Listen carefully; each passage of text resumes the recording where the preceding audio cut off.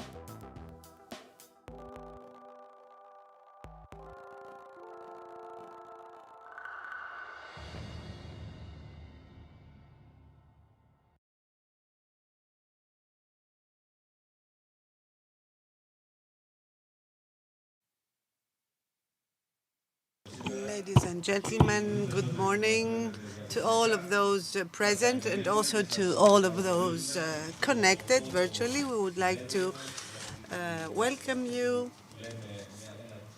at this first Hydrogen and Green Gases Forum. This is a new market for hydrogen and green gases.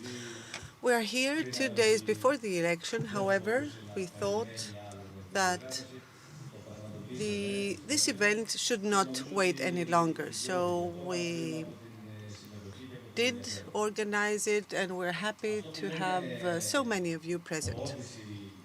When talking about promoting and using renewables and green hydrogen at the level of the EU, this is connected with regulatory issues, financial instruments, and many others that we're going to talk about today.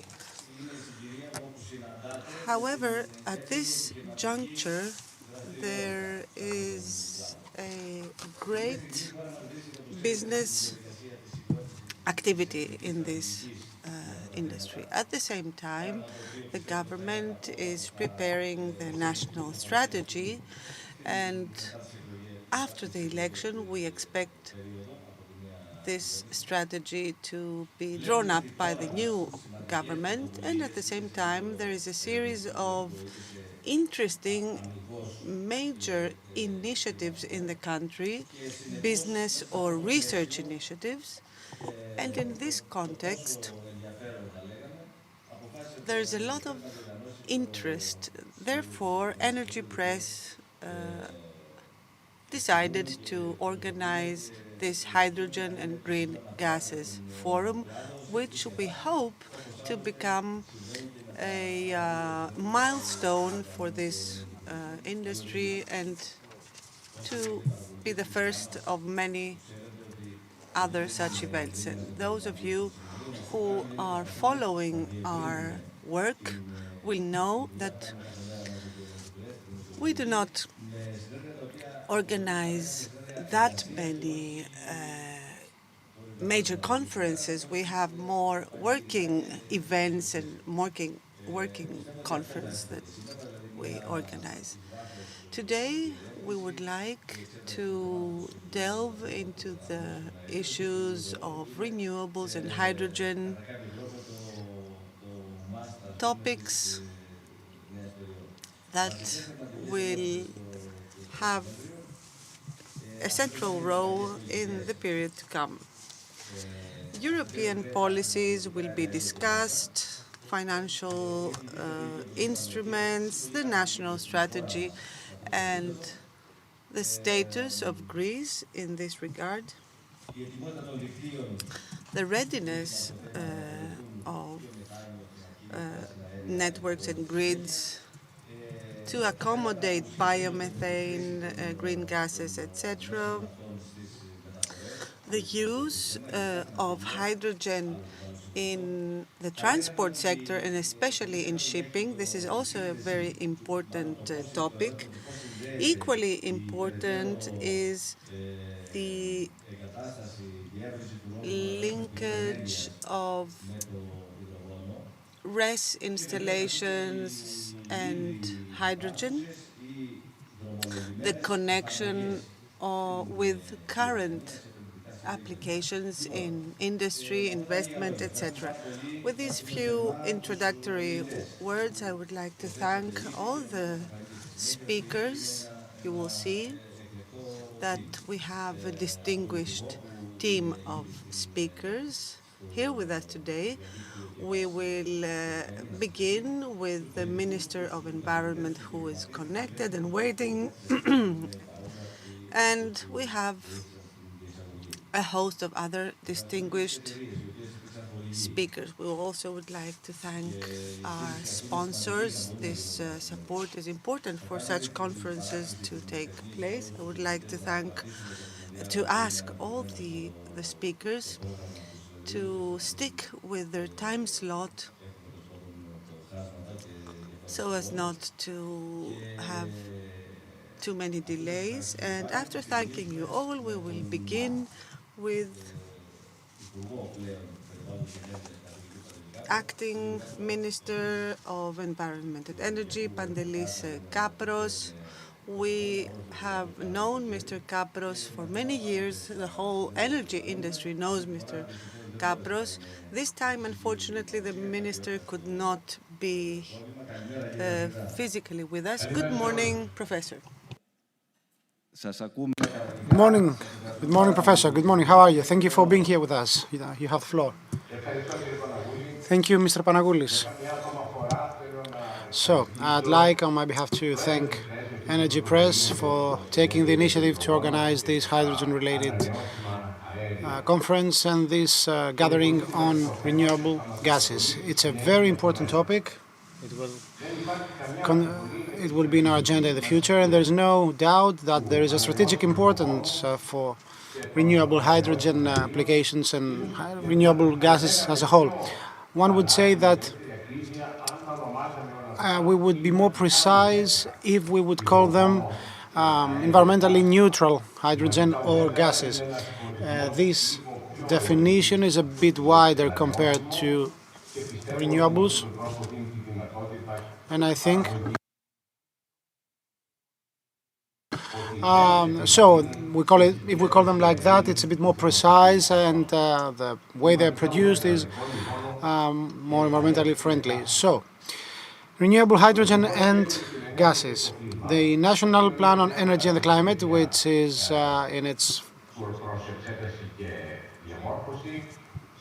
which is being finalized as we speak. Of course, it will be the political leaders, the government that will be appointed after the elections, the so-called SEC, will be finalized.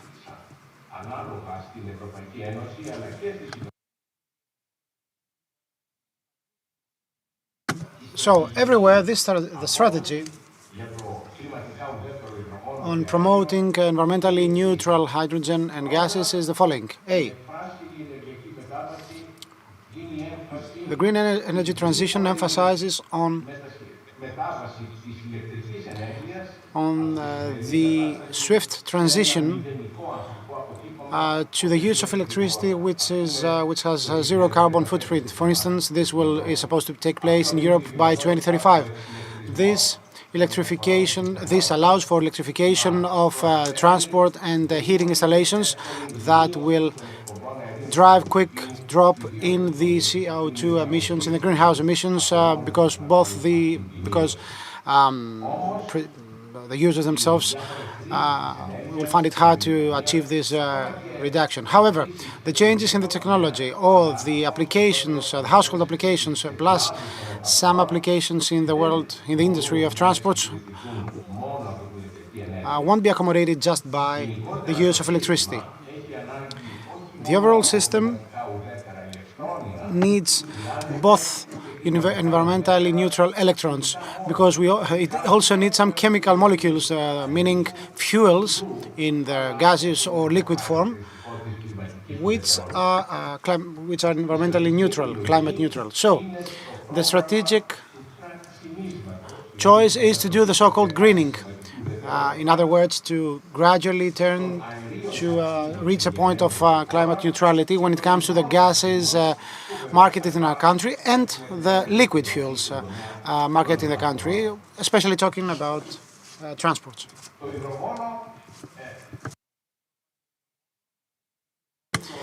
So, climate neutral hydrogen is supposed to play the role of replacing grey hydrogen. That means hydrogen produced by fossil fuels, and which means that in the process we have CO2 emitted in the atmosphere, especially in the uses such as refineries and production of ammonia, etc., and some other industrial applications where there is a role for green hydrogen to play. For instance, steel industry. Sadly, we have no steel industries in Greece anymore. And also in the context of other industrial applications. Moreover, hydrogen will play a role in the context of fuel cells and other hydrogen burning related technologies, in some cases talking about vehicles or in other applications. But there is a big future, bright future for hydrogen as a fuel in the future in order to produce climate neutral fuels and gases. So the greening of this gas is one of the top priorities in order to retain gaseous fuels in the system, both in Greece and in Europe as a whole. But turning that into a mix in promoting the mix, the use of a mix of renewable gases and climate neutral ones is very important, including, of course, biomethane. Biomethane is produced by the transformation of biogas, which is an energetically poor gas, collected in dispersed, decentralized installations as a result of anaerobic fermentation of various residues coming from farming or agricultural activities. Studies have shown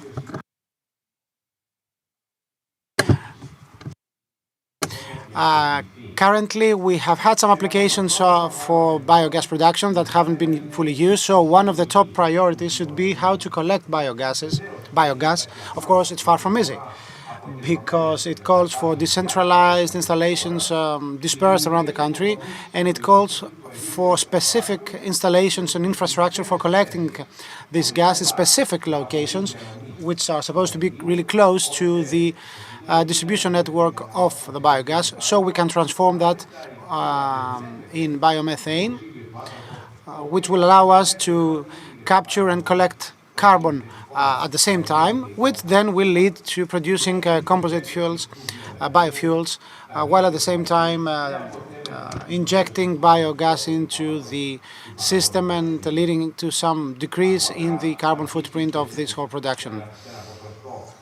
Then, to some extent, we will have climate neutral hydrogen injected in the same networks. Later on, we might be in need of specific pipelines and assemblies in order to use hydrogen as the sole fuel. We don't know yet whether we have to use dedicated pipelines or some kind of upgrade or retrofitting of the existing pipeline system. But the overall picture of biogases will be complemented by the use of biomethane, and biomethane does have a role to play. So, in this rationale and in the same rationale, we will have to proceed with greening of liquid gases, especially in the transport industry, and more particularly when it comes to sea and air transport. Plus also some use of it in land transports where we use big trucks, because this is a great opportunity to use both climate neutral hydrogen and other climate neutral liquid gases. We're not in this regard, we are not 100% sure what technology will be used. There are studies underway in the shipping industry, but there's no strategic choice to move to this or to that direction with respect to the fuel used of open sea ships. Greek ship owners have made a huge effort. They have been joining forces with important initiatives of IMO. In fact, in recent days, certain priorities have been adopted by the European Union as well. This actually is a beacon of the use of green fuels, as we call them, also in the open sea shipping activities. So, climate neutral green hydrogen comes with a financial issue, a problem. This should be our starting point. It reminds us of the starting days in the use of photovoltaics, solar parks. Remember, they used to be really expensive, but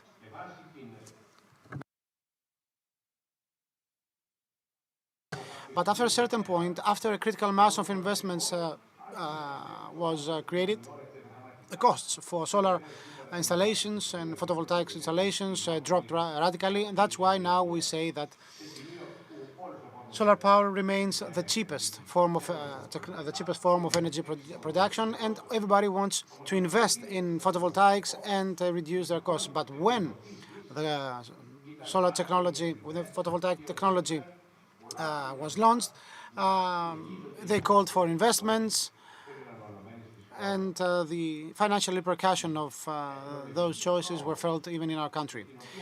Technological progress that led to this drastic drop in the cost of photovoltaic installations was driven by those countries producing large-scale photovoltaic systems because they saw that there was an opportunity in the market. This didn't happen in all countries, especially in small-sized countries having no domestic production of these technologies. This is more or less the case with hydrogen. So, what's the conclusion of this analogy, if you like? We, ourselves, from our own viewpoint, we have to be extremely careful with the fiscal costs of those subsidies and the support to the energy bills, especially if we are to recover the costs the same way we did with the ETMEAR, the tariff imposed for renewables in the electricity bills. So we have to be very, very careful with that. As you know, we do not live in a country where we have vast fiscal space. We strongly depend on European funds. Of course, there is a great effort being carried out there, and the success has been significant, but our resources are limited and finite. So we have to plan things really well when it comes to the use of these resources. So we have a climate neutral hydrogen and climate neutral gases making their way into our system. Now, talking about biomethane, I wouldn't say we have an issue with its cost and the fiscal impact of it. We can do that because in this particular case, the financial figure, the fundamentals are a bit more beneficial, but we have to be careful with that. Priority should be placed on building the necessary infrastructure for hydrogen, especially taking care of all fiscal costs. But for me, the ideal thing would be to identify specific hubs where the use of hydrogen will be coupled, where the use of hydrogen will be carried out there without the fear of not losing the hydrogen stocked, together with some renewables. So this hub, this complex, will be financially sustainable, will be quite affordable, and this program won't be that heavy at a national level, but it will be adequate at a local level, where we have to identify hubs like this one, so we will be able, at the demonstration level, to start using hydrogen in order to be then used by the industry. One of the instruments that I have also studied it and has been considered by the European Commission and is the financial dispute agreements, which has to be linked with CO2 costs according to the ETS. These agreements, coupled with mandatory quotas for the use of climate-neutral hydrogen and gases, as the case might be a tool, an instrument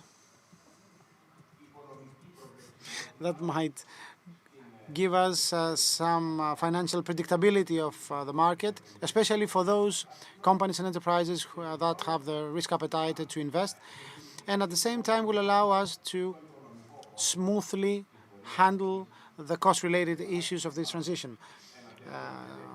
One such agreement could be used for the injection of small quantities of biomethane in small quantities and green hydrogen at the same time into the existing network for the distribution of natural gas. These mandatory quotas, covered either directly by the gas shippers or indirectly through the operator,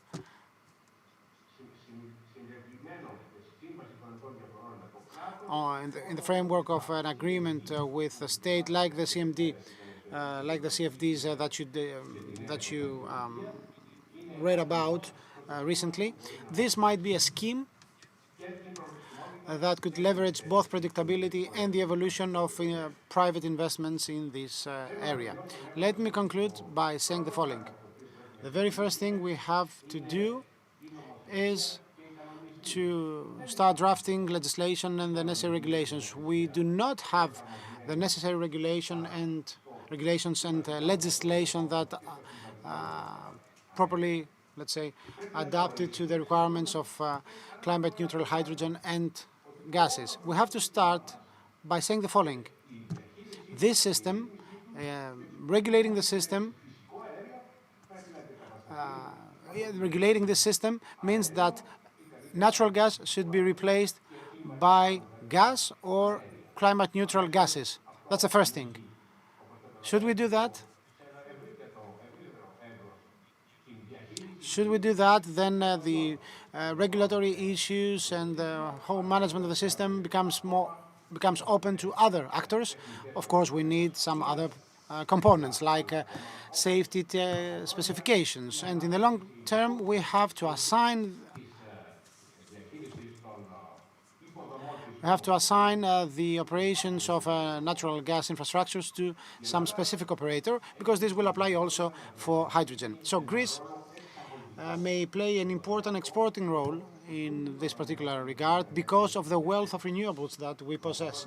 So the long-term objective is, of course, to become an exporting country, and in the future we will have full transformation of the existing refineries into refineries producing climate-neutral fuels, while at the same time being export-driven, and in the long run, with the necessary infrastructure and the interconnections, the hydrogen interconnections amongst other countries, given also the fact that hydrogen may be cheaply produced in countries that are to our south, to the south of Greece, I mean. This will allow Greece to become a hub and an exporting country. This future, I believe, the future will be bright. As I said, we have to be very careful in fiscally managing the whole thing, and we have to start taking the necessary statutory steps, and of course with the implementation of pilot projects in order to get things going. I'd like to thank you for the invitation, and I wish you the best for the conference. Thank you, Minister. As always, your speech has been very enlightening. You have set the framework for today's discussion. Let me remind everyone that Mr. Kapros was head of a special committee on the strategy for hydrogen in Greece. Thank you very much, Professor. We will carry on now with two members of the European Parliament, Mrs. Maria Spyraki and Mr. Nikos Papandreou. I will give the floor for 10 minutes to Mrs. Maria Spyraki, who, as you know, has dealt a lot with these issues at the European Parliament. Thank you very much for the invitation, Professor, ladies and gentlemen, colleagues, Mr. Papandreou. This is a very topical conference. I believe that clean hydrogen and renewable gases should fulfill very specific conditions. The first is a stable and foreseeable market, which will include the innovation, the production and use of hydrogen. Secondly, the European Union and the member states should send very clear messages to the international markets and the competition. 10 plus 10 million tons of hydrogen may be produced in the EU, but at the same time, China will be producing enormous quantities. So we should find our place in the international competition. And I'm also speaking about the IRA in the US. The whole value chain of hydrogen is important. It is linked with innovation and research, and that is where we have to ramp up our research efforts, because at the European Union there's this bottleneck effect. At some point in time, when research has to be transformed into production and application, there most difficulties appear. Someone had said that under Horizon we fund 3 out of 10 important, or 4 out of 10 good projects, and all the others are lost. So this is where we should focus. And last but not least, we should also prioritize the new clean gases and hydrogen. It is a nice discussion, nice to discuss about clean gases, but in the derivatives market we only have ammonia. So we have to see how clean ammonia can be produced for shipping, and hydrogen for heating and cooling homes can be used at a second point in the future. Also, it is important to accelerate the production of biomethane from waste, also from other sources, and in this way we can promote the greening of the energy mix. This now brings me to some topics of my remit, which is the hydrogen bank. On behalf of the EPP at the European Parliament, I am responsible for this issue. So the hydrogen bank is one of several instruments that will be used to promote the production of hydrogen to reach the target of 10 million tons of clean hydrogen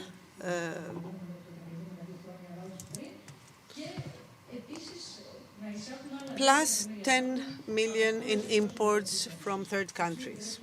And let me note here that this is a great opportunity to combine investment also in Africa, and at the same time we can oversee these investments and this funding so as to prevent what we call neo-colonialism effects. There can be a new relation set up from the EU with third countries, but it is important for the people in the third countries to also have a dividend of these projects. The Hydrogen Bank has a budget of 3 billion right now. It is considered rather low. The first step for the Hydrogen Bank is for the first auction to test the waters in the fall of 2023. That is when the first auction for green hydrogen will take place. Of course, this requires full transparency. At the same time, we want to send the message to the international community that the premium will be set at the level of the US. $3 is the US premium. The European premium will be slightly higher than that. Second step is infrastructure. I am coming from Riga, from the International and European Conference Gas Infrastructure Europe. The European infrastructure business is ready to renew itself, but this requires a clear landscape, and that is why the Directive 44 needs to be revised, the delegated act that will not only include a definition of clean hydrogen, but also it will include a clear framework for investment. This will make the EU attractive for further investment. Greece has a very important role to play in this context. The first requirement for that is a national map for energy transformation and climate mitigation with all means. This requires a basis of consensus, and I mean Syriza, PASOK, and ND need to be clear about the pathway that will be followed to reach these targets. The target for renewables is something that we have not worked with regional and local communities. A second point has to do with our connection with Bulgaria, with North Macedonia. We need these interconnections in order to have a new network for hydrogen. At the end of the day, there's a challenge in the Connecting Europe facility of the EU. There are 147 projects for green hydrogen that will make up the hydrogen backbone. Only 3 of them are mature. One of them concerns Spain. The other one is connecting Finland with the Baltic countries. And the third project is a production of hydrogen by offshore wind at the Northern Sea. And so this means that the South is completely out of the picture. We need to understand that we need activities of scale in this regard. Thank you for the invitation.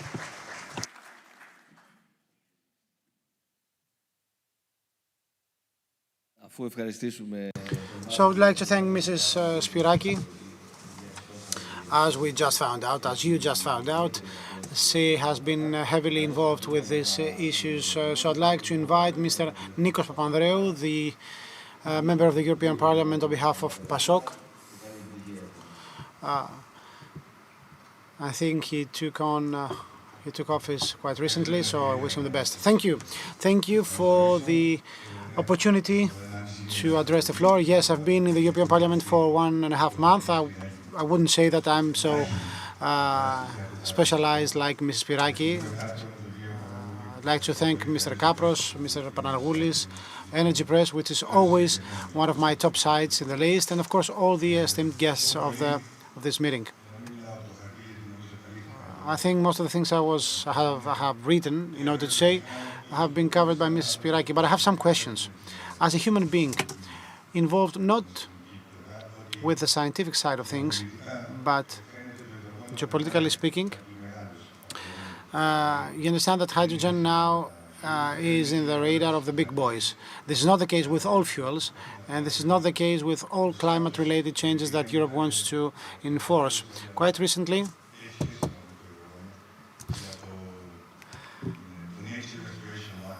we had the, I'm interested in the nature restoration plan, in which there is a distinction between what it says and what some people understand. What we try to do is to bring nature back, to bring more trees in, to reduce the poor use of the lands, to reduce the production of methane by the cows, to clean the rivers, to clean the streets. Socially, sometimes they exaggerate. They exaggerate. On the other side, sometimes the other side needs less regulations. So there is a differentiation there. There are some differences. I don't know if this law will be forwarded to the plenary meeting of the European Parliament for approval. But I think all political parties agree when it comes to hydrogen, along with the oil companies, which represent an important lobby, because they see that there is room for use of their own infrastructure. They don't need to abolish their own infrastructure in order to use hydrogen. This is not the case with all fuels. That's why there's going to be an impact. There's going to be some consequences. If this new law on the uses of land is promulgated, we'll have more regulations on the uses of land and water. If I got that right, the green hydrogen, not green or black hydrogen, etc., needs water. How much water do we have in Greece? Happily enough, we do have the desalination technologies available using seawater for that. That's one thing. Second, we need catalysts and rare earths. If you try to buy some catalysts, the supply side is completely jammed, so you have to try really hard to get over that. We also have the use of carbon dioxide, the so-called carbon capture. Currently, we have just no more than 2 technologies to use in order to turn carbon into e-fuel, because you cannot store these things. Anyway, these are the questions that emerge. Second, in Brussels, we do have some cars using fuel cells, and in this case, we have the issue of batteries, which means rare earths. Many say that batteries has the privilege that you don't have to transfer the fuel. I mean, transferring the hydrogen from the ship to the gas station, etc. Yes, but in this particular case, we're talking about hydrogen. So we, the politicians mainly, and in such a conference, what we have to do is give our insights about the evolution of the market to the people, because they are the voters. And what is the future? Will we have exclusively hydrogen-run cars? Can we? Is it technically feasible? This is the kind of questions that a simple citizen like myself comes up with, and in such a conference we have to reply so that Mrs. Spiraki or anyone else can handle these issues. For instance, in the US, they have a very simple scheme. The company that installs solar panels on the rooftop pays for them. They finance the project. This is not the case in our case. You know that I know this. I know that you know these things, but we have to invest in solar panels and have the companies make money by the installation itself. Currently, in our case, we have to take a loan in order to build the solar panels on the rooftop, which is a bit intimidating. I think that Greece is lagging behind when it comes to the statutory framework. Mrs. Spiraki knows that already. And as far as I can tell, there will be a government next Tuesday. I'm quite old to find that quite normal. The new government has to focus on that, and we, the European MPs, will have to discuss with our people, because these new roles will come straight on us from heavens, and we have to be prepared. So I'm a bit quick, and allow me to say that this conference I attend in order to learn. That's why I shared some questions, and I hope that I will get some replies.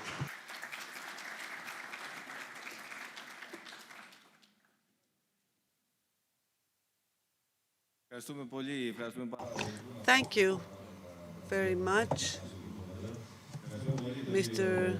Nikos Papandreou. We will now start with the first panel of our conference in a few minutes.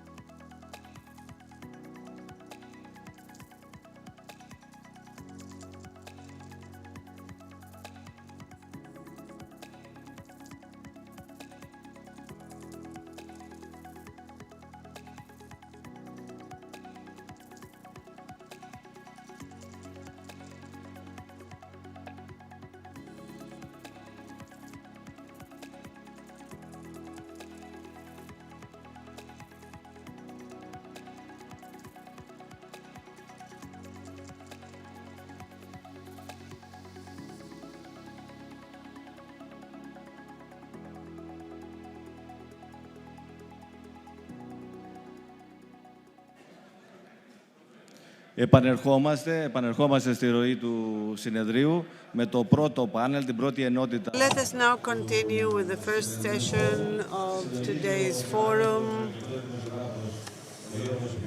Yorgos Fidikakis, a distinguished journalist, will be the moderator of this session that will welcome Mr. Yorgos Hatzimarkakis, CEO of Hydrogen Europe, Mrs. Maria Rita Galli, CEO of DESPA, and Mr. Triantafylopoulos, who is the CEO of Hellenic Hydrogen, a pioneer in hydrogen issues. Yorgos Fidikakis, you have the floor. Thank you, Theodoris. In this panel, we will try to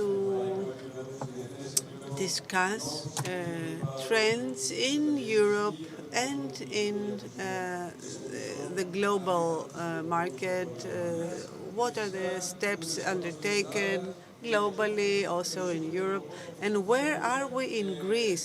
Why will we need more hydrogen than what can be produced in Europe?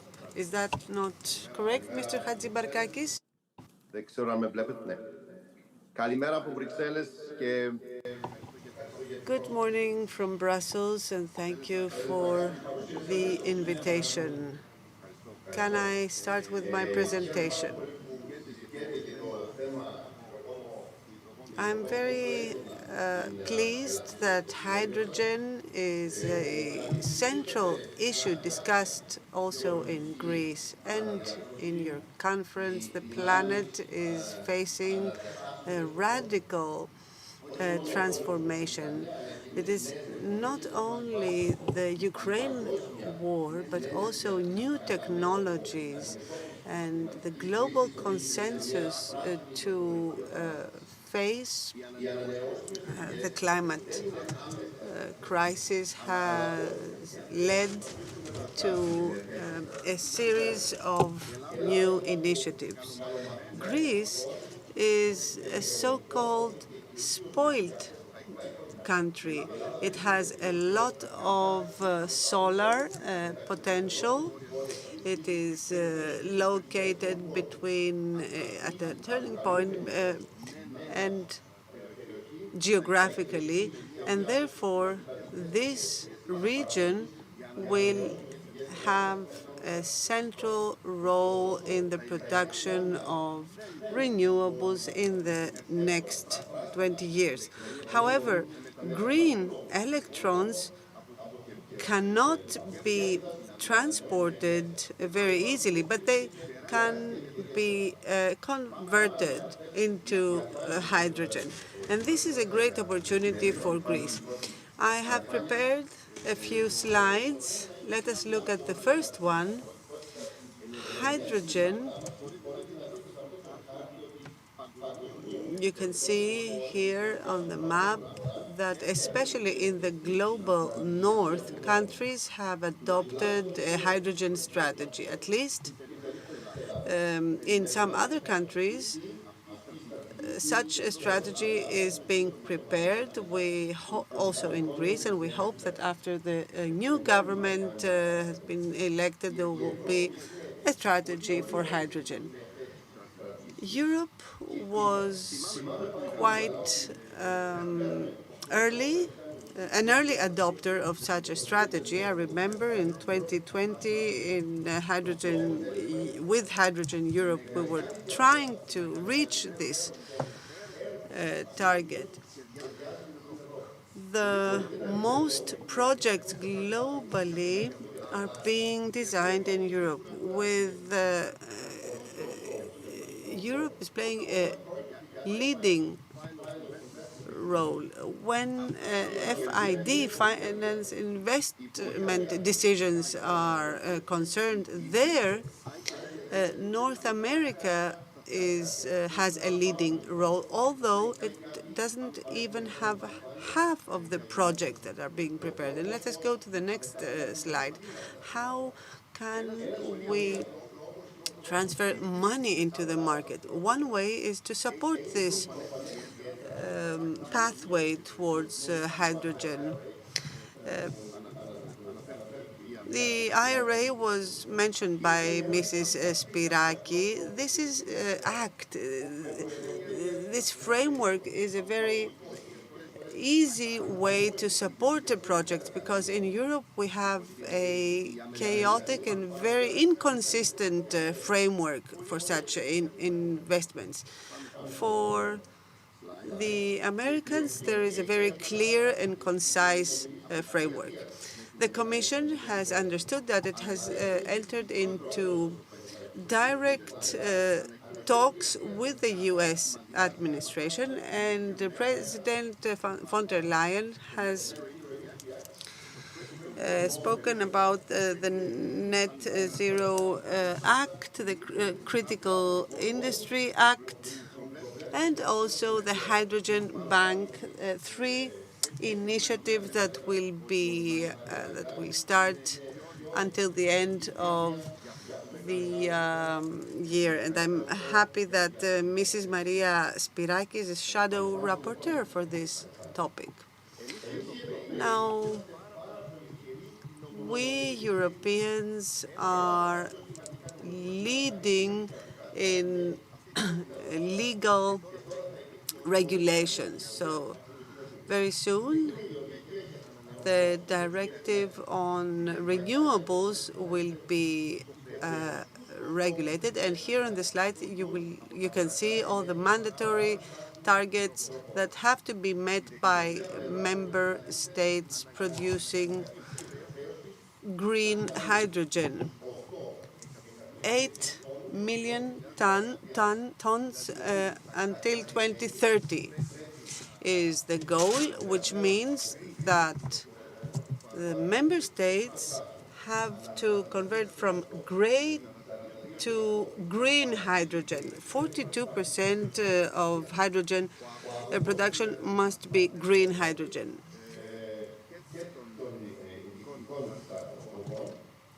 And 14 million tons are the imports. This is way under the 20 million tons that have been announced by the European Commission in the framework of Repower EU. That was also mentioned by Maria Spiraki. Let's go on to the next slide here. We can see the hydrogen demand in Europe, and especially in industry hubs, especially in ammonia for fertilizers, methanol. And on the right side, we can see where the infrastructure is located and where there are further needs. This is the so-called European hydrogen backbone that is underway. Mobility is also an important part of the strategy. The regulation, the alternative, the AFIR regulation is an important piece of regulation here for mobility, and this is also relevant for Greece in terms of the shipping industry. And as regards the initial terminals, until 2030, Greece would have to install 26 such terminals, 17 in urban regions, and the rest in the road network. This is a good piece of news. But where does hydrogen come from? We heard Professor Kapros, the minister, say that this is important, the origin. And one country of origin, or one region actually, is the Persian Gulf. We have a region that is as big as Belgium, and in this region, in this project, 600 tons of green hydrogen per day will be produced. This will be the largest project of its kind globally. And last week, I had the people responsible for this project talk to me in my office. Europe has announced and made clear in its bilateral talks that Greece will be a major hub for these hydrogen quantities. As long as EastMed is not ready, other ways have to be found. Ammonia will be the way to transport this hydrogen, not only as a commercial product. For Greece, for its huge shipping sector, this is a very important development, and I'm sure that the new Greek government will focus on this new challenge. And I will end my presentation by expressing a big thank you to Greece, to the Greek population for their interest in hydrogen. I have a Hyundai Nexo, and my test drive with hydrogen had a lot of interest and coverage in the media. A lot of people communicated with me to learn more about it, and I'm sure that Greece will embrace also this type of mobility very soon. Greece is it is included in the hydrogen map, but there's also a global map of energy changes. So we would miss an important opportunity if we were not to embrace hydrogen. Thank you.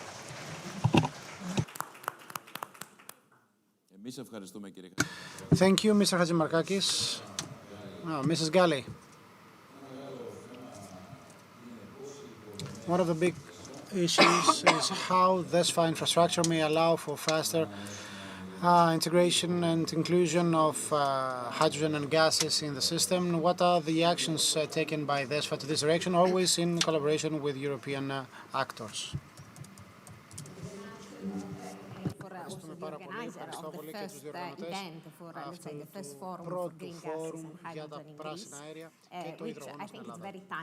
Νομίζω είναι εξαιρετικά επίκαιρη αυτή η συνάντηση, διότι όλοι στην περίοδο κατανοούμε τη σημασία της ύπαρξης ενός σταθερού, βιώσιμου και οικονομικού συστήματος ενέργειας. Και μιλάμε για το υδρογόνο, μιλάμε για τα πράσινα αέρια. Νομίζω το θέμα αυτό αποτελεί τον δεσμό, τον κρίκο που θα ενώσει τον ηλεκτρισμό με τα αέρια και πρέπει να χτίσουμε ένα ενεργειακό μέλλον το οποίο θα μας προστατεύσει από τη μεγάλη αβεβαιότητα και τα σοκ που έχουμε βιώσει τα τελευταία χρόνια. Πριν πω τώρα στο θέμα των υποδομών, να πω δύο πράγματα για το γιατί εμείς είμαστε τόσο επικεντρωμένοι στα πράσινα αέρια και το υδρογόνο. Ο λόγος ουσιαστικά είναι ότι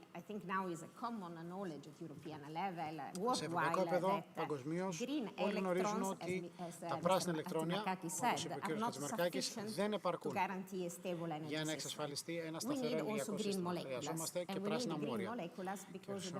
Χρειαζόμαστε μόρια, διότι τα μόρια έχουν ένα σημαντικό χαρακτηριστικό. Δηλαδή, μεταφέρονται πιο εύκολα, μεταφέρονται με μεγαλύτερη ενεργειακή πυκνότητα και να αποθηκευτούν. Και μπορούν να χρησιμοποιηθούν ως καύσιμο. Π.χ. υπάρχουν άλλοι τομείς, τα πετροχημικά, τα τσιμέντα, τα λιπάσματα που χρησιμοποιούνται αυτά τα μόρια για να παράξουν τα προϊόντα τους. Οπότε τα πράσινα ηλεκτρόνια δεν αρκούν. Είναι λοιπόν σημαντικό να συνεχίσουμε την απανθρακοποίηση της ηλεκτροπαραγωγής και πρέπει να δούμε τι είναι αυτό που θα συμπληρώσει την απανθρακοποιημένη παραγωγή ηλεκτρισμού, εξασφαλίζοντας ότι θα έχουμε και σταθερότητα στα συστήματα, να μην έχουμε δηλαδή αυτή την αστάθεια, την οποία δυστυχώς συνοδεύουν τις ανανεώσιμες, και επίσης να λάβουμε υπόψη μας την εποχικότητα, διότι ναι, έχουμε θερμά καλοκαίρια στην Ελλάδα, αλλά έχουμε και πικ σε μεγάλες τιμές ζήτησης. Π.χ. το καλοκαίρι έχουμε μεγάλες ανάγκες για air condition. Και οποίο δεν συνδυάζεται πάντα με την διαφάνεια. Και επίσης πρέπει να εξασφαλίσουμε ότι αυτού του είδους χημική ενέργεια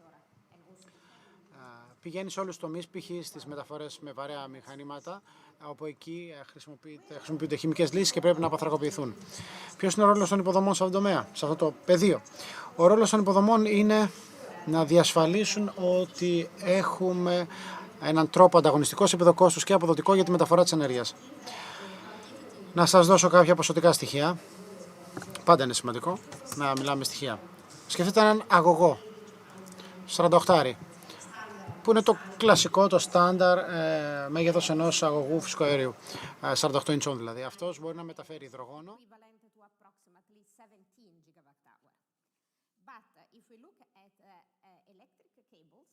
A big electric cables can transport 2, maximum 3 gigawatt-hour. So you immediately have the proportion between how more efficient it is transport energy as a molecule, instead of transporting the same amount of energy as electrons on long distances. Because to achieve the same amount of energy transportation of an underground 48-inch pipeline, we would need 5 or 6 aerial high voltage line with all also the implication with respect to the social acceptability. So, and this means also cost efficiency. So energy efficiency, how much energy we can transport, and cost efficiency because this makes transportation more affordable. Not only because, let's say, because it's more dense in terms of energy content, but because we have in Europe the great advantage that the majority of the pipelines that have been built in the decades for transporting natural gas or are being built now also to address the security of supply issue can easily be converted and can easily transport hydrogen blended with natural gas or pure hydrogen in the future. And this means that, let's say, it is from 2 to 4 times more cost-effective to transport hydrogen in the repurposed or dedicated hydrogen pipeline than to transport electricity. And this, for a company who invests hundreds of millions in infrastructure, is the key decision element. So we know that this is a competitive solution, and competitive solution means that it will have a future in the long run. And this competitiveness and the role of infrastructures has been very recently, let's say, acknowledged by the European Union because, as we have already discussed in the recent past, just 10 days ago, the European Union has published the list of projects of common interest. And among this list, there is the first fully dedicated, hydrogen-dedicated pipeline of Greece.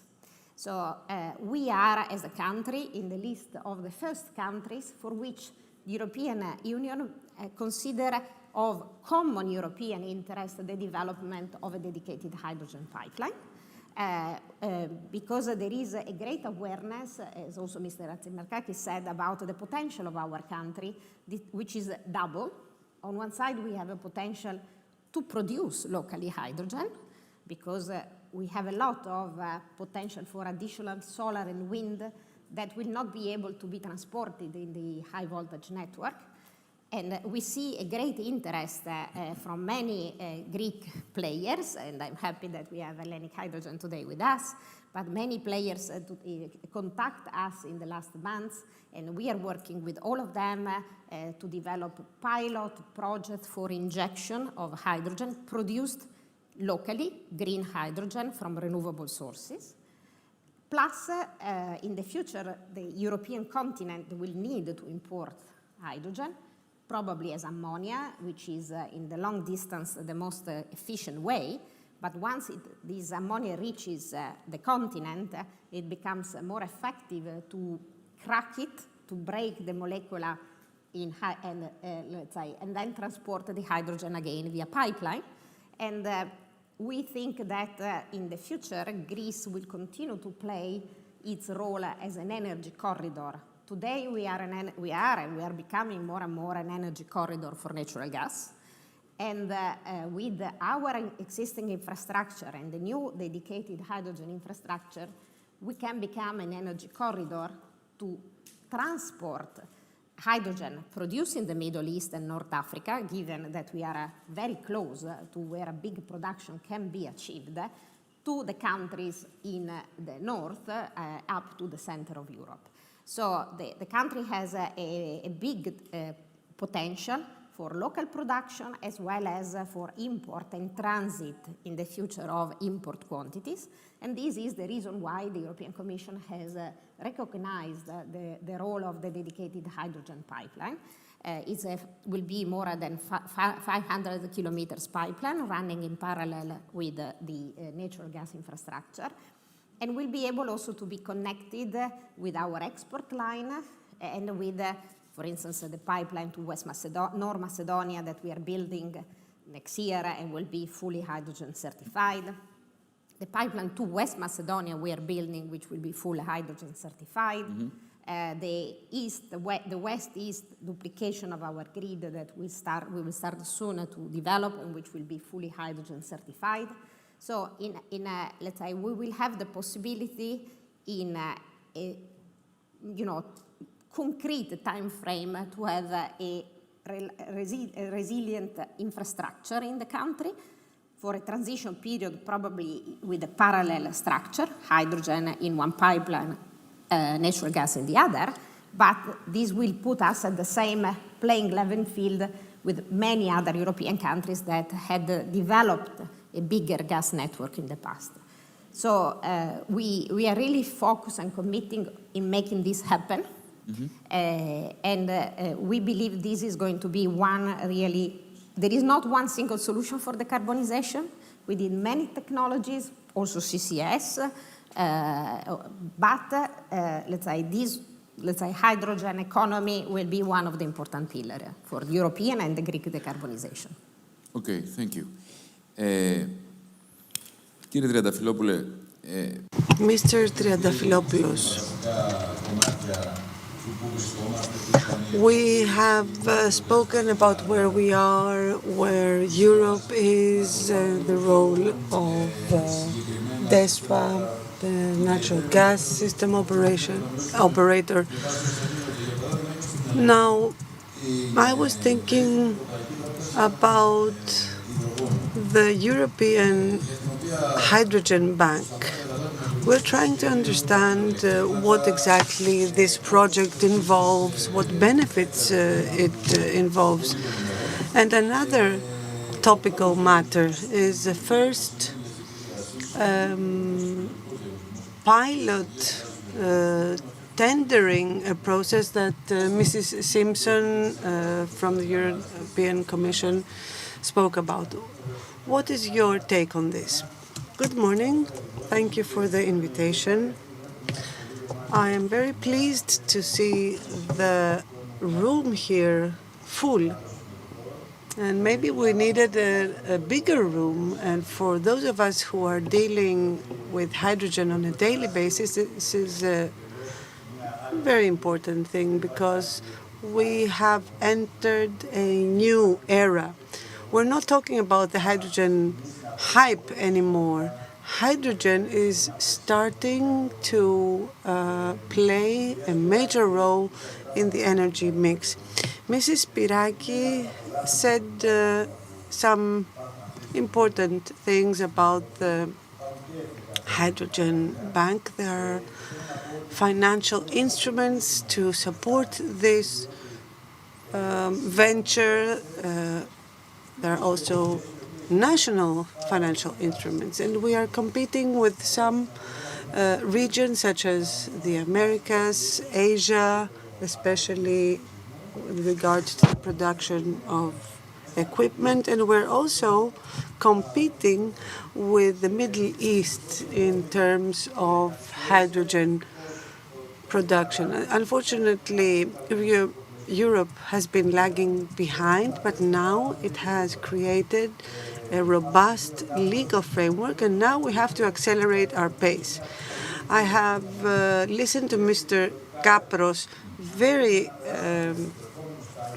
with a great interest, and I will disagree with one word he said: pilot projects. No more pilot projects.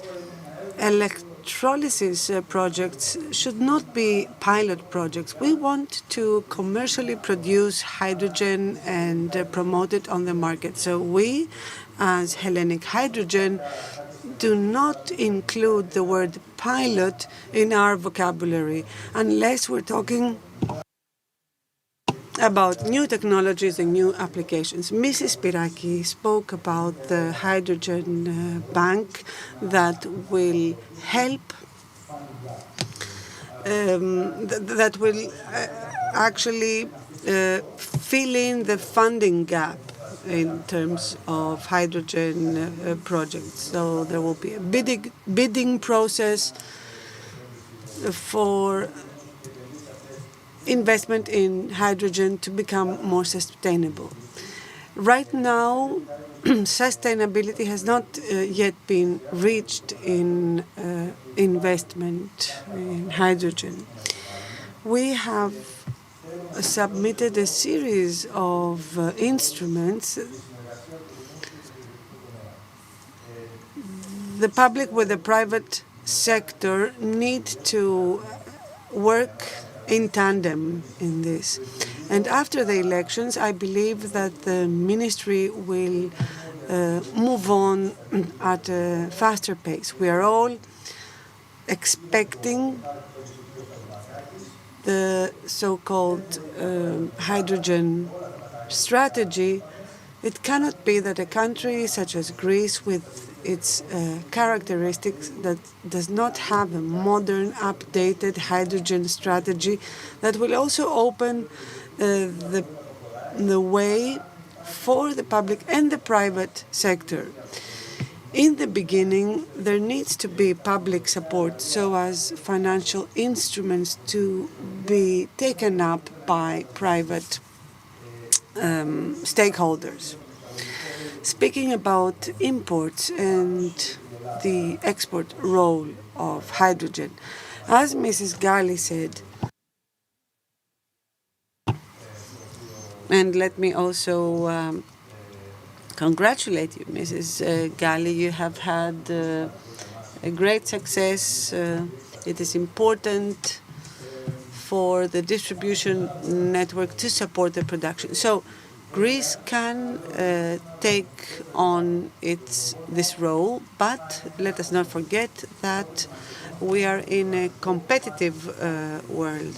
Hydrogen is a commodity, so even if we have this comparative advantage, we need to ramp up our infrastructure. We have to enter partnerships with our neighboring countries. We should open up towards northern Africa.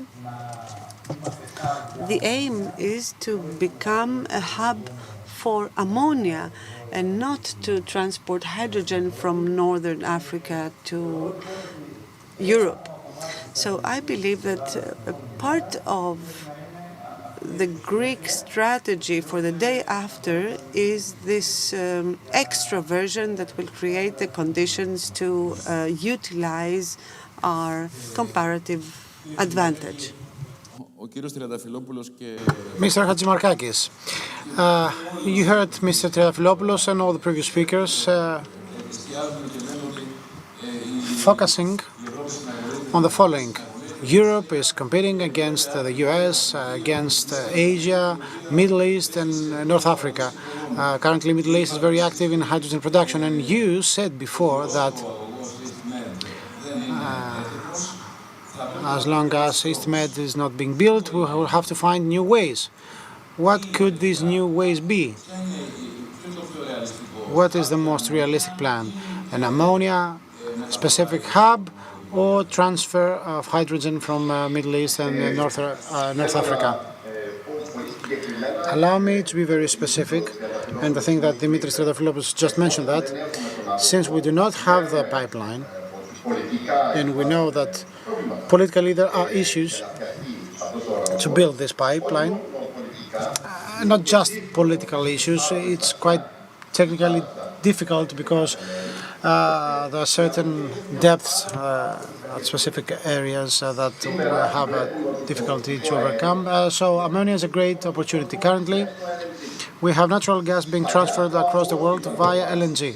In the past, it was all about pipelines. Currently, LNG is the key word. So things change. In the case of hydrogen, as Mrs. Gali said, this is the cheapest, the most affordable way should be to use the existing pipelines. We have pipelines running from Algeria to Italy to Spain, or Libya to Italy, so we can use these pipelines. In the case of Greece, we don't have these pipelines, so why don't we turn our eye to the fleet available and do the necessary retrofitting, because currently ammonia is a global commodity. It's not something exceptional, no, it's a commodity. The problem, however, has been properly presented by Mrs. Gali, and I will turn into English. Really to use ammonia as a carrier of hydrogen, then we need to crack it. And here we have an issue because there are not so many crackers existing around the world, first. Second, the European Commission, and here I turn to the two members of European Parliament, wants to regulate the crackers from day one, although there is no market yet. So they are regulating it, I would say, to death. And this is a very, very big threat to the hydrogen industry, because the crackers will play exactly the role that Mrs. Galli just mentioned. You turn the ammonia back into hydrogen and nitrogen. Nitrogen goes to the air, and use the existing infrastructure. However, last point, there is also the opportunity to use hydrogen as a fuel, not only for ships, but also in turbines for the production of electricity. In Japan, we see the first turbines using ammonia directly. And why is this important? Because ammonia is also not only a carrier, but basically a good way to store the energy. And the storage of ammonia is way easier than the storage of hydrogen. So I give you a very simple example. I'm from Crete. Atherinolakos it's a production center so far burning mazout for the production of electricity. You easily could think about changing the turbines in southern Crete to turbines using ammonia instead of mazout, and hence produce electricity. The production of ammonia could happen in Crete locally, but also I showed the big numbers of ammonia that would come from Saudi Arabia could be shipped there. So we need to rethink certain elements, and that's maybe a shocking thing, they will come faster than we think. They will come fast. It's not in 20 or 30 years.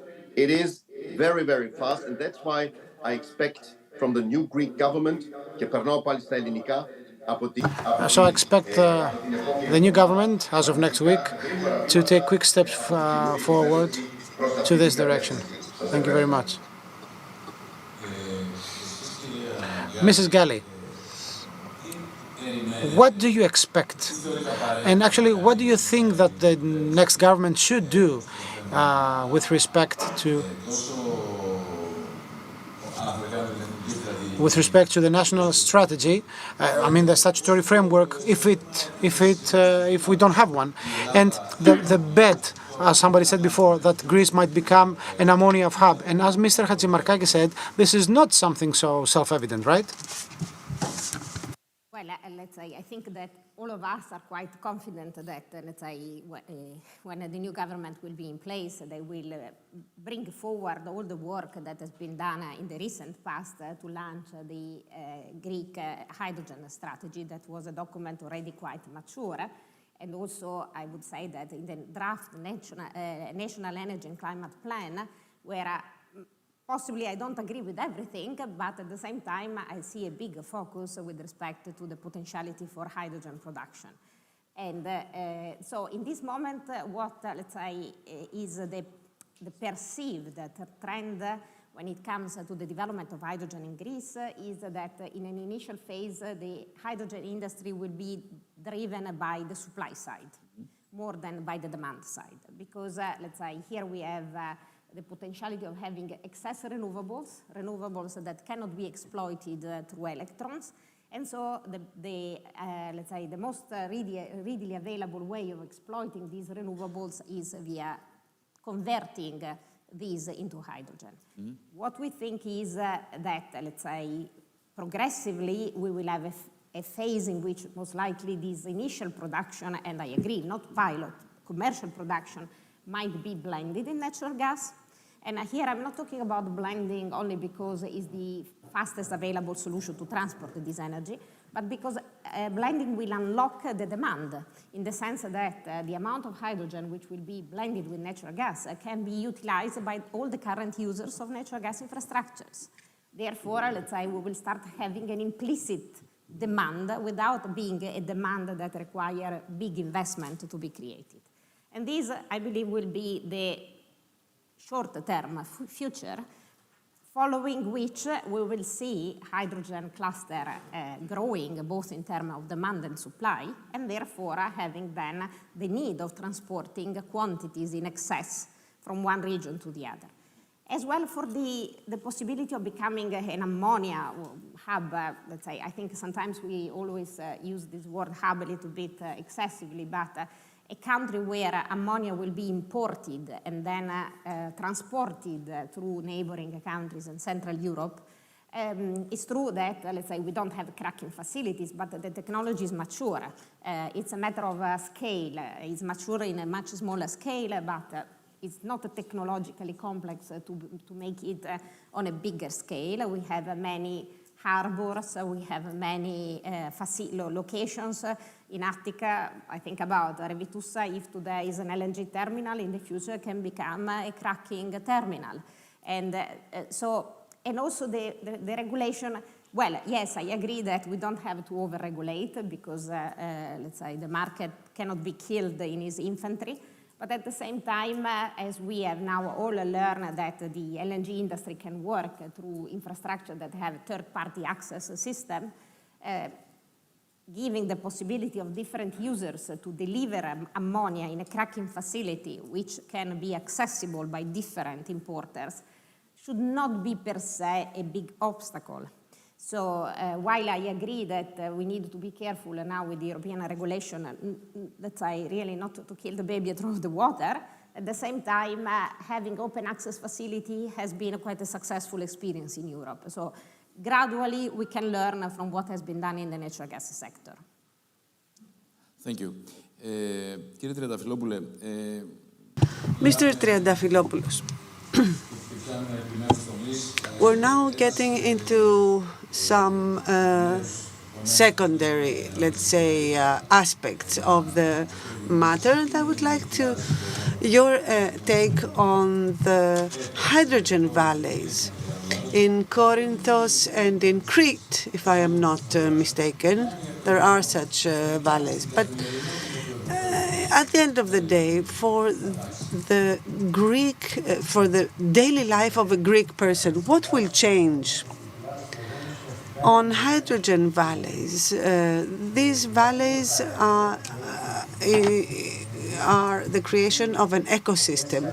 We have synergies, we have potential off-takers who can consume hydrogen. So we have this connection of the whole value chain. Greece is quite successful in this regard. That is part of the Green Hydrogen Partnership. We have two valleys right now that are being funded. One is in Corinthos in the region of Motorol, and the other one is in Crete. And we, as Hellenic Hydrogen, have submitted another proposal for one more valley that will be somewhat larger. It will try to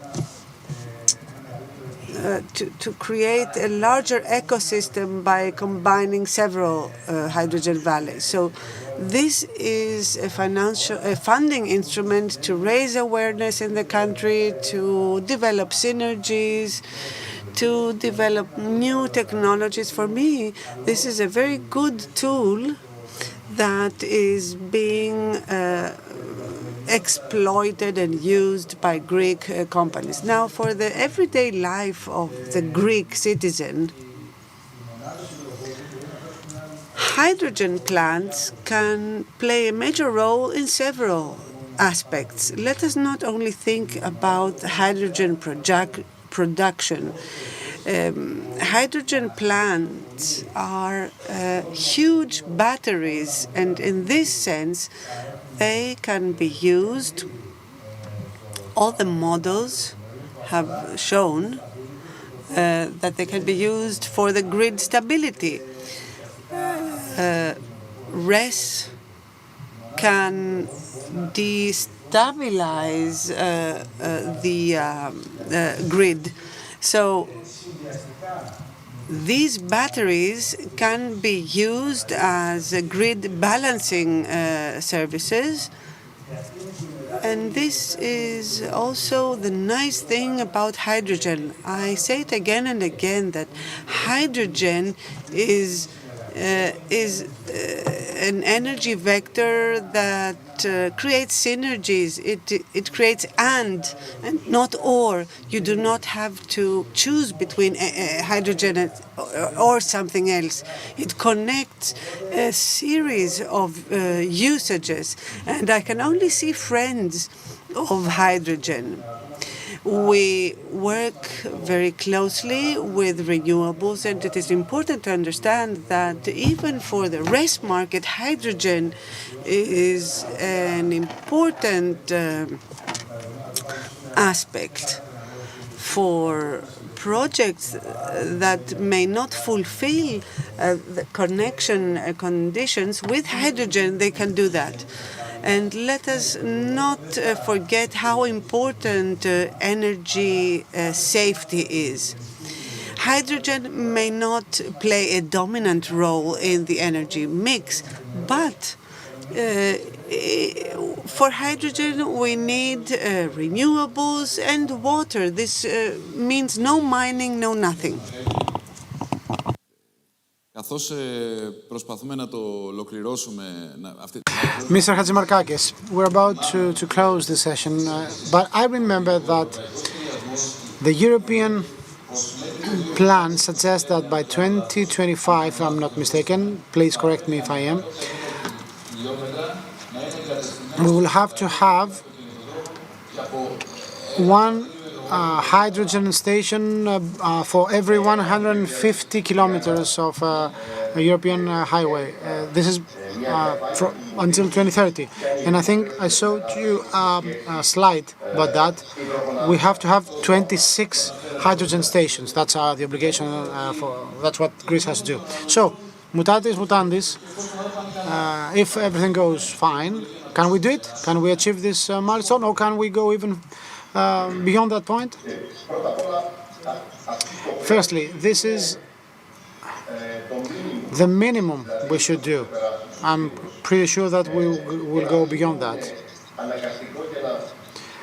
You need a threshold in order to avoid the hen and the egg dilemma. So we're building an infrastructure which will be like a big welcome to everybody who wants to drive such a car like the one I have. So we see that in Europe, Germany is the country with the largest number, the biggest number of hydrogen stations, 100 of them. And we see that people do use these cars under lease agreements mainly, and as a result, if you have the infrastructure, people will come. Of course, the drivers I mentioned before are mainly truck drivers. Anyway, if we have the same technology used in the hydrogen stations. I mean, the hydrogen is under a pressure of 700 bar, so it's the same. And if we do have the infrastructure, people will embrace this initiative because the use of a fuel cell car is very easy. In my case, my car has had a mileage of 75,000 kilometers, no problem whatsoever till this point. So, we will see that the market for these vehicles will become stronger. We see new models, new car models coming from China, Japan, Korea. Germany is taking a step in marketing mainly trucks. We have France doing its bit by means of the Stellantis group, and mainly Renault in the truck industry. So I'd like to convey to the Greeks that this obligation of ours will open the market, and as of 2030 onwards, we will be able to see more and more fuel cell cars also in Greece. Thank you very, very much. We try to touch upon some important aspects of this important issue. It's a brand new chapter, a brand new topic for all of us, for Europe actually. That's why we discussed about how we can turn Greece into an ammonia hub. We discussed about the advantages of hydrogen, what is the standpoint of Greece or Germany, what's about the European strategy on hydrogen. So we actually gave you food for thought, and I think we came up with more questions after this discussion. So I'd like to thank all the panelists. Thank you for your attention, and I wish the best for the remaining of the conference. Thank you. Go.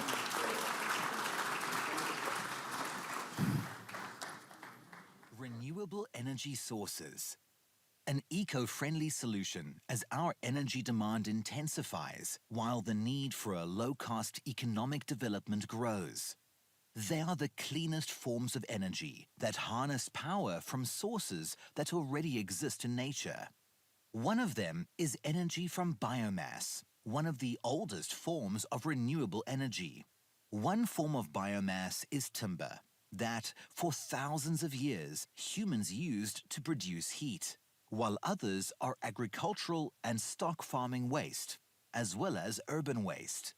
Today, processing biomass provides us with fuels used to produce heat, as well as electricity. These are called biofuels. One of them is biogas, which through the process of upgrading gives us biomethane, a renewable fuel and a promising solution for the reduction of greenhouse gas emissions, with multiple benefits. More precisely, it helps us produce what we call green energy at an affordable cost, with high energy security and a zero carbon footprint, thus reinforcing the circular economy, as well as regional and agricultural growth.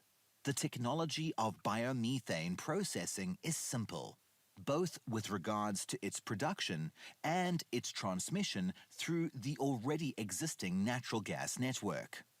Biomethane has a similar chemical composition to natural gas, so it can perfectly serve as a substitute and not only be transmitted, but also stored within the same network. In DESFA, we strongly believe that the biomethane sector can contribute substantially to the goal for climate neutrality until 2050, paving the way for sustainable energy production and a greener future with zero carbon footprint. Η ιστορία του υδρογόνου ξεκινάει με τη μεγάλη έκρηξη δισεκατομμύρια χρόνια πριν, όταν διάφορες κοσμικές διεργασίες οδήγησαν στη δημιουργία του μαζί με άλλα ελαφρά χημικά στοιχεία. Το 1671 ανακαλύφθηκε από τον Ρόμπερτ Μπόιλ. Σχεδόν 100 χρόνια μετά, το 1766, αναγνωρίστηκε ως ξεχωριστό χημικό στοιχείο. Λίγα χρόνια αργότερα, το 1781, απέκτησε και το όνομά του από την ένωση των δύο ελληνικών λέξεων «υδρο» και «γενής», όταν οι Αντουάν Λαβουαζιέ και Πιέρ Λαπλάς ανακάλυψαν ότι όταν αυτό το χημικό στοιχείο καίγεται, παράγει νερό. Αυτό καθιστά το υδρογόνο μία από τις καθαρότερες μορφές ενέργειας που βρίσκεται σε αυθονία στη φύση. Για την ακρίβεια, 75% του σύμπαντος αποτελείται από υδρογόνο σε διάφορες μορφές. Ακόμα και ο ήλιος παράγει την ενέργειά του από την αντίδραση ατόμων υδρογόνου υποπίεση. Αν και άχρωμο, το υδρογόνο χωρίζεται σε γκρι, μπλε, καφέ, τυρκουάζ και πράσινο υδρογόνο που προέρχεται από ηλεκτρόλυση νερού με χρήση πράσινης ενέργειας και θεωρείται ως η πιο καθαρή μορφή υδρογόνου. Σήμερα, η ραγδαία κλιματική αλλαγή, η ανάγκη για νέες, πιο φιλικές προς το περιβάλλον λύσεις και η ανάπτυξη της τεχνολογίας δημιουργούν τις βάσεις για το μέλλον της ενέργειας. Το υδρογόνο έρχεται ξανά στο προσκήνιο ως το καύσιμο που θα μας οδηγήσει σε μια νέα ενεργειακή εποχή, βιώσιμη και καθαρή, με οδηγό τον δέσφα. Με επενδύσεις σε εξειδικευμένο ανθρώπινο δυναμικό, ανάπτυξη νέων τεχνικών και λειτουργικών δεξιοτήτων, αναβάθμιση και κατάλληλη προετοιμασία του υφιστάμενου. Επανερχόμαστε, αγαπητοί φίλοι, στη ροή του προγράμματος και καλό... I'd like now to invite the second panel, and I'd like to invite our moderator of the session on European policies for the promotion of hydrogen and renewable gases. I'd like to invite Mr. Ioannis Stefanou. He's a partner and head of energy sector in Grant Thornton, Greece. And I would like also to invite Mr. Poulikas, the president of the Cyprus Regulatory Authority for Energy. I'd like to thank him for his presence. And of course, together, Mr. Konstantinos Levogiannis, an executive working in a big company in Europe, Nel Hydrogen. I'd like to invite them to the floor, to the panel. We will have also online the contribution by Ms. Maria Georgiadou. She's a senior expert from the European Commission, and I would like to thank her for her presence. Και αφού ευχαριστήσουμε, ωραία, τη βλέπουμε την κυρία Γεωργιάδου, είναι μαζί μας. Okay, Ms. Georgiadou just she's logged. Okay, I'd like to thank all panelists, and I'd like to give the floor to the moderator, Mr. Ioannis Stefanou. Thank you very much, Mr. Panagoulis. I'd like to thank you for putting together such an event. It is with great pleasure that we see a full house of experts. We used to attend events or conferences on power and gas and renewables and storage. So it seems that hydrogen and new gases will be the new reality, and it will be the topic of the day. Now, let us start. Ms. Georgiadou, you have the floor. Good morning. Good morning. It is a pleasure to join this panel and this discussion and say a few words from the point of view of the European Commission. Hydrogen and biomethane especially are considered important to reduce GHG emissions. As you have said, there is a package for decarbonized gases, and right now there is agreement at the Council and negotiations with the European Parliament. What has been agreed upon is to promote these gases.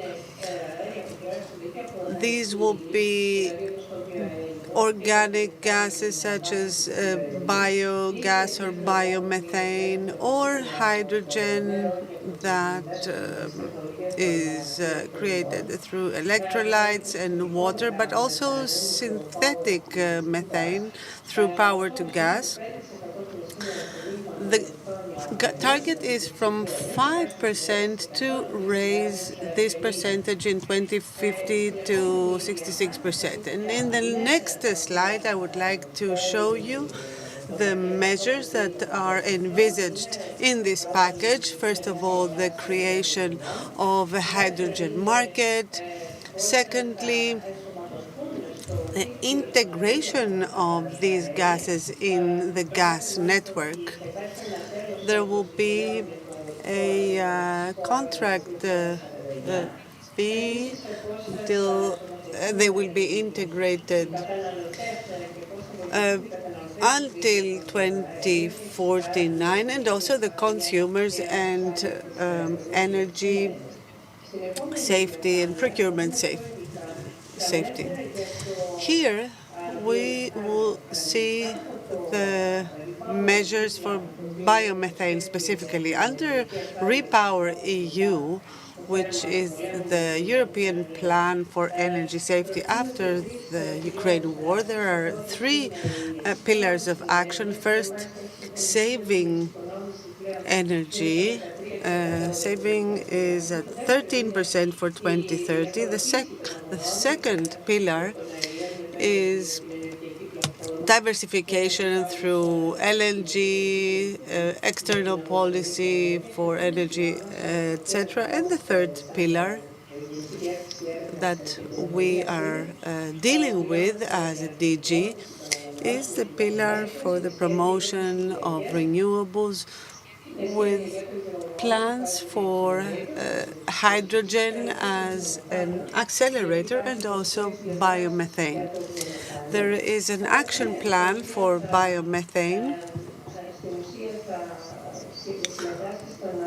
It will participate in fulfilling the goal of production of 35 billion cubic meters in the European Union. And here in this slide, we can see more details about this biomethane action plan.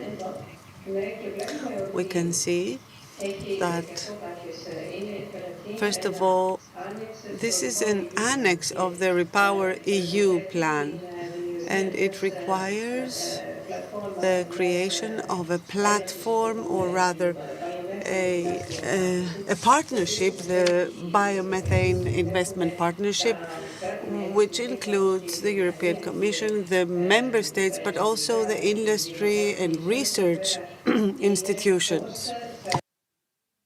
The aim is to promote the production and use of biomethanes. 5 actions are envisaged here. One are the energy and climate plans of the member states that include also targets for renewable gases. There, biomethane should play a role. Secondly, costs. How to reduce the costs of energy vectors. Then there's also the cost of production and connection to the network. And finally, in this platform, there are needs for research and innovation. Technologies for the production of biomethane are promoted here. There is a technology, a commercial technology for upgrading biomethane available today, but it is not cost effective. So here there are new sources like the gasification of biomass or waste from various sources that are being considered. In the next slide,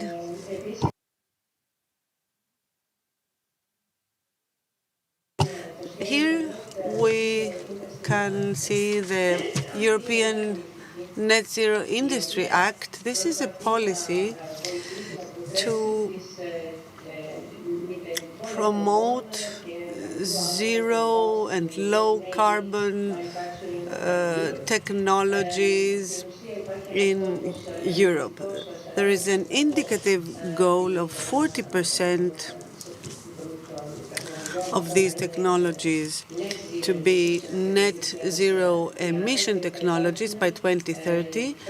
And there are specific plans and actions to support these innovative technologies. There are some technologies that have been designated as strategic technologies, electrolytes, but also biomethane at a large-scale production is considered as a strategic issue because it can largely play a role in reducing emissions. And these technologies are almost mature to be launched in the market.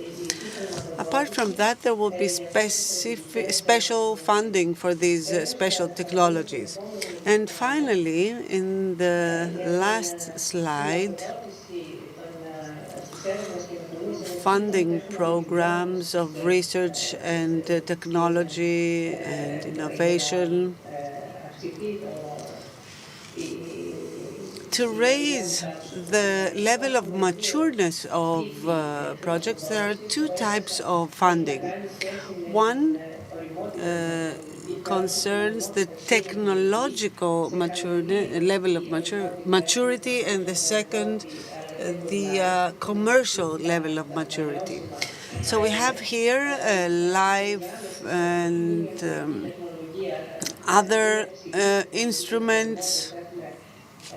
We have the Innovation Fund, and once a higher level of maturity is reached, then we have the Connective Europe facility.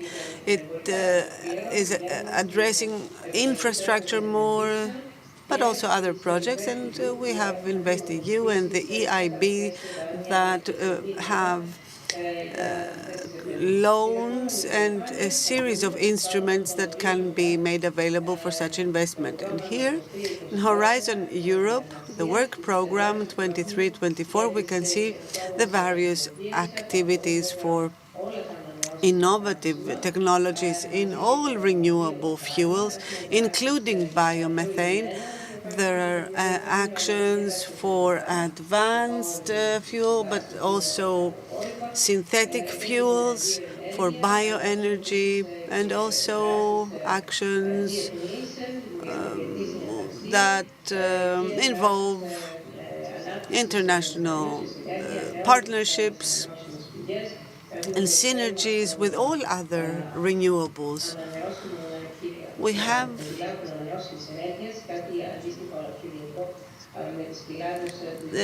something similar with the hydrogen valleys, the RES valleys. Now here you can see how the European General Director of Research and Innovation is supporting. Here in this example, we have innovative biomethane production in the EU. So the fermentation and the management of waste, industrial or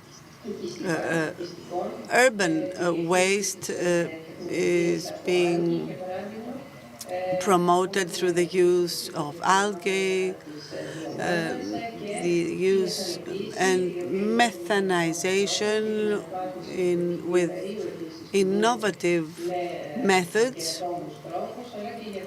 For the future, we have technologies of photosynthesis for synthetic fuels, power to gas, but also direct production of synthetic gases, synthetic fuels.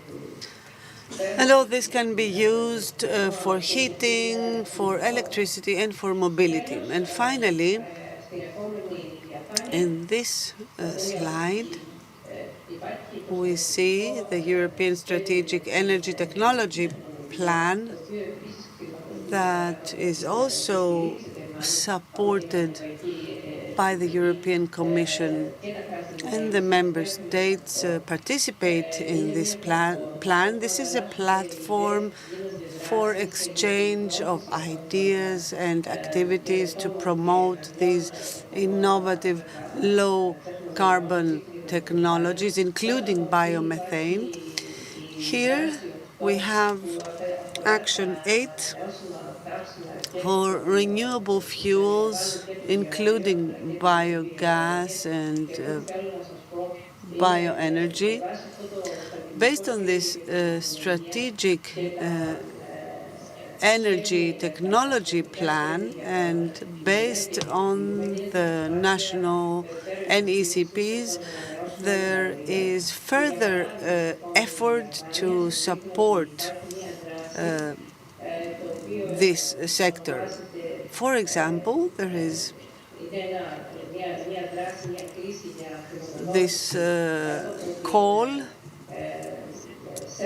under the SET partnership, the Clean Energy Technology Partnership. This is part of the SET plan that I showed you before, and there will be funding of approximately 210 million euro annually 1/3 from Europe and 2/3 from the participating countries. Every year there are proposals for funding amounting to 100 million approximately. So in September it will open, and within 1 year the relevant projects will be funded. This is one type of support that is being provided. Finally, I would like to thank you for your attention, and I am here at your disposal for any questions. Thank you.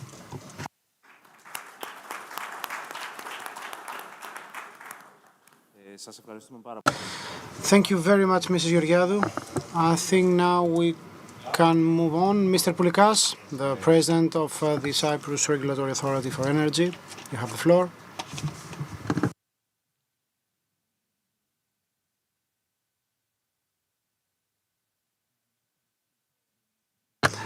I would like to thank Energy Press for the invitation.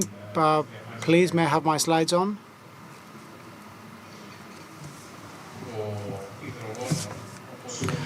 So, as we all know, hydrogen is not something new.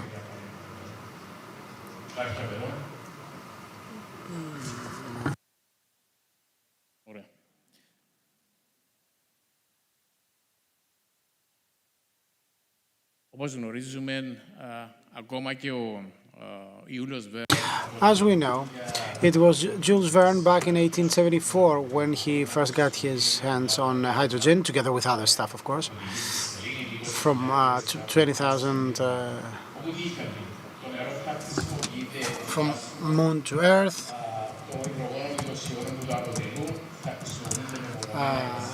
And other things. So, according to Jules Verne, water will be used as a fuel, and it will be used together with oxygen in a way that will provide us with an endless source of heat and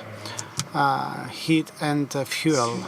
Now, today, as we just heard, hydrogen is one of the main components of the energy transition. And that's why many countries have already drafted a national strategy on hydrogen, starting with Japan back in 2017, Australia followed suit in 2020, the European Union was next in 2019 for Australia, 2020 for European Union, and many other countries followed, and many more are currently considering their own strategy on hydrogen. Next one, please. Now, with respect to the European Union, the strategy announced back in 2020 provided for installation of 6 gigawatts of electrolysis assemblies for the production of green hydrogen up to a capacity of 10 million tons per year. Between 2025 and 2030, it is expected that hydrogen will become one of the main components of the energy mix, and production of green hydrogen will exceed 10 million euros later on. That was the plan back in 2020. In 2030, we expect that green hydrogen will fully penetrate the market. Now, as we know, according to the Repower EU plan, the European Commission has set the target of the use of green hydrogen from 10 million tons to 20 million tons. So, 10 million tons produced in 2030 plus 10 million tons of green hydrogen imported to the EU. So the question is the following: why hydrogen?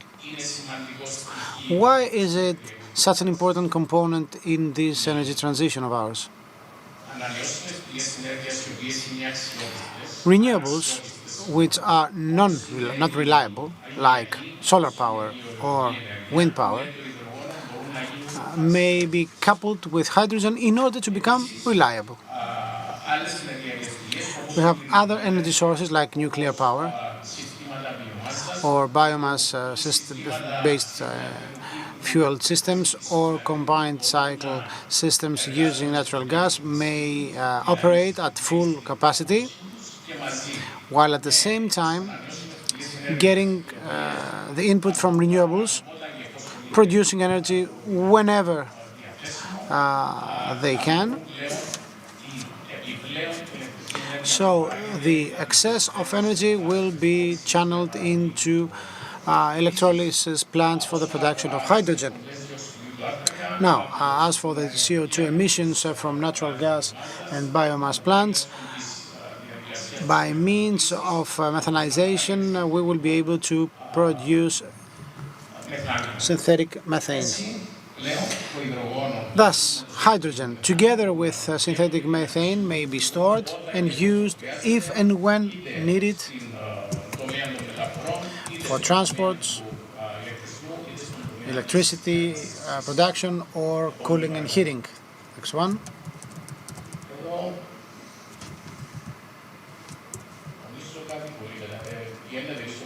One step back, please. Is it number 5? Okay.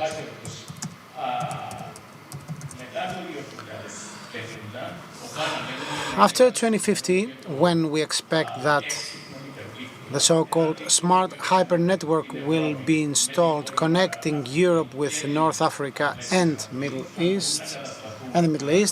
As a result of that, we will have renewables installed when there is high potential.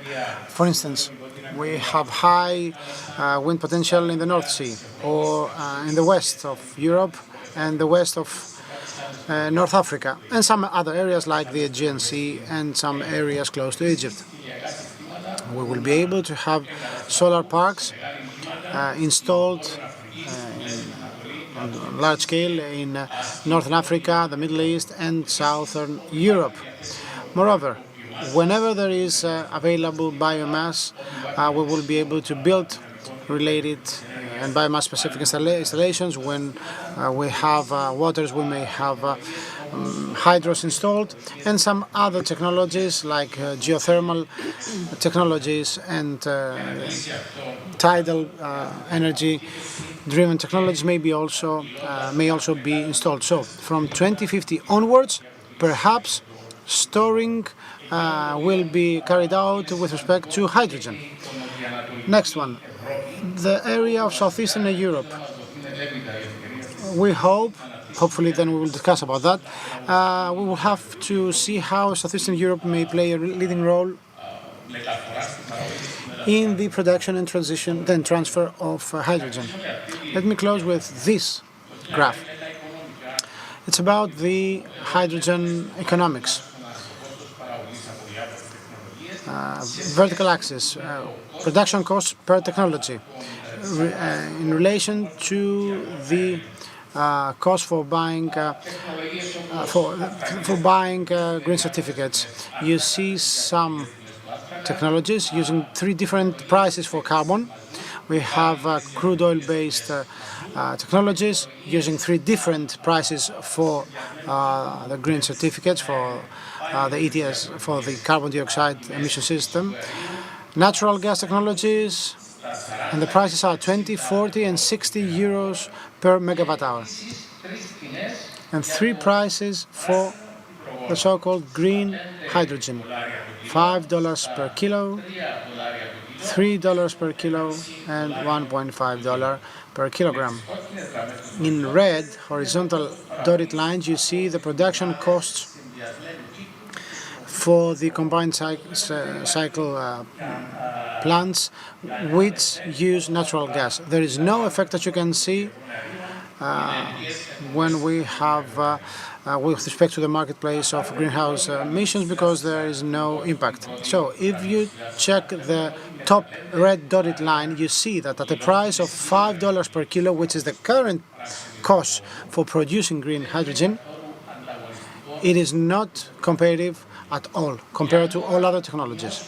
If we reduce the price, the hydrogen production cost to $3 per kilogram, this is the red dotted line in the middle, it seems that hydrogen becomes very competitive, and it's much more competitive than the carbon-driven technologies and the ones using crude oil. And if we further decrease the price of, I think the speaker meant the cost for hydrogen, not carbon dioxide, to $1.5 per kilo. Indeed, the production cost for hydrogen, he corrects himself, we see that hydrogen becomes extremely competitive even vis-à-vis the natural gas-fired plants. Thank you very, very much. Thank you very much, Mr. Poulikas. Mr. Laoyannis, you have the floor.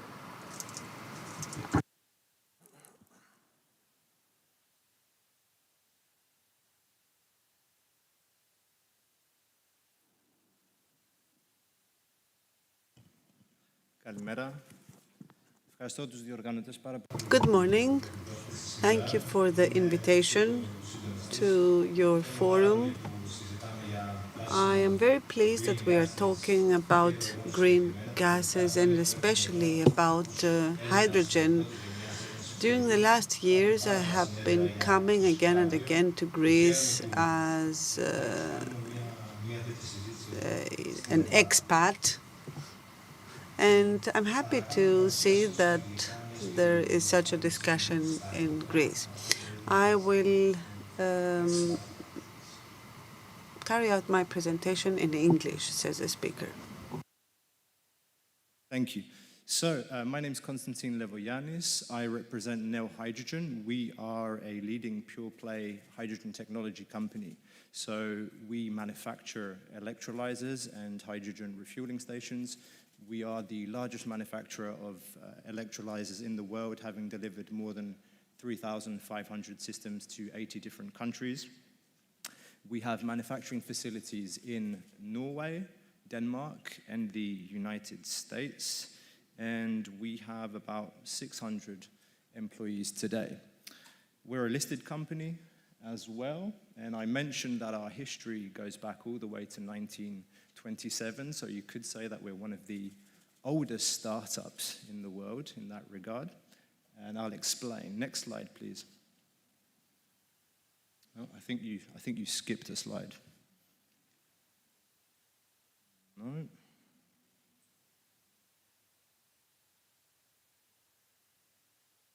Okay, the slide missing. So I mentioned our history goes back to 1927, and when we were part of Norsk Hydro, Norway is one of the largest producer of hydropower in the world. Sam Ida established Norsk Hydro with a vision during a time after the First World War, where we had a global famine, a global recession, and the idea was to use hydropower and hydrogen to produce ammonia for fertilizers to feed the world. And now we're living in a different kind of crisis, a climate crisis, and the more we delay, the more we fail to combat climate change, we fail next generations. So the race is on. It's a race against time when it comes to climate change, but also we have a race in terms of technology. Who's going to win the race for technology leadership? The International Energy Agency estimates that by the end of this decade, 2030, the market for mass manufacturing of clean tech is going to be worth $650 billion. That's triple today's level. So you can see there is this race for technology between continents, nation states, a race for subsidies, financial aid. There's not a single conversation I have about renewable clean hydrogen today where we do not talk about the US Inflation Reduction Act. They're pouring $370 billion into clean tech, and Europe has to respond to that. And at the end of the day, as much as this is a race for technology leadership, this is also a race for survival for European industry as well. And you can see in the top there, the shares of manufacturing capacity by region. This is relevant to electrolyzers, so electrolyzer manufacturing, where actually Europe starts in a leading position. We had a leadership position in solar as well, 10, 15 years ago. We lost that.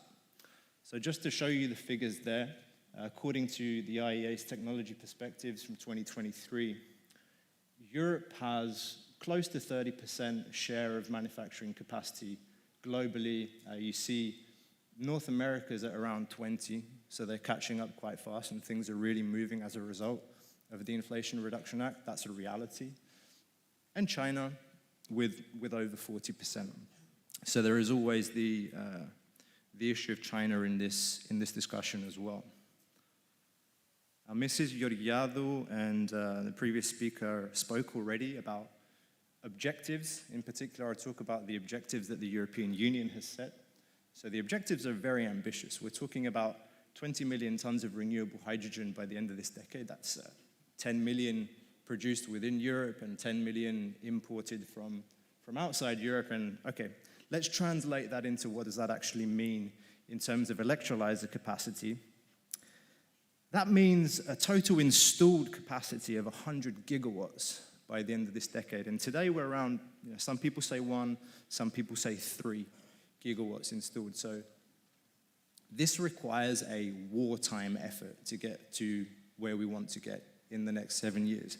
The last time anything like this happened, it was, again, another war period. Second World War, when nation states had to massively accelerate the production of military aviation aircraft. So that's the kind of comparison that we're talking about. And also, if you compare it to the level at which wind and solar increased or ramped up, it took them about 10, 15 years.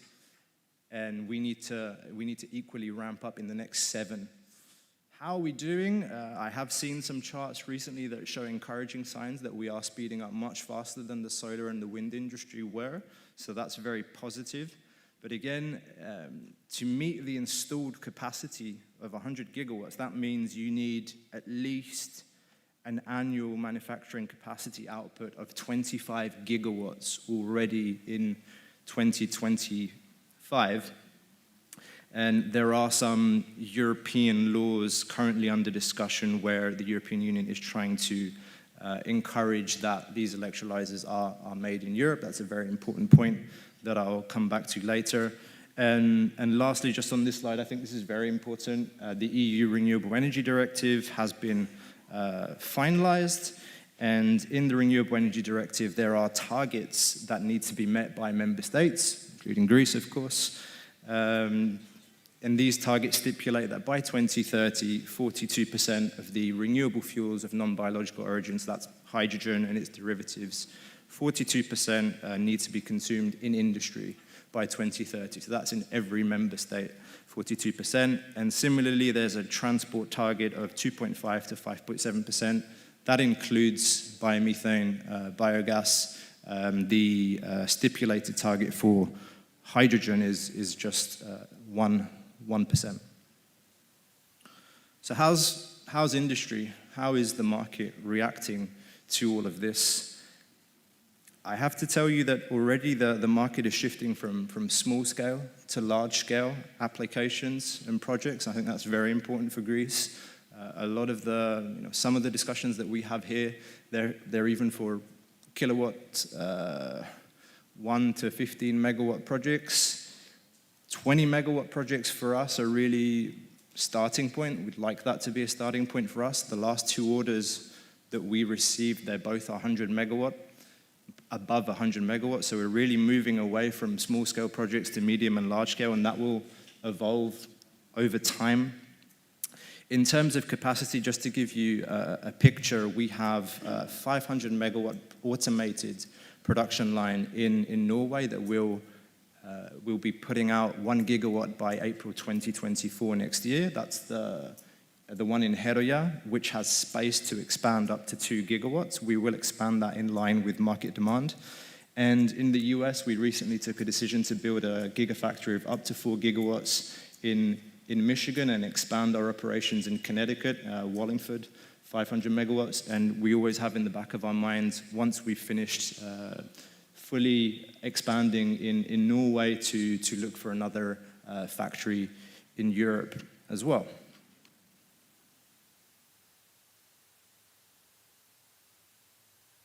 Come on, this is going to work. Here we go. Just to talk to you a little bit about the technology, because this is really, really important. The electrolyzer sector is essentially going through what the automotive sector went through after the 1950s in big industrialization. We need to move towards automation. You can't have men and women picking up 200 kilograms of steel to build your electrolyzer stacks. So automation is really important in terms of cutting your costs as well, increasing your efficiency. Our target is to reduce our capex cost by 75% when we reach full expansion, and that's going to be a major contributor in bringing down the costs, total cost of hydrogen.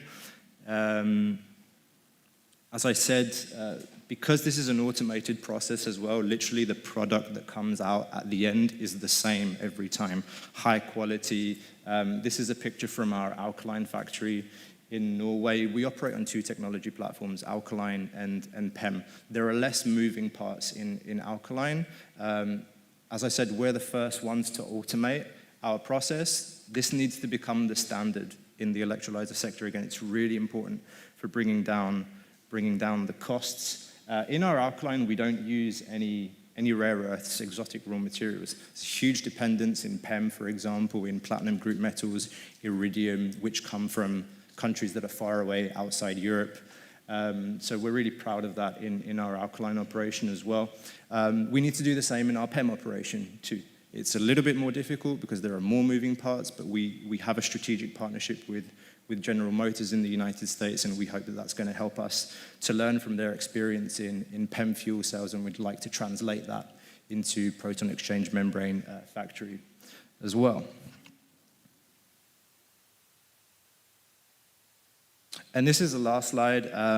We live essentially by three principles when we talk about regulation and policy development. The policies need to be simple, they need to be fast, and they need to be favoring scalability. So we need to increase volumes and production capacities. What is important in the next months, days, years even? Implementation of the Renewable Energy Directive. It's all well and good that we have those targets that I talked about, 42% renewable hydrogen by the end of this decade in industry. We need the member states to implement that. Government officials, if you're here today, you need to implement the Renewable Energy Directive as it is. We need the EU Net Zero Industry Act to be more ambitious. Mrs. Georgiadou talked about a made in Europe target of 40%. That 40% target, as it's phrased today, it's relevant to all technologies. But solar has a very different starting point from us. Wind has a different starting point from us. Our objective here is to keep manufacturing of electrolyzers in Europe and make sure that Europe remains the home of the electrolyzer market, of the manufacturing base. We don't want a repeat of what happened to solar 10, 15 years ago. Now we're trying to bring it back from China, and you all know that's very, very difficult. That relates to the third point here, which is about the importance of developing a value chain that's made in Europe. That's not just a protectionist thing. This is really, when you're starting a new business, renewable hydrogen in particular, a lot of the customers that we talk to, they don't know the technology, they don't understand it. You need to have proximity to your clients, you need to have proximity to centers of excellence, skilled labor, researchers, so that you can be there for your client. If your manufacturer is thousands of kilometers away and you have an issue down the line, good luck finding your friend across the Atlantic or wherever it is to come and help you with your problem. And last but not least, there's a funny image there on the right-hand side, stick man with a baseball bat and a carrot, the figurative carrot and stick. Το μαστίγιο και το καρότο, δεν ξέρω αν χρησιμοποιείται η έκφραση στα ελληνικά. We need both. So we need the carrot and the stick. I think that in Europe, we always start with a carrot first. And the Americans have done it the other way around. They said, we're going to give you the carrot and we'll worry about the stick later. hydrogen bank is something we'll talk about, I'm sure, in discussion as well. We need, as industry keeps telling me, it's all well and good. We have the laws in place, the demand side targets that give us visibility, but if we don't have the money to reduce the gap and bridge the green premium, which was illustrated so deftly in the last presentation, then we can't do it without. So I'll stop there. I look forward to the discussion. Ευχαριστώ πολύ.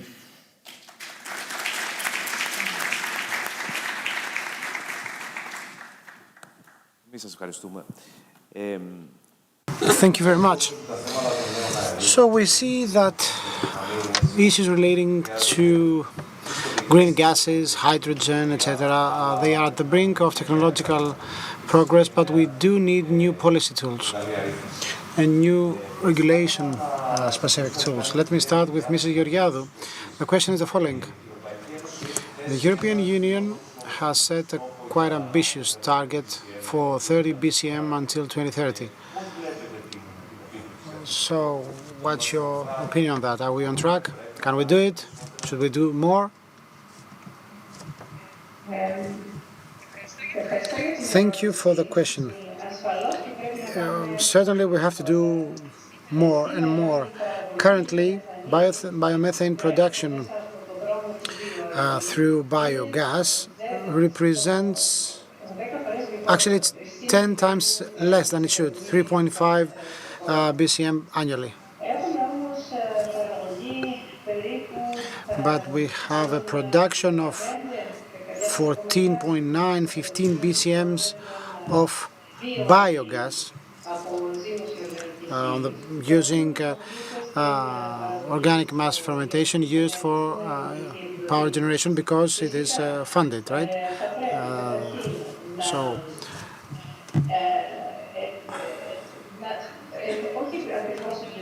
we have to promote, support, increase production of biomethane through biogas and by means of other innovative technologies. And this way, if we combine all these technologies to produce biomethane, we can meet the 30 BCM target by 2030. As I showed you before, with respect to the action plan on biomethane, we will have to set targets in the context of national strategies. I'm talking about the NECPs. We have to drop the costs for interconnections, and the legislation for connecting to the natural gas network has to be simplified, and we have to promote research and innovation for new concepts like gasification, because in this particular case we have some issues when we try to upgrade this technology and when we try to bring this technology in the market. So we have to give incentives to this direction. It is only by means of combining these alternatives. For instance, we have existing facilities that we may use and upgrade them, or in order to use new technologies. Also, there are new sources for the production of feedstock, the raw material as we call it, in order to produce biomethane. And these sources are abundant, but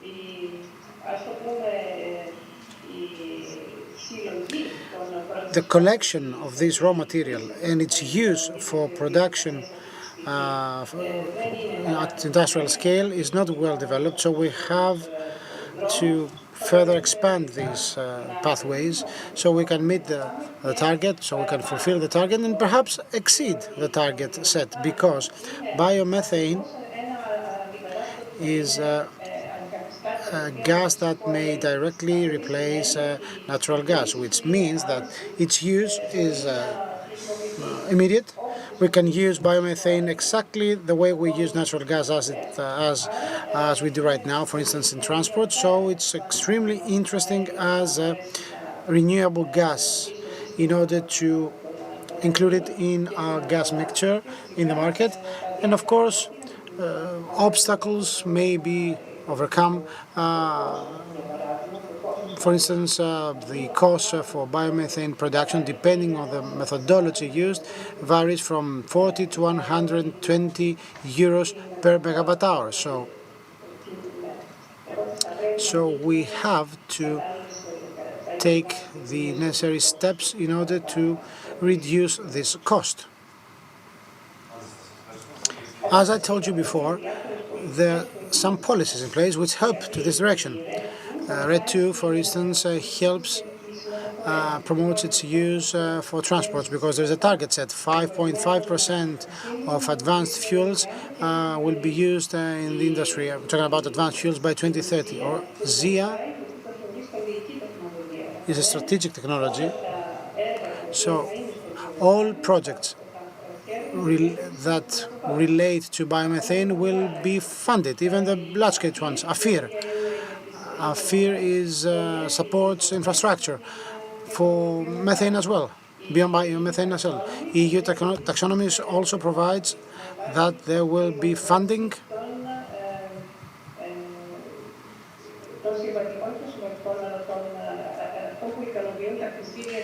for all applications that satisfy the sustainability criteria, including biomethane. So legislation as it stands right now is biomethane friendly. What we lack, perhaps, is to use biomethane apart from the transport industry, and this is something to be discussed in the context of the new package deal for gases. Thank you very, very much. Since biomethane may immediately replace natural gas and used as an alternative, this facilitates work, makes things easier when it comes to infrastructure. There's no need to double the infrastructure because we will be able to use the existing pipelines and the networks, and as a result have the maximum degree of utilization of the existing facilities. So, talking about protection of consumers, I'd like to ask Mr. Polikas the following. How do you deal with the introduction of hydrogen in our energy systems? Will they be transformed? Will the hydrogen sector be linked to the power generation system some way? What are the challenges ahead? Let me tell you the following. Especially when it comes to hydrogen challenges are quite a lot. So today we discussed about hydrogen and the goals related to it, but there are two main challenges that impede the use of hydrogen. The first one has to do with the equipment's resilience. That's something to be settled in the coming years. The second challenge, the most important one, is what I said while showing my last slide, is the cost for producing green hydrogen. Currently, technology, science has provided us with solutions with respect to our gears and equipment's resilience, because we have had experience acquired by the development of solar-related and wind-related technologies and equipment. Now, talking about the costs, we need to work more on that. Let me just say that the NEOM project mentioned in the previous session in Saudi Arabia, NEOM actually comes from the Greek word neo and M. M is the first letter of the Arab word future. There have been targets set, specific ones. They have identified an area as big as Belgium in order to install 4 gigawatts of photovoltaics together with wind turbines in order to produce 600 to 650 tons of hydrogen per day. The long-term objective is to drop its cost from 5 euros per kilo to 1.5 euro per kilo. The long-term objective of Saudi Arabia is for them to become an exporter of hydrogen. So things are moving fast. As mentioned before, it seems that this hydrogen coming from Saudi Arabia, in order to go to reach the north, has to go through the Mediterranean. So all Mediterranean countries, Jordan, Israel, Lebanon, Egypt, Cyprus, Greece, have to collaborate, so that along with the natural gas reserves that may be so that all Mediterranean countries may become exporters of energy towards Europe. Thank you. Mr. Levogiannis, Mr. Poulikas spoke a lot about the production cost. In terms of renewables, we have achieved a lot of efficiencies, and the cost of production of green hydrogen is being reduced step by step. However, there are certain technological possibilities, let's say. With regard to electrolytes and technological innovation, how do you see the production costs to develop? Because this will determine also the time horizon for the deployment, for a large-scale deployment of hydrogen. This is one part of my question. And let me also ask you, as an observer, how do you see the Greek market and especially the regional market? Because we cannot be speaking of the Greek market alone, since Greece has set itself a goal to become an exporter. Not only in hydrogen, it fulfills all the requirements of location, etc. That's the million-dollar question. The first part of your question is the million-dollar question, and if I knew that, I would be a rich man. But there is always a principle of scaling up and bringing the cost down, which means that we need large quantities to reduce the prices. But speaking about the technological aspects, as I did during my presentation, automation alone will help reduce the cost by 50% approximately, according to our estimates. And I spoke about 75% reduction. So the remaining 25% will be the product of your partnerships in the value chain, the customers, etc. All this value chain is absent right now, and this is exactly what we're trying to set up. This is what we're discussing. We're trying to create a new sector, not only in Europe, but globally as well. So cost is the major issue in all discussions. I always in the discussions I hear, yes, but mazout has this cost and the customer does not want to pay this extra money per kilogram. Of course, we are confident, we believe in our technology, and the cost issue is related also to the RES producers. The 75 or 80% of hydrogen price is linked to electricity prices. Now, to come to the second part of your question about Greece specifically, Mr. Poulikas showed us a map earlier with all the countries that have produced national hydrogen plans. Which country was absent in that map? We are in this country. Greece must have a national hydrogen plan. I have heard a lot being said for a year now. I have heard a lot of figures, but I have not seen anything tangible yet. It is true that Greece has a huge potential and huge possibilities from the sun, from the hydropower. We could reach a point where we would not use electricity at all because there would be no grids. So shouldn't we invest in storage units, either batteries or hydrogen? I would say that hydrogen is the better option because batteries are also heavy.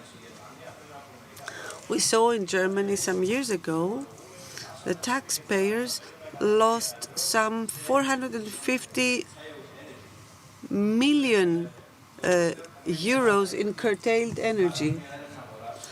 One last thing about Greece. We carried out a market research about interesting sites for manufacturing, and we came to the conclusion that Slovakia and Greece are the best. I would like at this point to thank Mrs. Georgiadou, Mr. Poulikas, Mr. Levogiannis. This has been a very interesting discussion, and we could conclude that there are a series of challenges in policy making, in regulation, and in technology, and surely for the next years we will have a lot to discuss.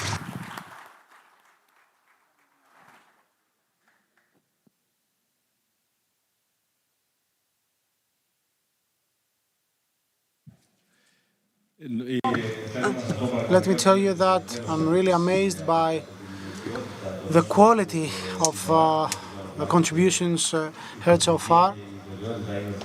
We expect and we are certain that this will go on. We're going to have a 10-minute break in order to stick to the schedule, and we'll be back with the next session, the third session, moderated by Mr. Evangelis Metaxas, Professor Antonis Metaxas. See you in 10 minutes.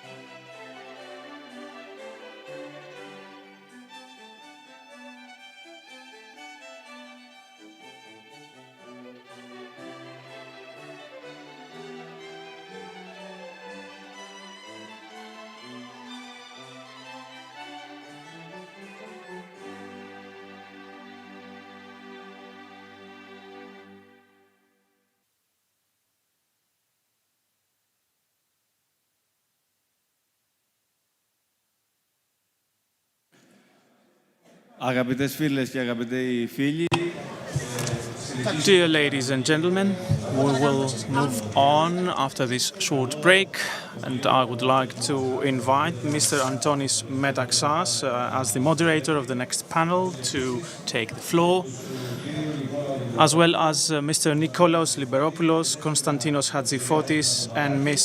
Despina Tomadaki to join us on the panel.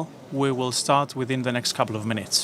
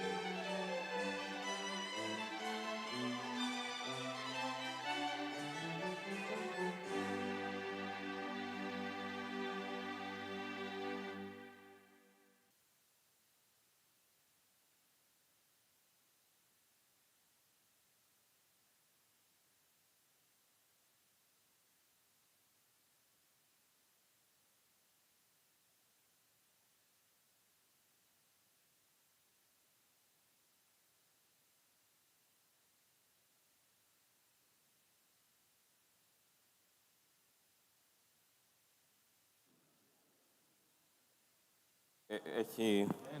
Ωραία. Λοιπόν, καλή σας μέρα. Τι να... Good morning.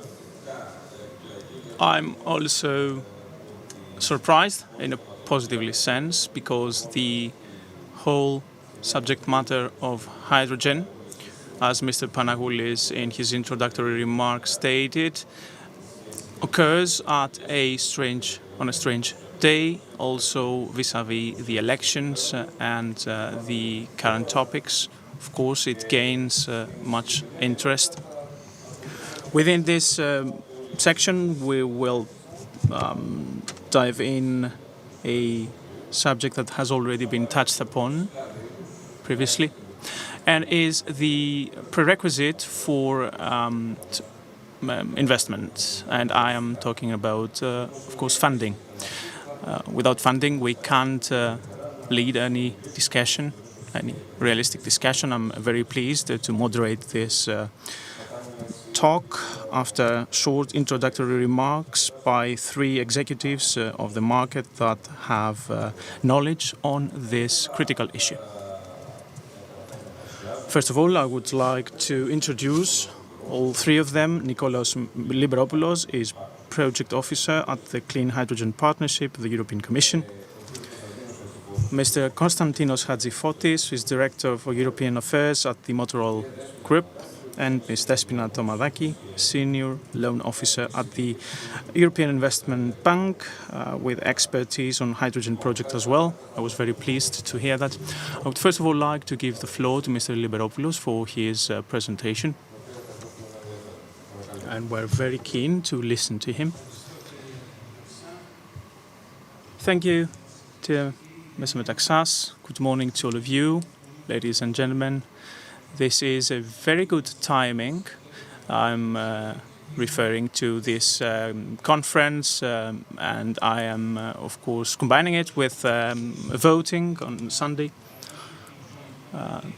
We're talking about the joint undertaking partnership. We are dealing with I am dealing with hydrogen since 23 years, and I'm very pleased, I'm very delighted that hydrogen has reached the real economy, and hopefully it will reach also society and community. I will present the funding of the first stage, and I am referring to research and development. Next slide, please. Ms. Verikio hasn't presented, and I would like to say a few words about the Clean Hydrogen Joint Undertaking. Is a public-private partnership, a PPP.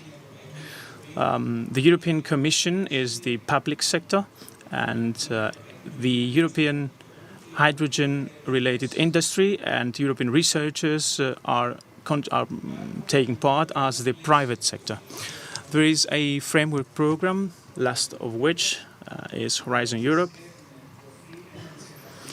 €1 billion has been put in place, and recently within the Repowering EU, €200 million on top of that. So over the next 7 years, we have €1.2 billion that we can contribute in research and demonstration.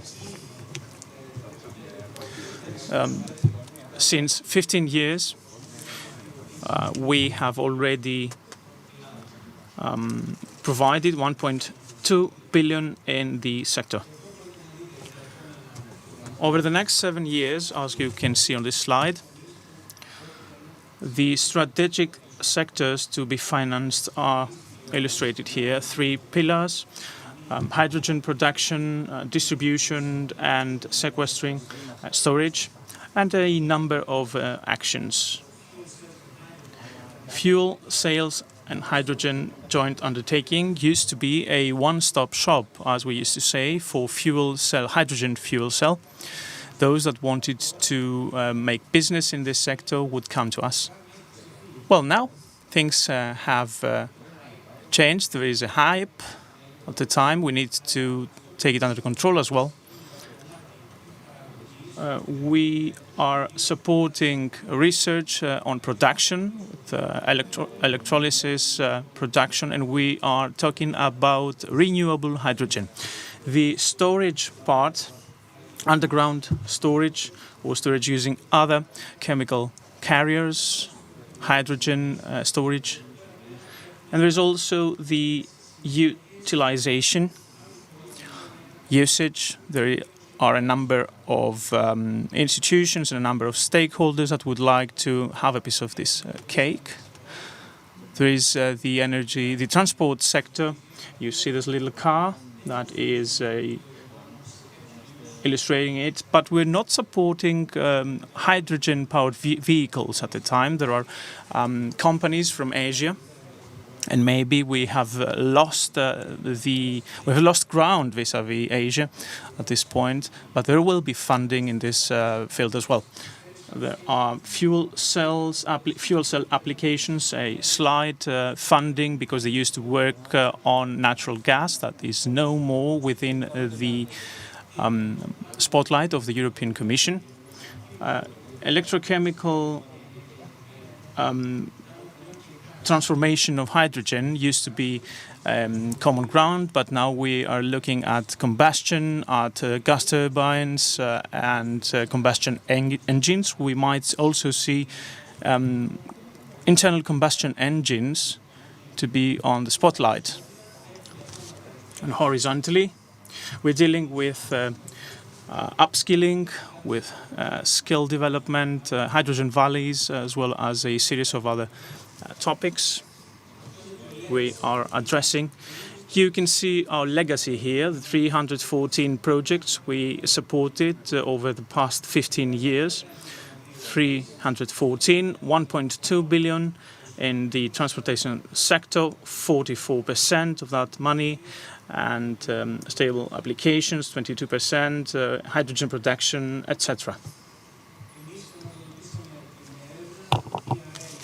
We have supported research from TRL 3 down to TRL 2.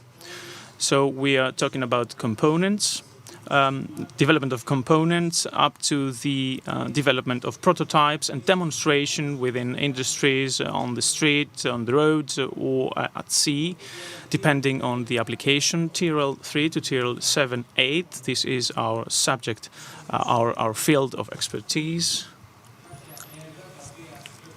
You can take a look at some projects which I am monitoring as a project officer. Large electrolysis projects. We have low temperature electrolysis projects and generation. We have found that over the past years we had a 500-fold increase from some dozens of megawatts to from kilowatts to megawatts. The funding has been 100th for each electrolysis generation, and this showcases the will of companies to put money out of their own pockets. In green, you see projects, PEM projects with grey alkaline projects. There is in Austria a 5 megawatt project, a 6 megawatt project, and we have the 25 megawatt EFIRA project coordinated by Motor Oil, Greek company, and the TRIRIS project in a hydrogen valley. You see here indicative projects or demonstrative purposes in buses. We started in 2009 with the emblematic SHIC project. And I'm just showcasing here that the Eastern European part is absent. There are no hydrogen generation plants. There are no projects in place there. And this is of great importance for Greece as well as a problem.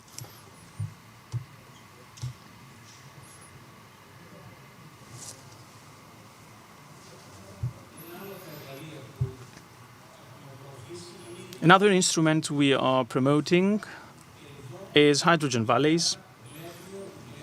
With great pleasure, we see that since there's 1 month now that 2 projects are coming from Greece, and the European Commission is willing that 1 hydrogen valley is placed in each member state. Greece has managed to get 2 hydrogen valleys supported. Some statistics, some figures, and I will focus on Greece. The red line shows funding per year since the establishment of the joint undertaking. That averages 100 million euros per year. You see the shift to the Horizon Europe into 2021. There was no call for proposals issued at the time.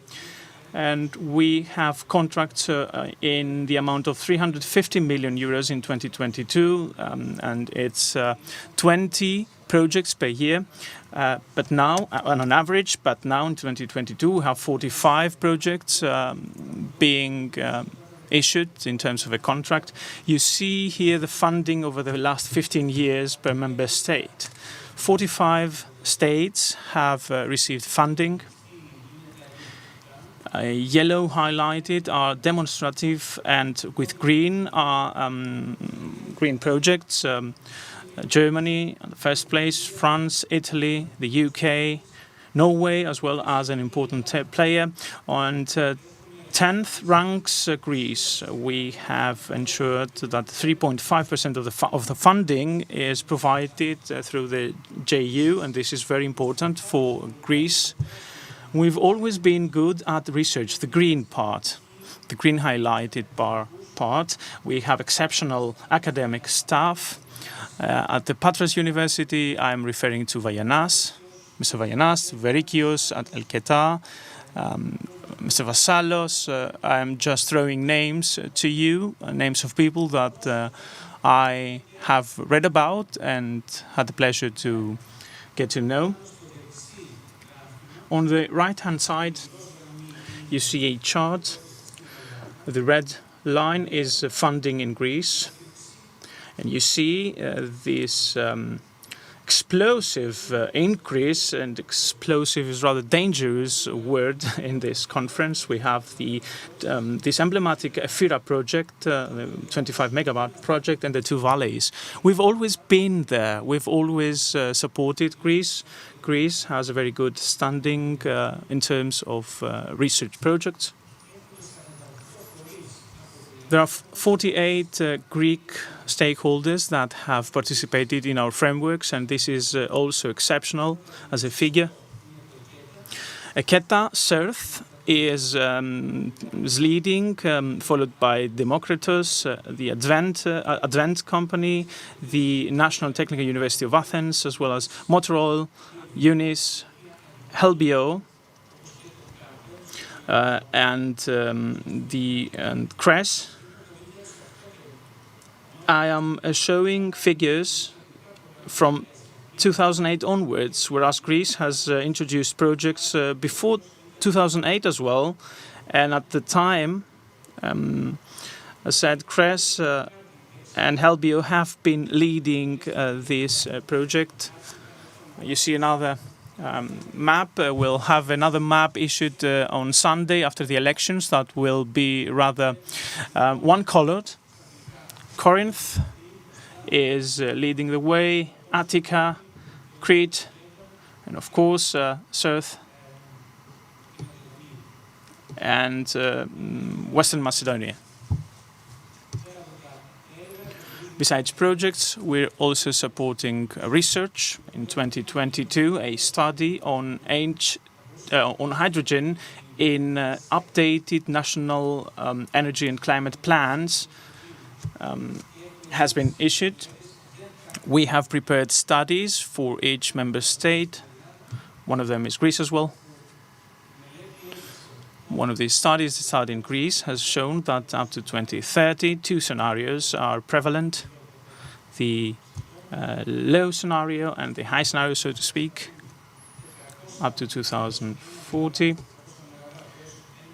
300 megawatt to 1 gigawatt of electrolysis generation can be installed, powered through 1 gigawatt of renewable energy sources. Most of the hydrogen will be fed into the industry, and part of it in applications as well.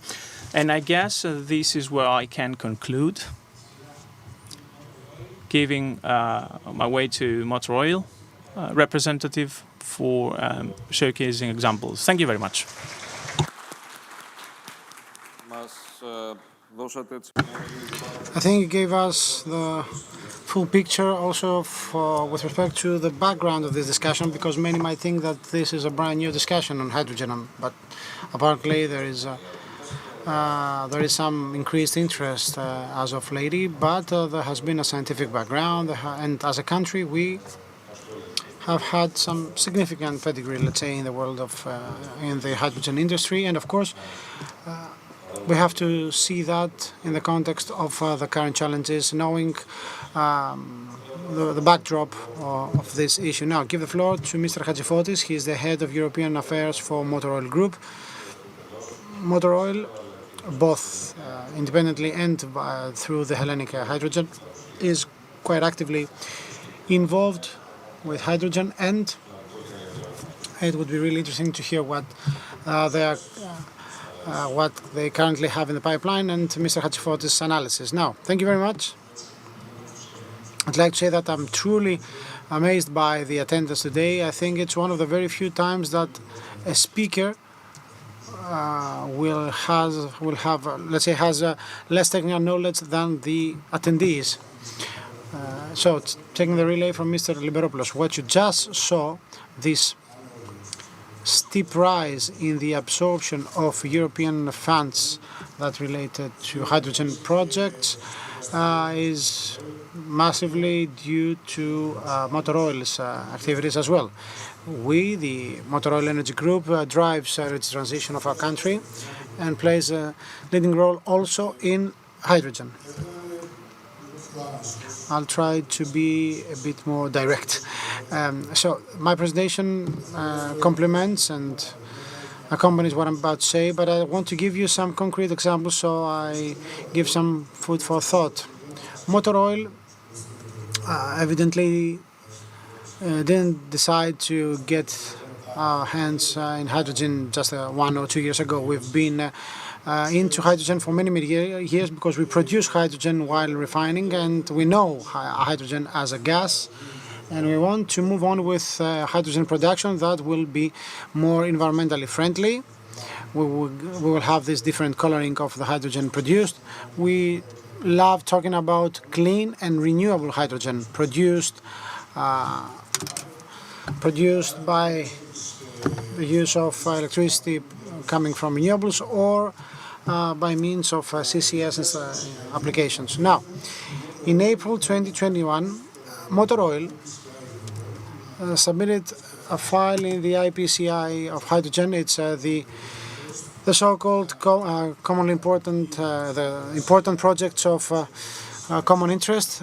It's let's say transnational cooperation in the context of EU in order to promote the EU's competitiveness in state-of-the-art industries and technological sectors. The first one being battery, the second one was hydrogen. So we filed two proposals.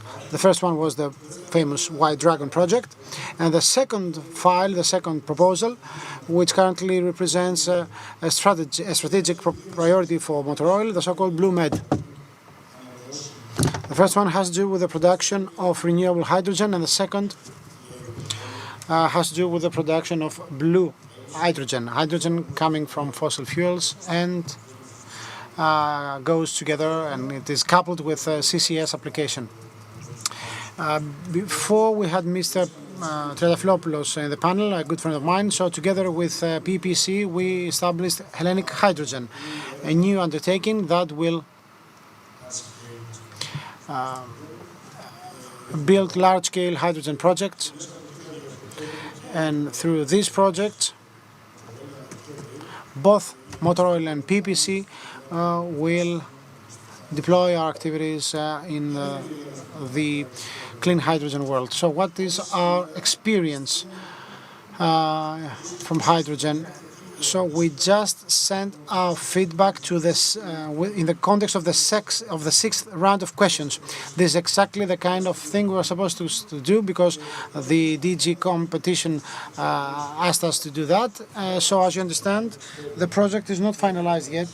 We know that this project is not under the IPCI in the IPCI list, and it has been moved to the CEA list, which means projects of common interest for the environment, but the process is still pending. We, the Motor Oil, is supposed to wait for the European Union and say that you have a financing gap which is that big, and then go to the Greek government and see whether the funds are available in order to start investing. But in the meantime, we have been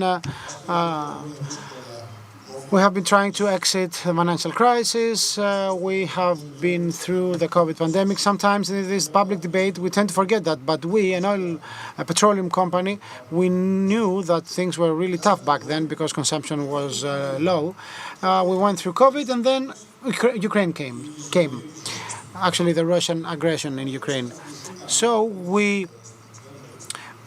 the European agenda discussed once again about the electrical independence, and of course hydrogen production represents a solution. So things have been changed. And back in 2021, we have proposed a new electrolyzer of 10 megawatt along with blue hydrogen production, that should we get the financing for the CCS part. So as a result, we now have to wait for the European Union process to finalize and take into account all the radical changes in prices, circumstances, the marketplace, etc. REPowerEU was launched, according to which Europe by 2030 has to produce 10 million tons of hydrogen. Our updated NECP has set a new goal for 10 of a capacity of 10 megawatt for electrolyzers. You know very well what is the currently installed capacity of electrolyzers in our country. So we have 7 years time to go from 2 megawatts to 1.2 gigawatt. But let me tell you that what truly surprised us was the microscopic approach to the issues that touch upon the periphery of Europe. It was mentioned before that we as a country have no hydrogen marketplace. Yes, we do not, because we don't have strong consumers. We don't have the big industries like in Northern Europe, where electrolyzer might be produced, hydrogen production might be deployed, and as a result, start building the surrounding, let's say, the ecosystem of other actors in the marketplace. So we don't have the main consumer, the basic consumer needed. In the case of Greece, because we are businessmen, so the investment required for hydrogen is a bit risky, to put it mildly. So what did we do? Motor Oil decided to use the Blue Med project, split it into small pits, and try to come up with financial opportunities in Europe. Financing opportunities in Europe, apologies. Of course, all these schemes are competitive ones, like Horizon 2 and others. Allow me to say that these instruments are quite useful because they are they try to combine the desires of the private sector with the desires of the European Commission. So we can actually steer this project and tell them what our needs are. We have the Connecting Europe facility funded that funds the establishment and the building of hydrogen stations. Refueling stations. As we said before, we signed with European Union the grant agreement in order to build a 30 megawatt clean hydrogen production site within our motor oil refineries. It's a symbolic thing, but let me tell you, that's why you saw the green part of our refinery. Symbolically enough, this is the future. This is symbolic, but this is the future. We have to move towards clean forms of hydrogen. At the same time, together with the EFIRA,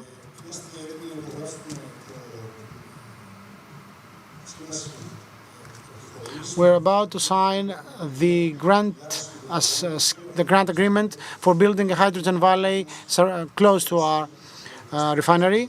Our partner is OC, the operating of buses in Athens, and the port authorities of Piraeus, Olympia, Odos, Ecofrin, EOP, which is a company that will put fuel cells aboard the ship, Biohalco, the region of Peloponnese, municipality of Loutraki, the Equifund, Democritus Research Institutes, and others. So we want to lay the foundations for the future for a true value chain of hydrogen in our country. At the same time, we have started building the first publicly accessible hydrogen refueling station in Agioi Theodori, co-funded by the Connecting Europe facility. And together with, in the context of Hellenic Hydrogen, we have filed a proposal for building an electrolyzing plant of 100 megawatt within the Innovation Fund in Western Macedonia. Allow me to say that, okay, maybe some might be quite sensitive to that. We also proposed a more realistic project for a smaller White Dragon. I'm talking about the Hydrogen Valley in Western Macedonia, a bit more realistic. And we have some important partners in that, like the Thessaloniki Port Authorities, Aegean Airlines, the region of Western Macedonia, Klube as represented here, At the same time, we signed a very, very important financing instrument with the European Investment Bank. Let me say that the EIB, in order to grant a loan, they have to perform a due diligence of the client, which is extremely telling and useful for the companies themselves. But in order for the EIB to sign the loan, they have to be sure that the group's activities are oriented, let's say, towards clean energy. Let me conclude here my quick presentation, and I will be open to your questions. Thank you very much. Thank you very much, Mr. Hadjifotis, and we conclude that the Motor Oil Group, although we knew that, is very active for the prospects, in building the prospects of this market. Hopefully we will have a Q&A session after the presentations. Now I would like to give the floor to our next speaker, Mrs. Despina Tomadaki. Mr. Despina Tomadaki, on behalf of EIB, will talk about the role and the financing instruments provided by the European Investment Bank. As I've been informed, the EIB is providing consulting services next to funding in terms of picking the right mixes of investment vehicles. Thank you very much. My name is Despina Tomadaki. I'm working with the EIB and I am responsible for energy project financing in Greece.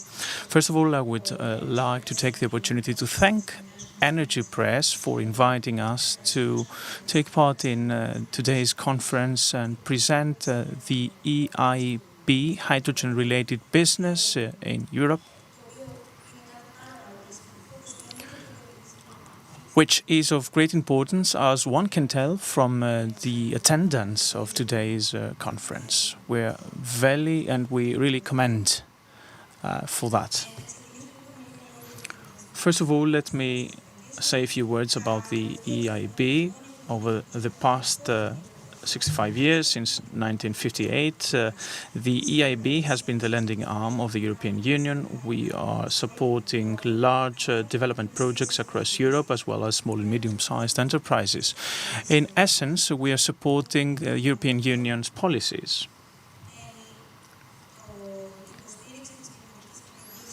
Supporting the climate change, supporting the tackling of the climate change is of paramount importance. The EIB is a leading provider for the climate shift. Over the past years, as Mr. Hadjifotis said, the bank is supporting projects in alignment with the Paris Agreement, namely all business activities should enhance the green transition. Till 2025, more than 25% of our funding, more than 50% of our financing should go to climate action and environmental sustainability. Our priority by 2030 is also to support 1 trillion in investment for climate action and environmental sustainability. In terms of the investments supported so far in hydrogen, I have picked a couple of flagship projects across Europe. The first one I would like to touch upon is a project, since 2014, and based on the figures presented 1 year ago, we have provided more than 550 million euros EU-wide to leverage investments with a total value of 1.2 billion. We are supporting key technologies such as electrolyzers, fuel cells, and we're financing also hydrogen production and applications and green applications in mobility and energy storage industry sectors. Another business is advisory support to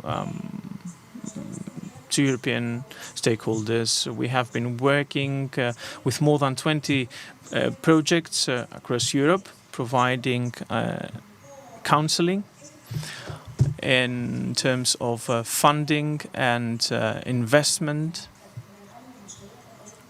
so that some projects can become mature and be eligible for funding.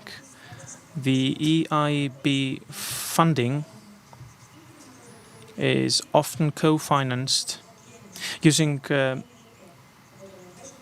EU grants through the Europe Granting Facility, the Partnership for Hydrogen, and other initiatives. This is very important because apart from the grant blending, we have mandates from the European Union that allow us to finance projects that are indirectly supported by the European Union as well. Let me just talk briefly about a couple of projects we have funded.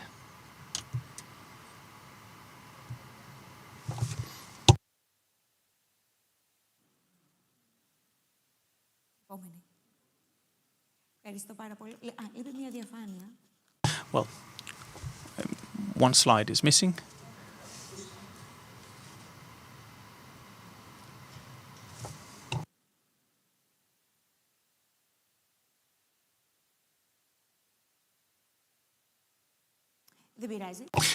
Anyway,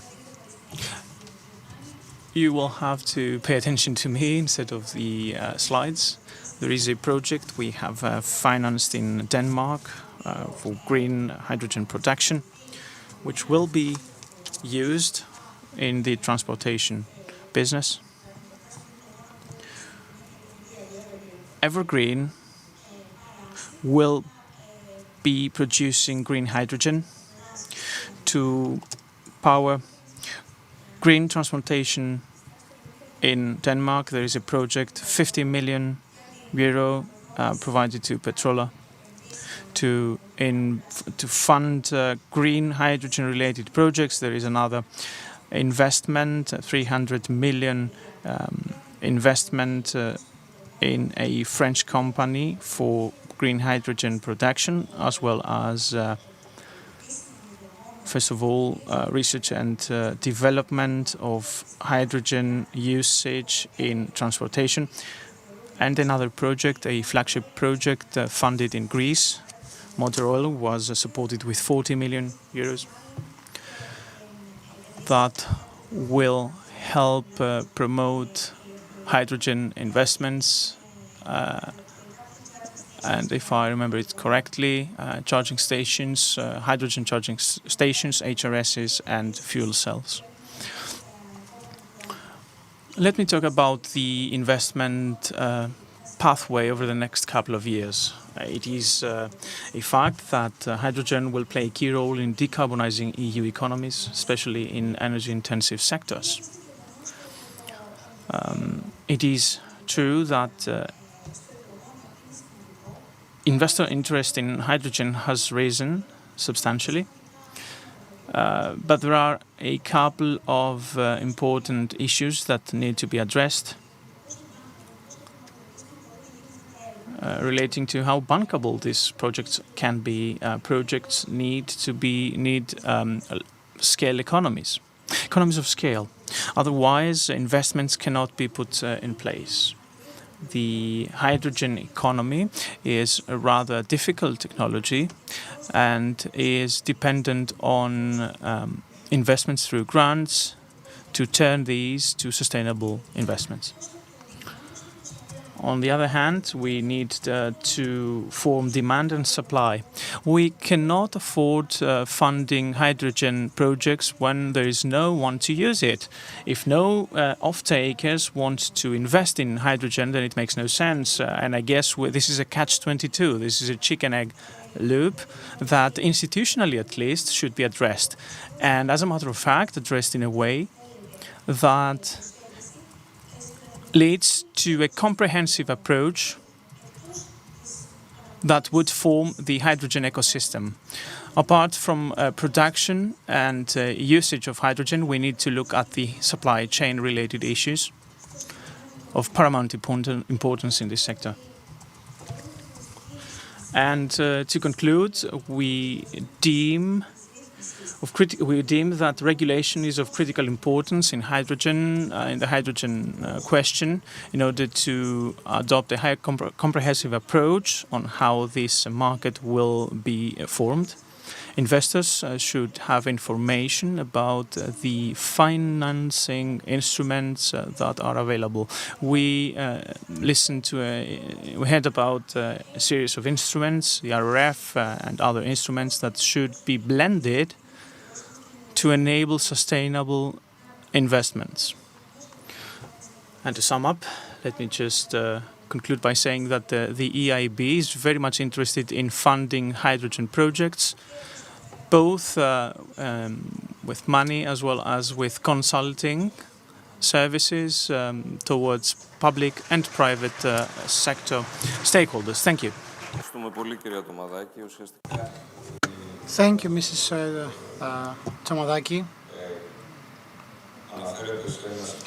Your contribution related to a specific, let's say, aspect of the whole discussion that goes after the brand issues, the issues related to the various stakeholders, as Mr. Hadjifotis, Mr. Librov said before, and you gave us another dimension which is equally important, in the sense that many things are being said, and the country has to place itself in the context of this holistic approach. That's something we see also in other components of the energy market, areas of the energy market. Allow me to say that there was another conference a few days ago. I was invited to discuss the issue of offshore wind parks. And one can see that when we talk about the overall exploitation of this opportunity by the country, and of course the existing risk appetite by foreign actors, we need some policies put in place so we can extract the added value of these activities because we heard some things about the offshore wind parks off the coast of Scotland, and if the wind turbine breaks down, they have to send it to Rotterdam in order to be fixed. So we need an overall policy in the hydrogen industry so we can further boost other productive activities. We only have a few minutes, so I have a quick question to all three of you. Indeed, there is a great interest, and let me put my hat, my lawyer hat now. You know that my company is specialized on energy, and we have lots of people coming from abroad talking about energy, hydrogen, etc. So I always try to filter out what they say from the viewpoint of whether they have realistic expectations and ambitions to build something, and whether the market can absorb all these investments, and of course whether their timeline is realistic, which means the world for financing purpose as well.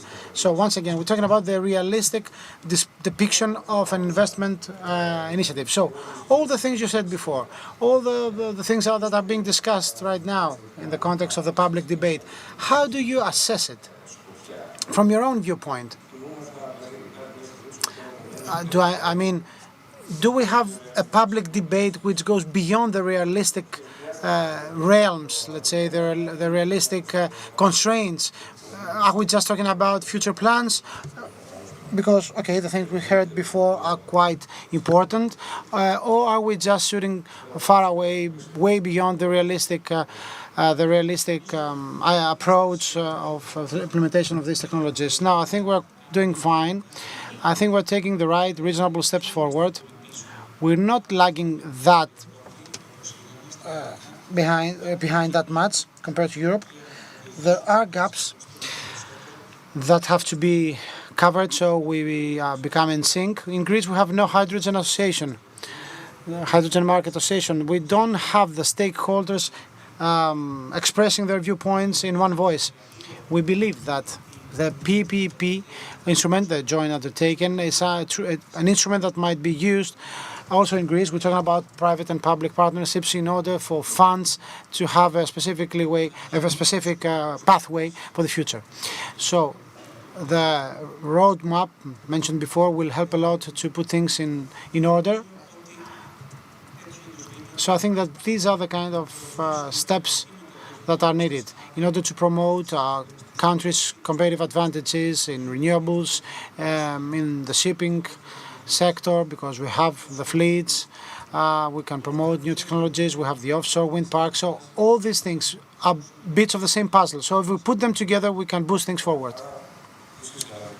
So what you just did is to highlight the need that we all acknowledged, and I think there is a great deal of work to be done by the coming government, right? So, Mr. Hadjifotis, what's your feedback on that? I would say that your question is to the point. So we need moderation, we need some wise approach, we need consistency. All these things have been synonyms of motor oil's activities over the past 50 years in which the company has been active in Greece. I would say that the way we move forward shows that there is a plan that was not produced yesterday. It's not the first time that we're talking about hydrogen. No, it's a plan that has been coined many, many years ago. It's being materialized as we speak in a systemic and very wise way. So we are interested in being realistic, as you said, exactly. We don't want to raise the bar that high because most likely we will go beneath it.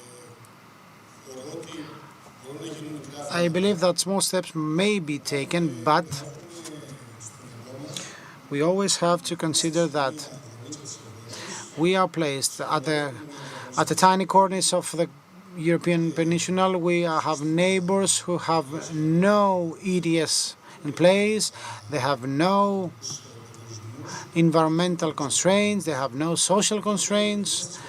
So we are in a non-privileged position. Yes, we are privileged in the sense that we may operate as a hub. Yes.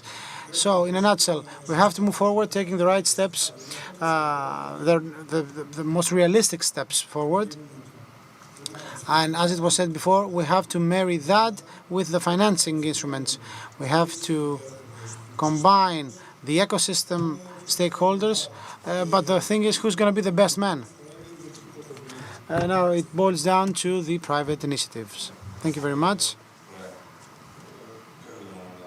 So it's not just about having this superficial, self-contenting approach. We have to be realistic. And I think that these last points highlight that, because Mr. Panagoulis at the beginning said that there is a rumor about how conferences are being held, whether they are working conferences. And this one, I think, thanks to your contributions, do exactly that. Mrs. Tomadaki, what is you have the privilege of being our fellow Greek, and you have a third party's bird's eye view, if you like. So, being realistic is the ANZ for every bank. So, in order for us as a bank to invest in a project, we have to have all the due diligence completed, as mentioned before. But in order to make it so far, in order to assess and evaluate an investment as realistic, many steps have to be taken before that, as the previous speakers mentioned. So what we need is to have a marketplace. In order for investment to be realistic, there has to be a marketplace established, and that's the critical step, and this is what other countries have done already. They first built the marketplace following certain legislative and statutory initiatives. Of course, Northern European countries have some privileges and advantages compared to us, but Greece has its own set of advantages, like access to renewables. We can build on them, and progressively we will have the marketplace established, and then the projects will come in order to be financed. So we have to have a future prospect and realism in our mind. And this is the closing of this panel discussion. Mr. Panagoulis is here ready to take the floor. So thank you very much for your attention. Thank you.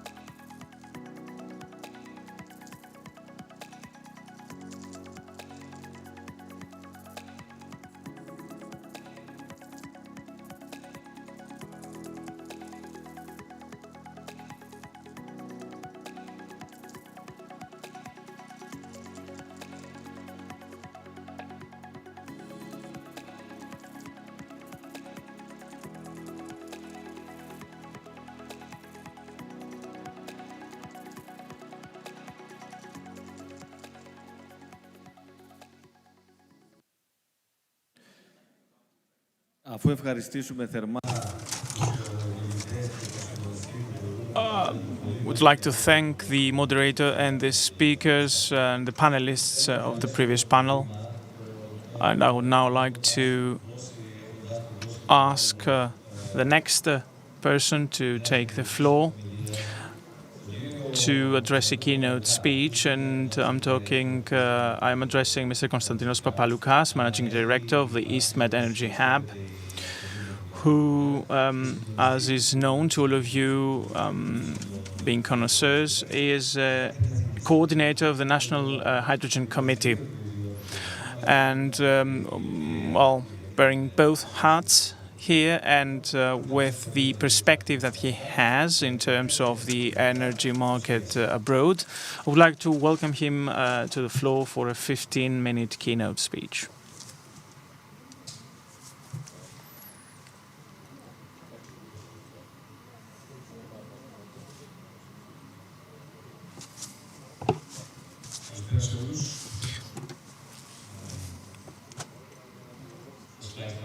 Hello. Just waiting for the slides.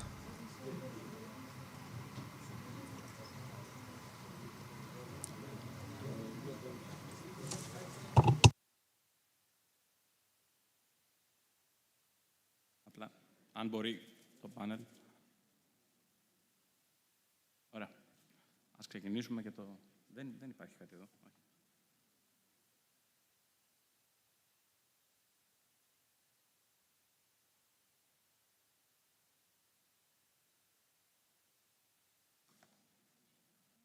Έχουμε το slide.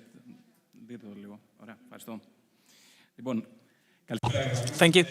Well, I would first of all like to commend Mr. Panagoulis and Energy Press for the initiative to organize the first Hydrogen Green Gases Forum working conference. I would like to thank them for the invitation and the honor to address this keynote speech to you today.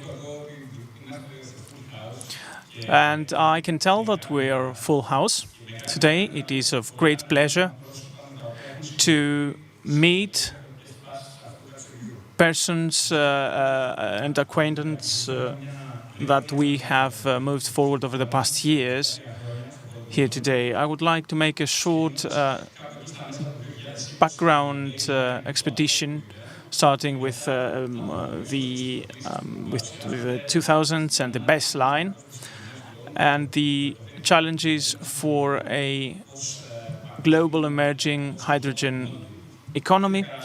Hydrogen being a global commodity, I will end up addressing Greece's role in this global hydrogen economy.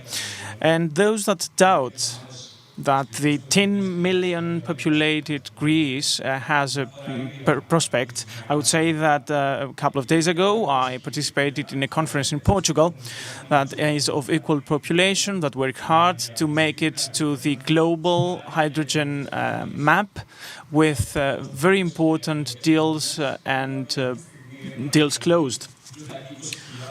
More than approximately 20,000 projects have been announced, and the comments I will make refer to the balance and keeping us away from greenwashing and green-wishing, and I will speak in the middle among those two. In a period that the hydrogen business is speeding up. The background, there is an energy crisis evolving, a war at Ukraine that is changing the energy routes, the traditional energy routes and the oil routes, pipelines. That brings us to a reality check in terms of demonizing natural gas as a transportation fuel.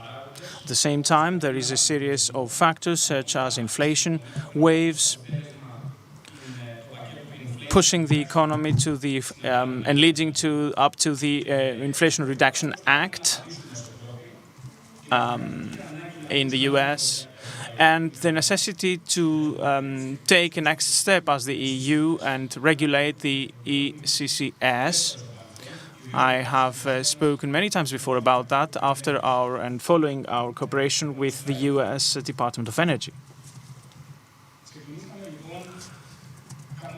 So we started off 2020 as within the EU presidency, Germany held the first high-level meeting on decarbonization using hydrogen. And the Minister of Environment has been tasked with the first drafting of a paper to map the Greek position on hydrogen. The positions that we tabled as a ministry were deemed purposeful and target-oriented, also in alignment with the draft conclusion, with the conclusion draft of the German presidency of the European Union. Many countries had either drafted such a position paper or have published a roadmap up to that time. In November 2020, through a ministerial decision, we have set up the National Hydrogen Committee, and I was heading up this committee. We've had 20 meetings. The last session took place in November 2021, and the conclusive position paper in 2021, end of 2021, during the meetings. We had sessions and hearings with stakeholders from all sectors of the hydrogen value chain, including industry, the maritime sector, the incubators, accelerators, trader technologies, energy, stock market, etc. Our target was, in the first place, to move away from the scientific approach and draw a line and move on to what actually is happening in real time. Our baseline in hydrogen is 2050, and through a backward mapping, we broke down this period into three sub-periods. The strategy roadmap takes into consideration that hydrogen market cannot be developed through the private initiative. Konstantinos, in the former session, the previous session, talked about the challenges. Of course, because of the lacking competitiveness in terms of against fossil fuels, 2021-2027, we have lacking infrastructure that is discouraging investment. Within this framework, we have to conclude the first pilot projects and applications. Target in this period is to decrease uncertainty, to bring costs down, and to make the operational part situation mature. This will bring up as well a couple of issues that the regulators would have to regulate. Next on 2027, 2035, we need to shape the market. After overcoming the first hurdles, cost remains high and private investments are discouraged. But there is, of course, there is predictability. Private investment is attracted through equity funds. We need at this point to shape economies of scale, and it would be possible, as touched upon by Despina during the previous session, through developing demand and offer, taking out the hurdles in terms of liquidity and increasing predictability. The state should be the guarantor here. And 2035 to 2050, within this time frame, well, 2035, in my understanding, is the time when we will see whether hydrogen can establish itself as a global commodity. The market is developed, is advanced through private market. The state aid is phased out. There is a low cost. There is commercial maturity in place. There is infrastructure that is supporting cross-border trade and energy security. Both the roadmap, the regulatory plan, the regulation plan, and the 35 action items are based on these three phases. It is worth mentioning in terms of production and linking is RAE, the Regulatory Authority for Energy. The RAE was invited to table their draft roadmap, as well as the Regulatory Authority for Energy on the one hand and DESFA on the other hand, which is also a funding member of the hydrogen backbone that will connect the Southeast European ports with Northeastern Europe. Let's move on to the next slide. And let's move on to the hydrogen projects. I would like to commend DESFA at this point for including hydrogen dedicated network within the next PCI phase and all those that worked hard on that. And this advancement shows that when a project is good, when figures are there, when figures are good, even if it doesn't manage to get on board this train, it can take the next train forward. It might be left out of the first EPCI projects, but it managed to get to the next IPCEIs. And this is also true for the motor oil project that is being included in the guidelines. And I'm listening to motor oil talking about the sixth cycle, the sixth round of questions. There is the Kopaluzos project aiming for the JPER project, as well as other projects that didn't manage, that failed to be part of this IPCEI project, but they are working in market terms and will make it to the next phase. And based on my decisions within the Hydrogen Europe, there will be many such trains to catch. And I would like to ring a bell at this point.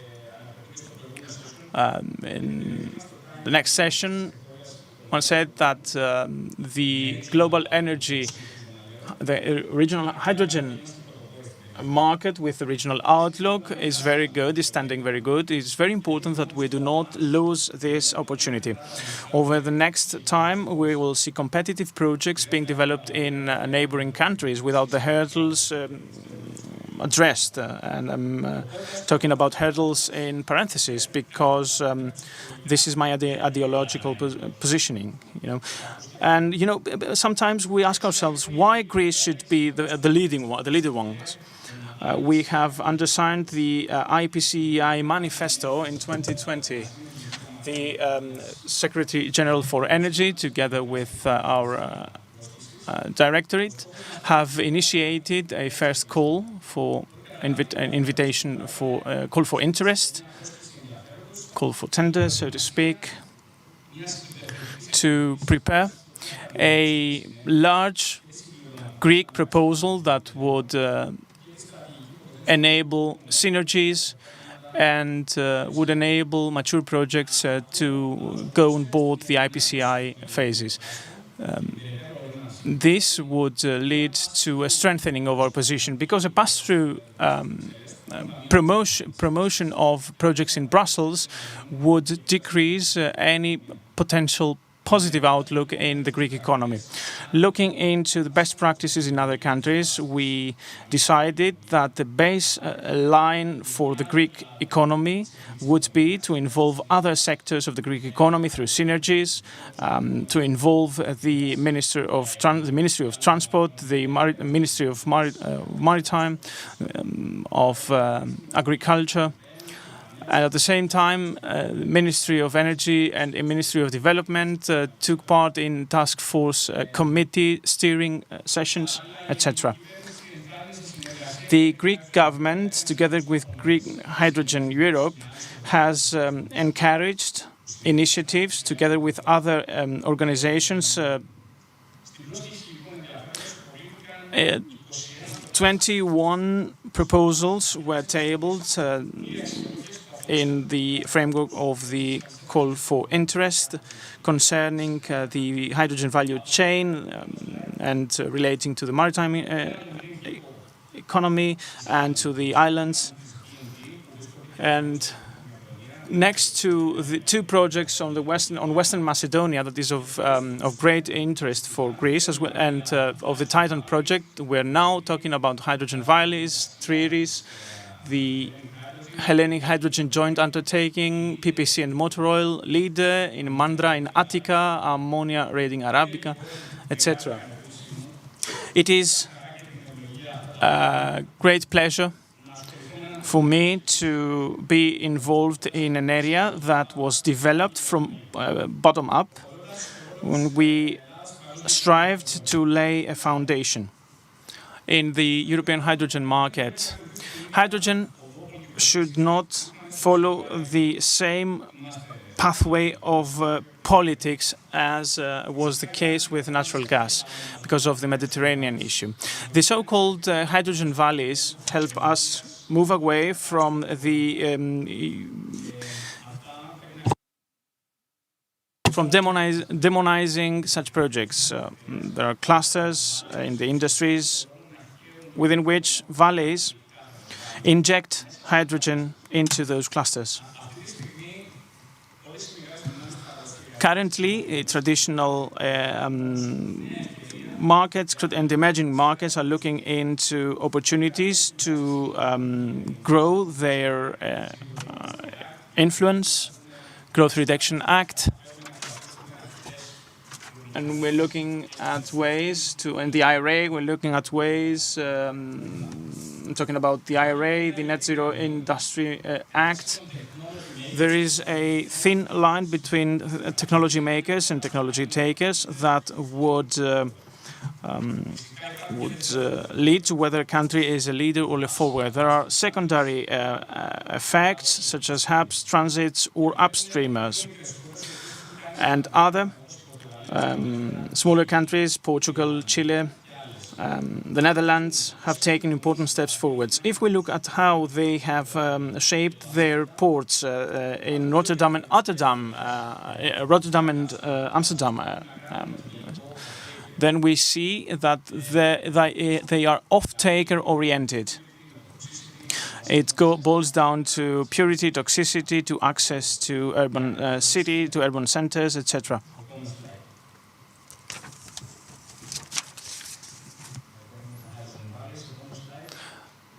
Let's move on to the next slide, please.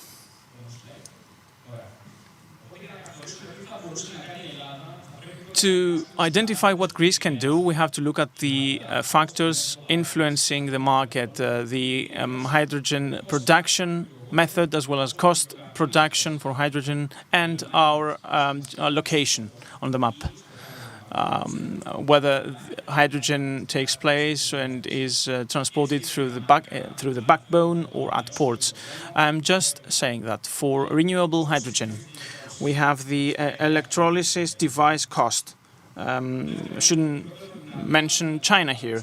The minimum hydrogen production cost, energy cost, marginal cost, I won't refer to ADME and Didier. I would just say that the whole world currently and the copper industry have high challenges. Availability of water is another factor. Countries with a very good solar power capacity that are close to a region that lacks water, you need to take seawater and desalinate it. A couple of months ago, saltwater desalination, saltwater electrolysis was announced in China. And we have the raw material cost analysis that needs to be addressed. In low carbon hydrogen, main drivers are the low marginal cost for hydrocarbons, the reforming technology cost, and the capture cost, as well as transportation to storage facilities. Our consideration should be how to take control, to obtain control of the guarantees of origin. That would, on the other hand, make the world a hydrogen-ready world, but without increasing a carbon locking risk. What should be Greece's role in this new reality that has been formed, that is being forming? What should be our target for 2035, 2050? We had a very good, clean start, and the myth of Ariadne is always concurrent when you have to do with the Greek or the European red tape. We have a very good background, strategy background, that will be advanced over time and will capture new realities. What we actually need is a well-built strategy, policy monitoring mechanism, not just figures. And we have taken steps. There are bankable projects in implementation orbit. There is a policy to couple them with other projects, scale up, and make them competitive for the region and for Europe. On a clean tech initiative by CERN, we lay importance on the industry cluster. It is a small cluster, but it's all about industry. And traveling from Northern Europe to Eastern Europe, I can say that we are within the cluster, the industry cluster. We shouldn't allow other countries to take the lead in our region. Let's learn from our competitive advantages. Let's learn from countries that are moving ahead. In the Netherlands, there are departments staffed with hundreds of people that are making policy on hydrogen for the country. They used to tell me that 3 to 4 years ago it was just 20 people. And imagine how it would sound to them if I'd say that in the beginning I was alone or with a couple of colleagues shaping such a strategy in Greece. For the Greek maritime industry, I have already talked in the past. All this LNG, methanol and ammonia should be transported from all over the world, from the industrial off-takers to CCSs, Northern Lights, Portos Prinos, Ravenna and Egypt. Last but not least, we should not forget that hydrogen is yet another gas with good and bad effects. Is not a silver bullet for the energy transition, nor is an advancement in all aspects. Based on World Bank outlook, our needs, our copper needs over the next decades will be more than the copper we have produced over the last 5,000 years, and we have only discovered a new reservoir in the last 5 years. Also, in terms of the question which fuel, multiple fuels, methanol, hydrogen, or others, it always boils down to the offtake, the industry, density, toxicity, and proximity to urban centers. The world hydrogen economy is an opportunity for our country without the geopolitical hurdles tied to the hydrocarbons. We have a very good we are a very good opener to Asia and to Europe. It just needs smart guys, smart people to connect the dots and to develop a good approach when it comes to industry opportunities. The consolidation of funding sources, of financing sources, is also important. But what we need to do is start in a reverse manner.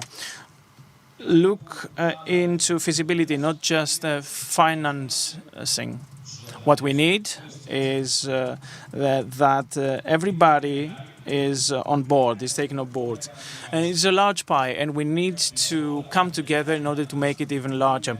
There are all guarantees in place for us to become a strong player in the region. It's up to us. Thank you.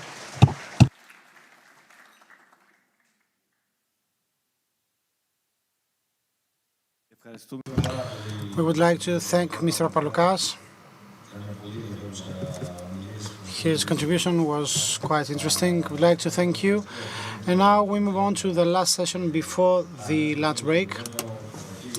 So we will discuss about the national strategy, the Greek aspect of things. I'd like to invite Ms. Nektaria Karakatsani, a very famous expert on energy issues, and I would like to invite Mr. Alexandros Ifadis, Mr. Nikos Davos, Mr. Evangelos Gazis. Mr. Ifadis is the president of the Hellenic Association of Biogas Producers. Mr. Davos, he is the operator of the Bioeconomy and Environment Cluster in Western Macedonia. He has been in this field for many, many years. And Mr. Evangelos Gazis, he is the head of Southeastern Europe for Aura Energy Research. He's an analyst. We will hear some really interesting things. So, Mrs. Karakatsani, you have the floor. Will you share your contribution from the podium? Yes.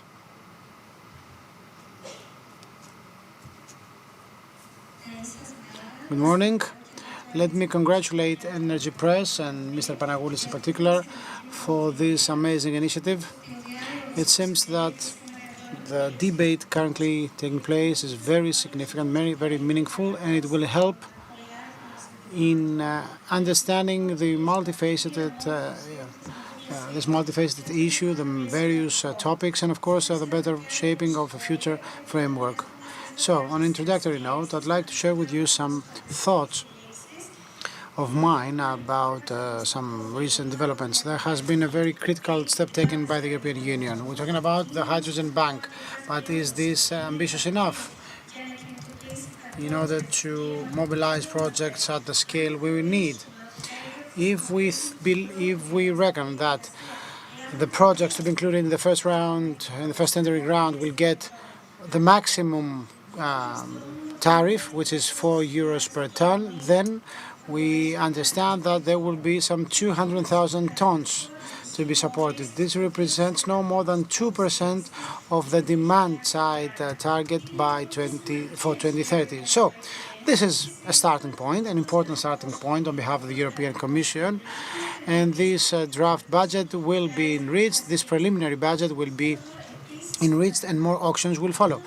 What I consider to be important is that this framework will allow certain countries where circumstances are favorable, this will allow them to reach the target of €1 per kilo, which is the desired price. This will take place in the Netherlands as of 2026 onwards, and Germany will follow suit.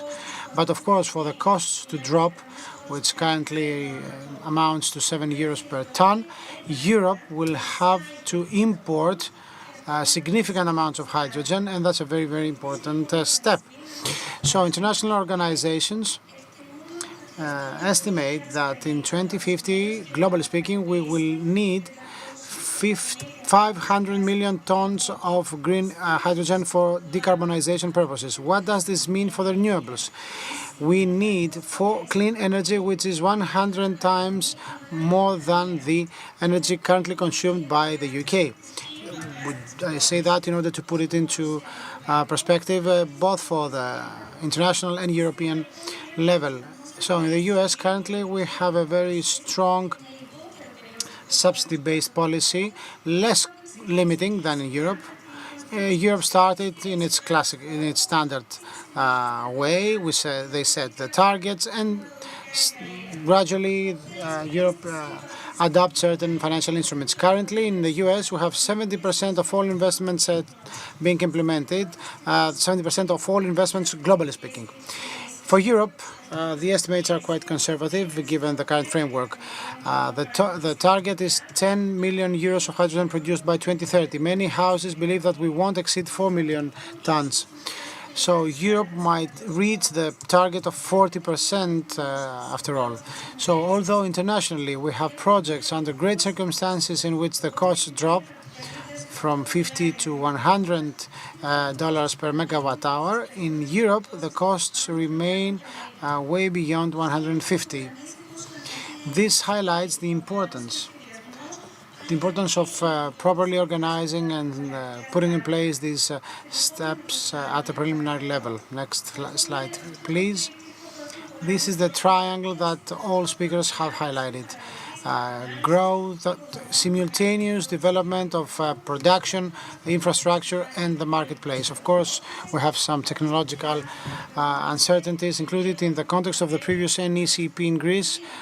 We had to add a capacity of 3 gigawatt from renewables in order to reach the previous target. Of course, this came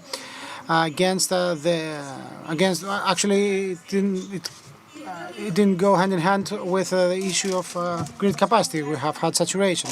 So Europe is quite strict with clean hydrogen production. The US are a bit more lenient in the context of the geographical and temporal coefficients, and we have some raw earths. And this is a very important aspect of producing electrolyzers. So we see that alkalic electrolyzers means that 10% comes with a 10% of capex exposed to raw earths, and of course this means that the total cost is depending on the raw materials costs. Analysts believe that in terms of subsidies we will need 4 trillion euros by 2050. Of course, we're not talking just about financing support schemes. This also includes the ETS system that will be a beacon towards the different direction. As we said, our country has a very important strategic position, and potentially it may become a hub. But I believe that we have to speed up things a lot, because agreements have already been reached of at least 6 European countries, with countries from North Africa and the Middle East. And last week, the Netherlands and Denmark were committed to invest 1 billion euros in South Africa, because imports represent a very important parameter, a critical parameter, in order to decrease the average cost from 7 euros per ton downwards. We also see important infrastructure being built, being discussed. Last week, Italy and France discussed about a brand new natural gas pipeline and a new hydrogen pipeline. So we have to focus now on Greece. Talking about Greece, we have the revised NECP. It's being discussed as we speak. We have new targets and certain state of affairs and priority axis. By 2030, 90% of all production might be absorbed by the Greek refineries. And then we have the industrial applications like ammonia, fertilizers, steel industry, etc. It's important that we have lots of projects in the pipeline of different maturity, of course. An important component has to do with the list of IPCI and the introduction of the Greece-Bulgaria interconnection, and now we see that the hydrogen valleys are speeding up as well. It's important that we have a huge experience both in terms of network and distribution operations. For instance, DESFA's stakeholders and DESFA and Italgas know the market very well, and this, of course, helps increasing the awareness of infrastructures. And of course, the only way to add some conclusions, to derive some conclusions, is to proceed with works. What I've been with projects, what I've been listening in the ministry recently is it's better to put a project in place despite its weak points and gradually improve them instead of prolonging that, because nobody can take part in this first round that will take place in autumn if there is no investment visibility for the first 10 years.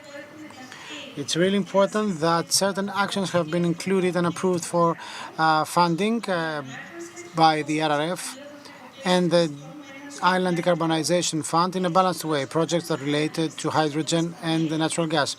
I have seen a hydrogen ecosystem in Mallorca. I went there in Spain the other day, and they told me that one of the main topics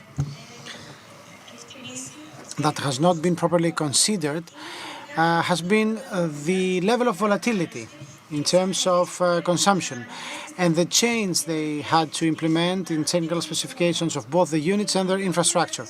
Let me close with some comments on biomethane. Please, next slide. Biomethane is moving up strong.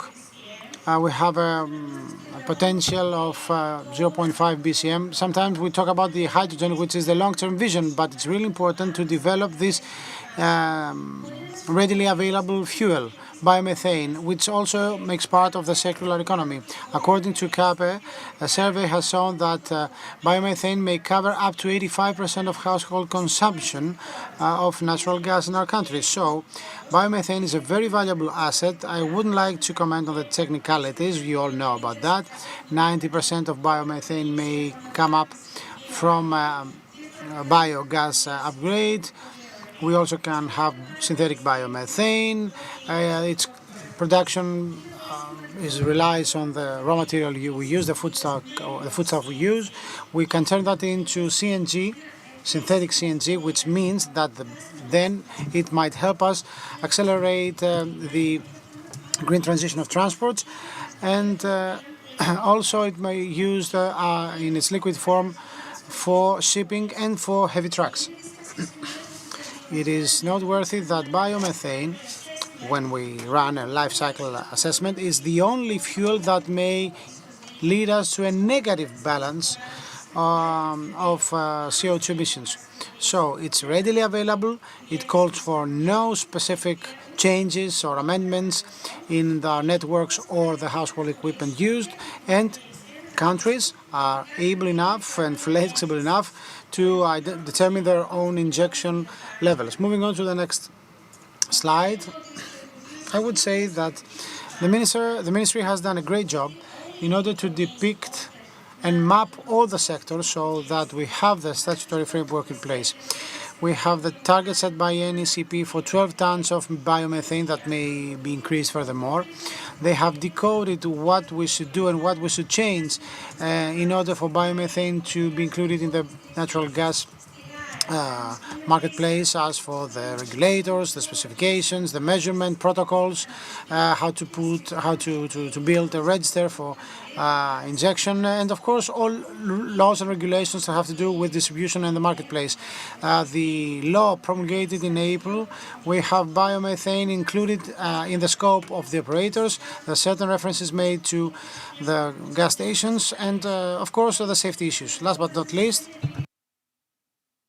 let me share with you a very timely example from Italy. This week they will announce the results from their first auction on the basis of a new support and scheme. So let's move on to the last slide. So we see that Italy secured the European Commission's approval for support for let's say, financial support of 4.5 billion euros. And they aim at multiplying the production by 10 times, which means 1.7 billion euros of investment subsidies. And according to them, an eligible cost is both the construction of the infrastructure and the synthesis cost. And we've seen that in various consultations in RAI that these premises were 5 kilometers away from the premises, from the connection points. That meant some 5 million euros of additional costs. In Italy, they have tenders for the auction prices. They have CFDs for projects above a certain level of capacity and guaranteed tariffs. The price is 100 to 110 euros for agricultural units and less for use of urban and agricultural residues. This is the baseline price for them in order for the system to be sustainable. So biomethane may be readily used.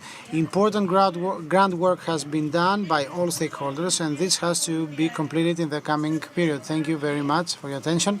And I'd like now to invite to the floor Mr. Ifadis, the President of the Association of Biogas Producers.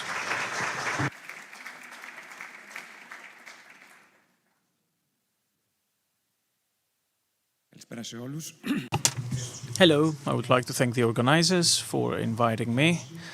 Thank you. I would like to commend them for this exceptional conference. I would like to take the floor from Ms. Karakatsani. It is a conference about renewable hydrogen and biomethane. It should be biomethane and renewable energy, hydrogen. It is the brother to the hydrogen. Hydrogen actually covers what biomethane cannot cover. Biomethane is the direct alternative. Let's look at the current state in Greece. The problem goes way deeper than we think. We have 96.4 megawatt installed capacity, 13 units, landfills, 53.3 megawatt, and 48 farms. They are sited in northern Greece, and it has to do with the availability of feedstock. Now there is no European country that is supporting electricity production, power production. All countries, France, other countries, have provided incentives for biogases to be turned into biomethane. We live in a country that that actually needs biogas. If biogas is the raw material to produce biomethane, it's very important to do that because we need to turn the 60% into value. If there is no CHP unit in place, the current regulatory framework does not obligate you to have CHP, combined heat and power generation. And there is a great constraint here, feedstock. All studies carried out by the international organization, the European organizations, demonstrate that if we use the available feedstock, we can reach 30% of our demand in natural gas demands. Let me stress that biomethane is utterly compatible. You need no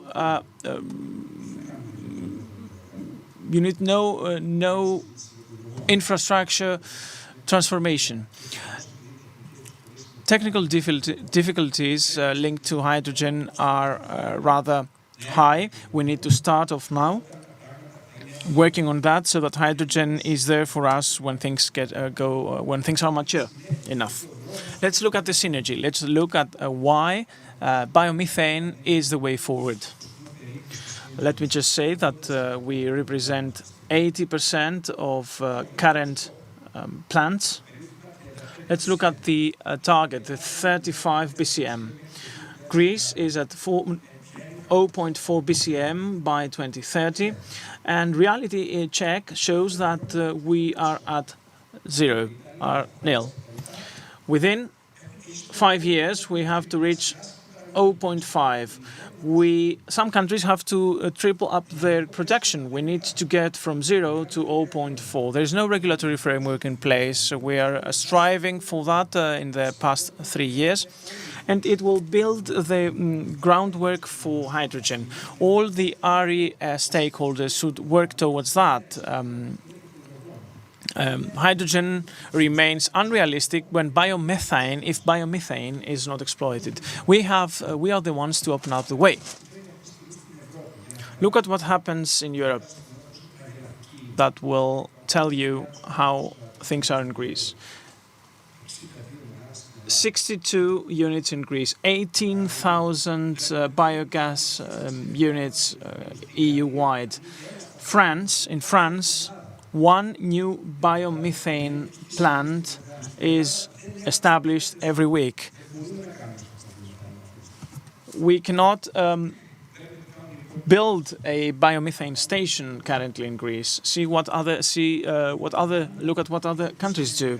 Biomethane is different to other renewable gases, and I will let me just use the silver bullet catchphrase. There is no one technology fits all solution. Each renewable gas has positive and negative components. And biomethane lies at the heart of the circular economy. It's much more than energy. Hydrogen is energy. Biomethane is much more than energy. It's at the heart of the circular economy because we use organic residues, we generate energy through anaerobic digestion, and at the next level, we produce fertilizers.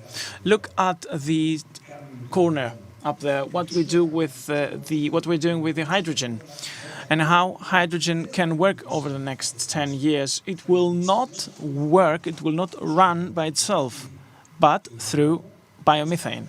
Hydrogen comes into a biogas reactor and biologically turns biogas into biomethane. And you don't have to resolve the downstream issue that is paramount for hydrogen in terms of infrastructure. We have resolved that through biomethane. Hydrogen and biomethane organizations, associations will work together. This is the near future. Hydrogen can, of course, be used in the industry. How will it be fed into the networks? How will it be fed into transportation infrastructure? We need to reform the systems, to transform the systems. You know, combustion engines can be turned from gas, from petrol to gas. The whole infrastructure of natural gas can be utilized as well. Very importantly, once we put the circular economy in place, we can produce through biomethane vast amounts of fertilizer that is currently produced by natural gas. We are substituting natural gas both in terms of energy production as well as in fertilizer production.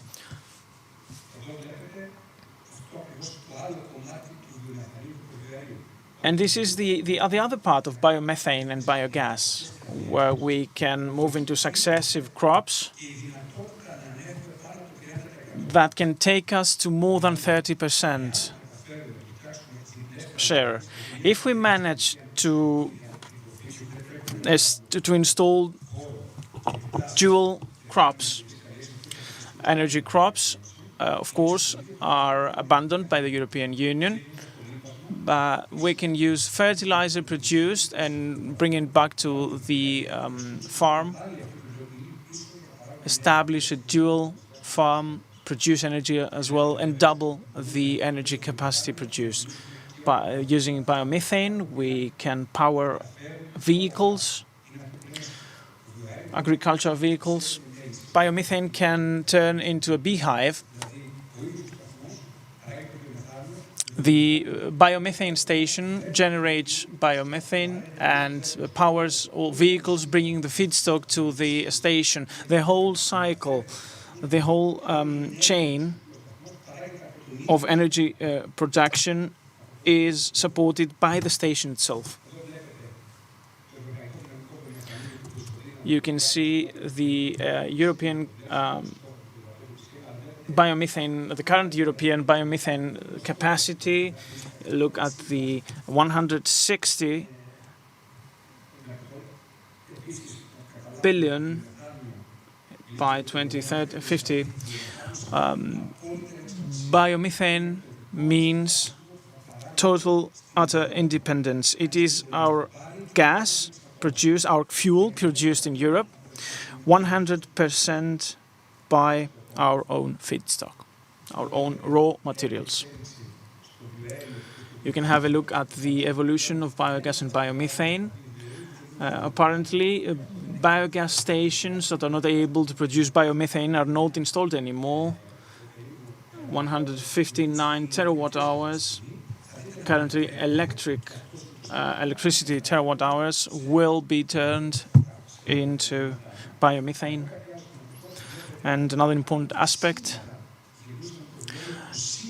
if biomethane currently produced, if biogas currently produced in Europe is turned into biomethane, we can cover 4.5% of consumption in the European Union. If we turn the biogas stations in Greece to biomethane and provide also capacity, it is tragic that the 62 stations work at 60% of their capacity because of problems of bottlenecks with feedstock, of regulatory bottlenecks, there are issues with along the entire supply chain, and we're not able to use the 62 stations in full power. Within the next 5 years, Greece can actually cover the ground. Currently, 29% of Denmark's biogas is covered by biomethane. Using an economy, a framework is there. Denmark has taken steps forward and has reached these remarkable figures. In September 2022, 29.7%. Denmark, a country just like Greece, has set a target by 2030 of powering its biogas network with biomethane. This is realistic. This is something realistic. This is something real. This is something that political will is necessary to make it happen. Everything is resolved in a way. It's just political will that's missing.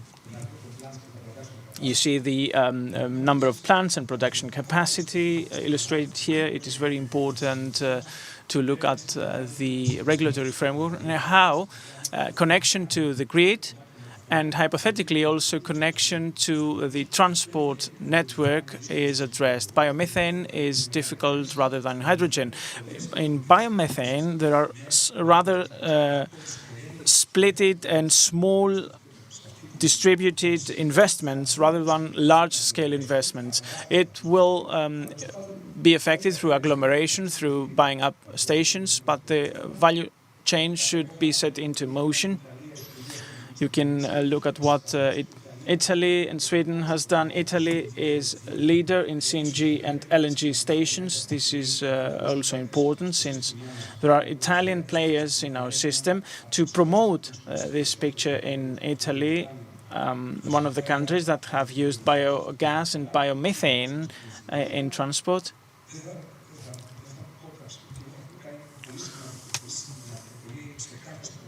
We have put forward a very clear proposal what needs to be done. We are in discussions with the ministry, and in the last meeting we stressed the importance of getting the Ministry of Agriculture on board.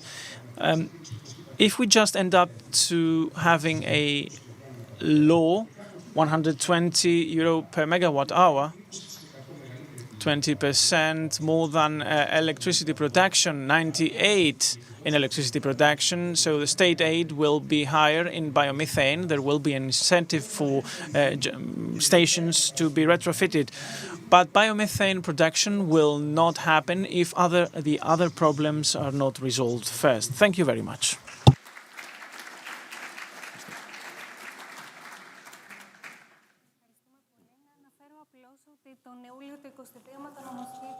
The comments are off the mic.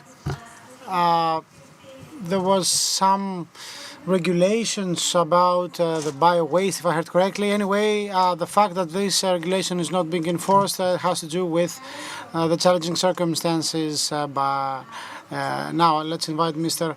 Nikos Davos. He will talk to us about this really important cluster of bioeconomy and environment, which is extremely active in the region of Western Macedonia. Thank you. I'd like to say that it is a pleasure, it's an honor to attend this really interesting event, the first forum on hydrogen and green gases. As a bioeconomy cluster, we are involved and we are dealing with biomethane, biogas and hydrogen since 2016. I believe that if we were to say that we would have such a full house on this agenda with Konstantinos when we started back in 2019 about hydrogen, we wouldn't have believed that. So that's quite promising for the future. There are many steps to be taken. Allow me to say a few things about our own cluster, what we do in Western Macedonia. And I will focus on a couple of issues that have not been tackled by the previous speakers. Now, first slide.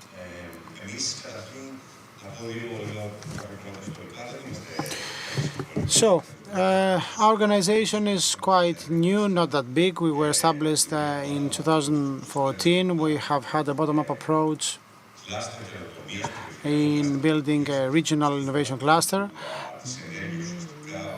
We were dealing with energy and the transition to green energy. We founded the cluster in the middle of the crisis. So at the beginning, we want to have no member fees, and we kept it like that till today.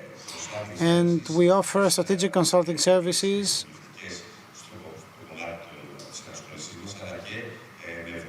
and EU competitive projects. Mr. Liberopoulos, just before. So that Western Macedonia is now part of this game. And we had a vision. The vision was to interconnect R&D entrepreneurship in order to create synergies in this field, and as a result, bring added value to Western Macedonia and our country.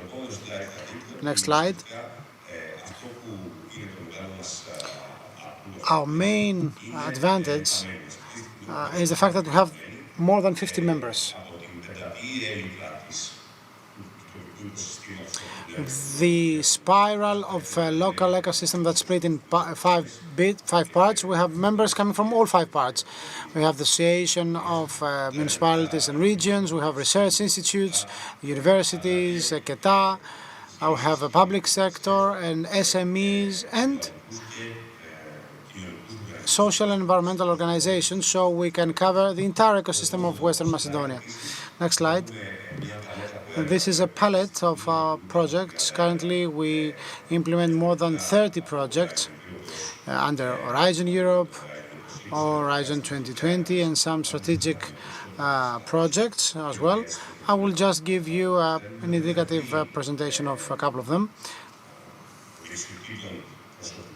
We have highly qualified staff of various specializations, more than 50 partners, 41 of whom are permanent employees of ours, fixed employees of ours. Our main effort is to bring know-how from Europe and help develop our own, thanks to our wide network of partners in Greece and Europe, especially in those schemes in which we take part, like the Hydrogen Europe initiative. Now, a few things about Western Macedonia. You know that this is the only region having no access to the sea.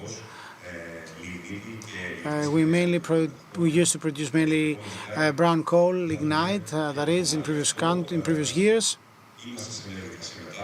We are currently in the process of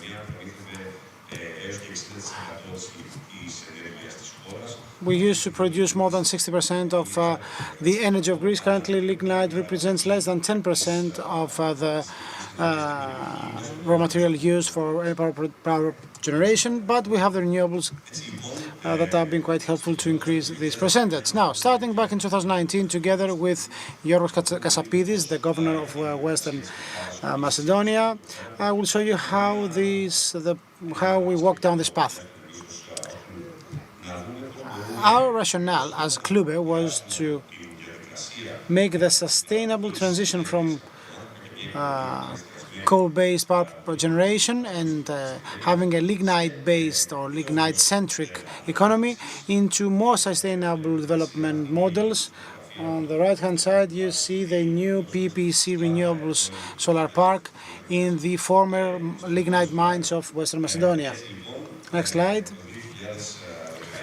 In 2016, the region of Western Macedonia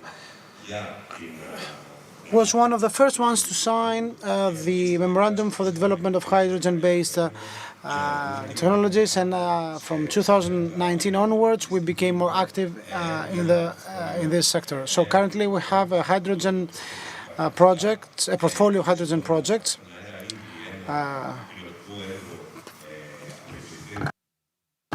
We have a pilot positive energy building with the region of Western Macedonia by using hydrogen storing facility. We're going to also have 2 fuel cell cars used. It will go live by the end of the year. We have a huge European project, the Green Skills for Hydrogen project, in which both we and Advent are lead partners. And we have other projects for the development of hydrogen technologies and economy, including the project presented by Mr. Liberopoulos on building a pilot plant for reversible sodium oxide. So we see how the network responds. I'm talking both about the pipeline network and the grid, when including the energy storage functionality. So let me stick to that. Yes, hydrogen projects are great, but we will need the right stuff in the period to come in order to materialize this project. So, together with KIT under the Hydrogen Europe initiative and having Klube, Advent and the support of the University of Western Macedonia and the region of Western Macedonia as partners, we launched a 4-year project that has to do with hydrogen skills. Next one. We launched several upskilling and reskilling projects. Recently we hosted a one-day hydrogen masterclass, and early July we will have a hydrogen summer school. It will be the first time that this will take place in Western Macedonia. We're going to have an amazing set of speakers in order to help people acquire skills in that area, and some new stuff will come in the area of upskilling and reskilling, and these will be of critical importance in order to help the entire hydrogen supply chain grow. Next one. This is the Hydrogen Valley, submitted together with Motor Oil, PPC and the Hellenic Hydrogen and the region of Western Macedonia. Mr. Hadjifotis elaborated on that, and Mr. Theodopoulos mentioned this project, and I think there will be another presentation by Mr. Soumelides later on this project. I think it is of urgent importance to have such a hydrogen valley built in Western Macedonia, because this will help make the link, the bridge of the post-lignite era with the hydrogen technologies based hydrogen technologies to be, let's say, deployed in the era to come. So from 2019 onwards we have been trying in a more systematic way to build a valley of clean technologies in hydrogen. We call it that's how we call it together with the region. So we have some pilot projects coming live and emerging that will help local economy grow, will help the so-called just transition be properly implemented. It will allow us to create new jobs, because there will be certain jobs being lost as a result of the decommissioning of the lignite mines, and it will help us bring qualified people back to Greece in order to reverse the brain drain. So I believe that in the period to come there will be some great stuff to take place, great things to take place in Western Macedonia, and our joining forces with other actors, other stakeholders, public and private ones, will be important in order for us to meet our targets. Thank you very, very much. We'd like to thank you as well. We'd like to congratulate you for the podcasts that you are posting that are very well understood by pupils, by students, and people that are not experts in hydrogen matters. I would like now to give the floor to Evangelos Galli, who is the head of Southeastern Europe Aurora Energy Research, with a great presentation for Greece. I would like to thank Energy Press, Ms. Karakantsani, Mr. Panagoulis for the invitation. We're very pleased to be here. My name is Evangelos Gazis. I am head of the Southeastern Europe. I know that this is the last presentation before lunch break. The lunch break. I would try to be to make it short. Aurora provides research and counseling services. It is one of the largest companies worldwide in this topic. We have a group, a team in Greece looking at Southeast Europe over the past 2 years with in view of the electricity market as well as other energy carrier markets such as hydrogen. We provide long-term outlooks for the market. This is what I will touch upon in this presentation. We will talk about 3 things. Europe's outlook in terms of the hydrogen market, Greece's outlook, the Greek market's outlook in terms of hydrogen demand and supply, and we'll talk about the hydrogen prices and our outlook. Let's move on to the next slide. There are many figures, many information. There's much information depicted here. What I wanted to show here is that there is a very well set framework as to what green hydrogen is, and this is very important. There are rules in place as to when, where, and from what energy sources hydrogen should be produced, should be generated in order to be called green hydrogen. After 2030, strict criteria are put in place, and this is very important to ensure that hydrogen is indeed green, is indeed renewable. This in turn causes problems as to the feasibility at EU level. The red dot in 2030, 20 megatons MTs hydrogen across Europe. The bar chart shows our outlook. For hydrogen, we believe that it will take 10 to 12 years to reach this target. Of course, if a intensive regulatory framework to support hydrogen in the markets is put in place, then we might be able to reach the dotted line and the net zero scenario earlier. In this scenario, Europe reaches the net zero target by 2050, and we have a larger market established. We don't believe that this will be managed until 2030. We believe that it will make it by 2035. Colors and bar charts illustrate hydrogen forms. 2/3 hydrogen, 1/3 synthetic fuels, and other forms. And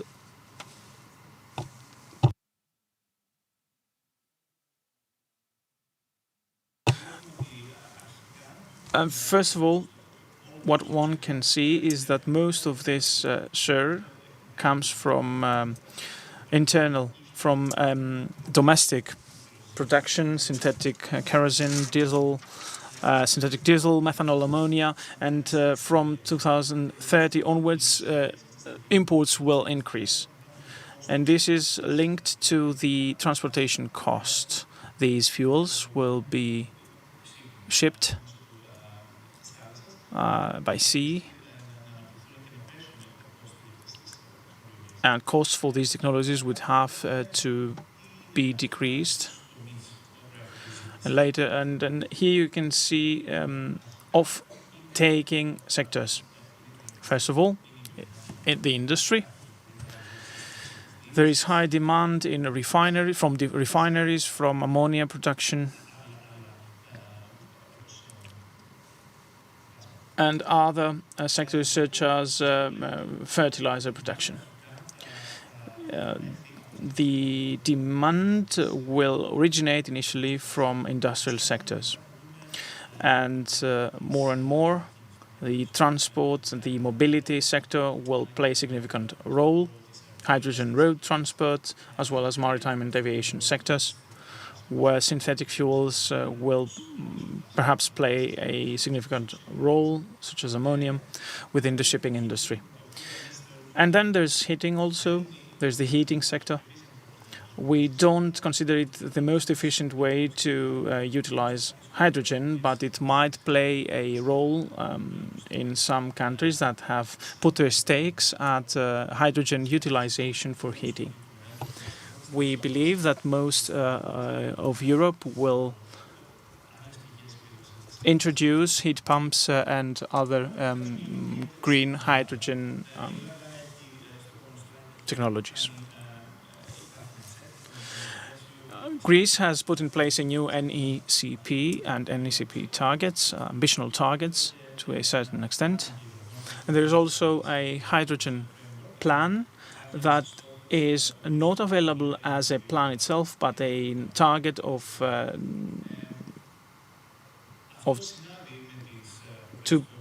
more than 2 gigawatt electrolyzers by 2030.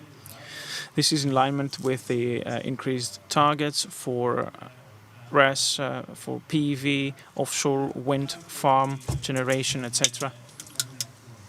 But perhaps domestic RES generation might not be sufficient to cover the target. And further on, you can look at demand trend. Refineries will play an important role as an off-taker. And this share, the industrial share, hydrogen demand share, will rise. And increased demand will come also from transport, and a slight increase in heating-related demand. By 2050, and let's be clear, the central scenario in our understanding is not a scenario that will help us meet the net zero target by 2050. Refining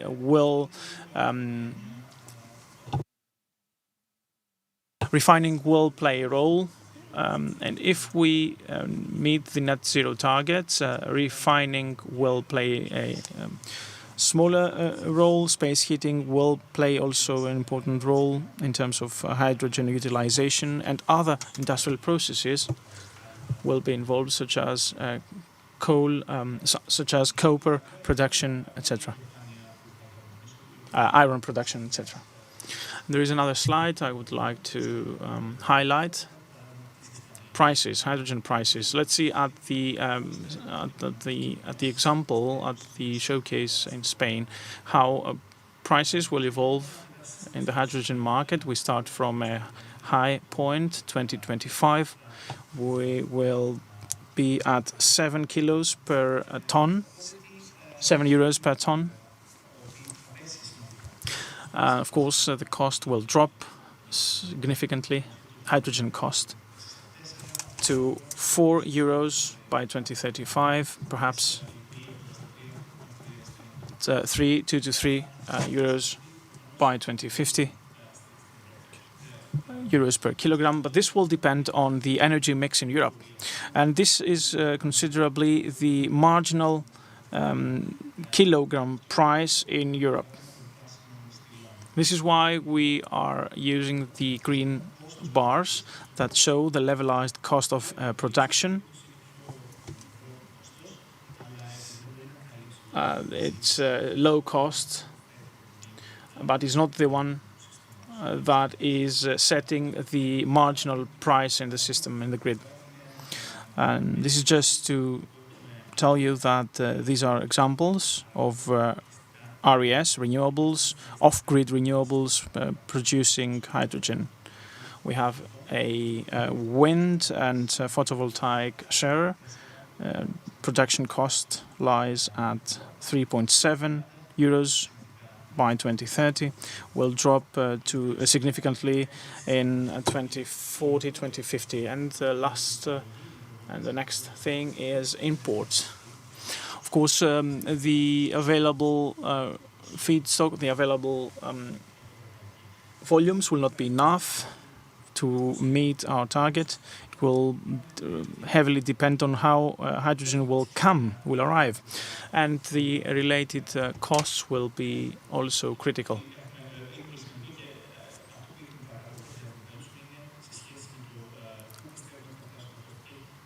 And we believe that costs are linked to the infrastructure capacity, biogas, and hydrogen to other fuel transformation. Thank you.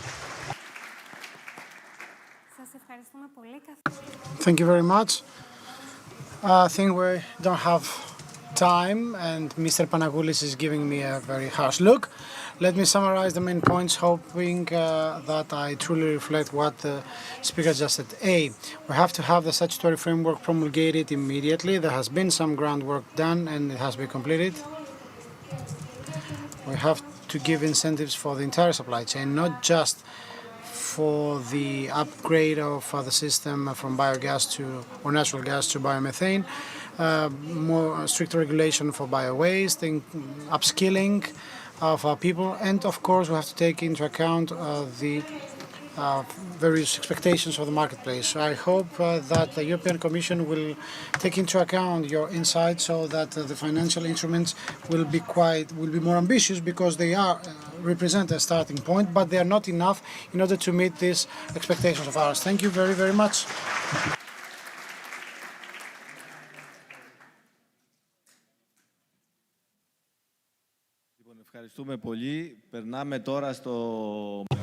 Thank you. Let's take the long break, the lunch break. The ladies in the kitchen have been cooking all night long, and we'll have lunch on the first floor. In 45 minutes, we'll resume with the afternoon session and the first panel on grids.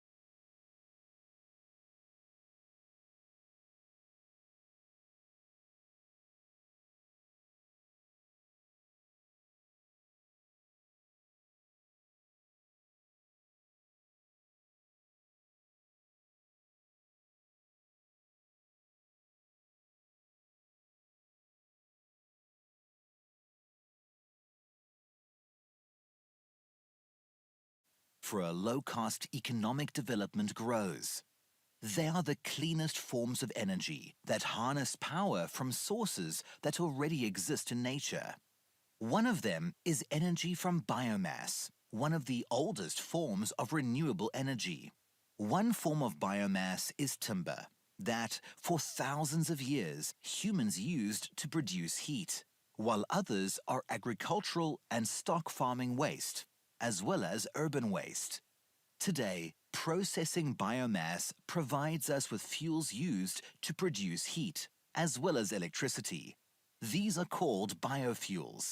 One of them is biogas, which through the process of upgrading gives us biomethane, a renewable fuel and a promising solution for the reduction of greenhouse gas emissions, with multiple benefits.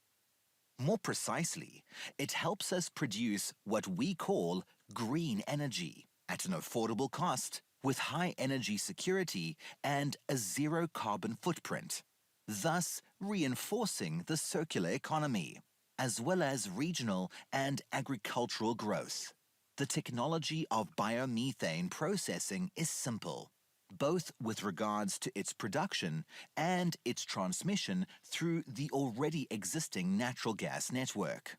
Biomethane has a similar chemical composition to natural gas, so it can perfectly serve as a substitute and not only be transmitted, but also stored within the same network. In DESFA, we strongly believe that the biomethane sector can contribute substantially to the goal for climate neutrality until 2050, paving the way for sustainable energy production and a greener future with zero carbon footprint. Η ιστορία του υδρογόνου ξεκινάει με τη μεγάλη έκρηξη δισεκατομμύρια χρόνια πριν, όταν διάφορες κοσμικές διεργασίες οδήγησαν στη δημιουργία του μαζί με άλλα ελαφρά χημικά στοιχεία. Το 1671 ανακαλύφθηκε από τον Ρόμπερτ Μπόιλ. Σχεδόν 100 χρόνια μετά, το 1766, αναγνωρίστηκε ως ξεχωριστό χημικό στοιχείο. Λίγα χρόνια αργότερα, το 1781, απέκτησε και το όνομά του από την ένωση των δύο ελληνικών λέξεων «υδρο» και «γενής», όταν οι Αντουάν Λαβουαζιέ και Πιέρ Λαπλάς ανακάλυψαν ότι όταν αυτό το χημικό στοιχείο καίγεται, παράγει νερό. Αυτό καθιστά το υδρογόνο μία από τις καθαρότερες μορφές ενέργειας που βρίσκεται σε αυθονία στη φύση. Για την ακρίβεια, 75% του σύμπαντος αποτελείται από υδρογόνο σε διάφορες μορφές. Ακόμα και ο ήλιος παράγει την ενέργειά του από την αντίδραση ατόμων υδρογόνου υποπίεση. Αν και άχρωμο, το υδρογόνο χωρίζεται σε γκρι, μπλε, καφέ, τυρκουάζ και πράσινο υδρογόνο που προέρχεται από ηλεκτρόλυση νερού με χρήση πράσινης ενέργειας και θεωρείται ως η πιο καθαρή μορφή υδρογόνου. Σήμερα, η ραγδαία κλιματική αλλαγή, η ανάγκη για νέες, πιο φιλικές προς το περιβάλλον λύσεις και η ανάπτυξη της τεχνολογίας δημιουργούν τις βάσεις για το μέλλον της ενέργειας. Το υδρογόνο έρχεται ξανά στο προσκήνιο ως το καύσιμο που θα μας οδηγήσει σε μια νέα ενεργειακή εποχή, βιώσιμη και καθαρή, με οδηγό τον ΔΕΣΦΑ. Με επενδύσεις σε εξειδικευμένο ανθρώπινο δυναμικό, ανάπτυξη νέων τεχνικών και λειτουργικών δεξιοτήτων, αναβάθμιση και κατάλληλη προετοιμασία του υφιστάμενου δικτύου και κατασκευή νέων 100% hydrogen ready αγωγών, εργαζόμαστε για να διασφαλίσουμε ένα 100% συμβατό δίκτυο για την ασφαλή, γρήγορη και αποτελεσματική μεταφορά και αποθήκευση του υδρογόνου. Παράλληλα, σχεδιάζουμε νέα έργα και υλοποιούμε συνέργειες για την ανάπτυξη της αλυσίδας αξίας του υδρογόνου στην Ελλάδα, ανοίγοντας το δρόμο για ένα πιο πράσινο και ενεργειακά βιώσιμο μέλλον. Το μέλλον του υδρογόνου. ΔΕΣΦΑ. Enabler of a Sustainable Energy Future.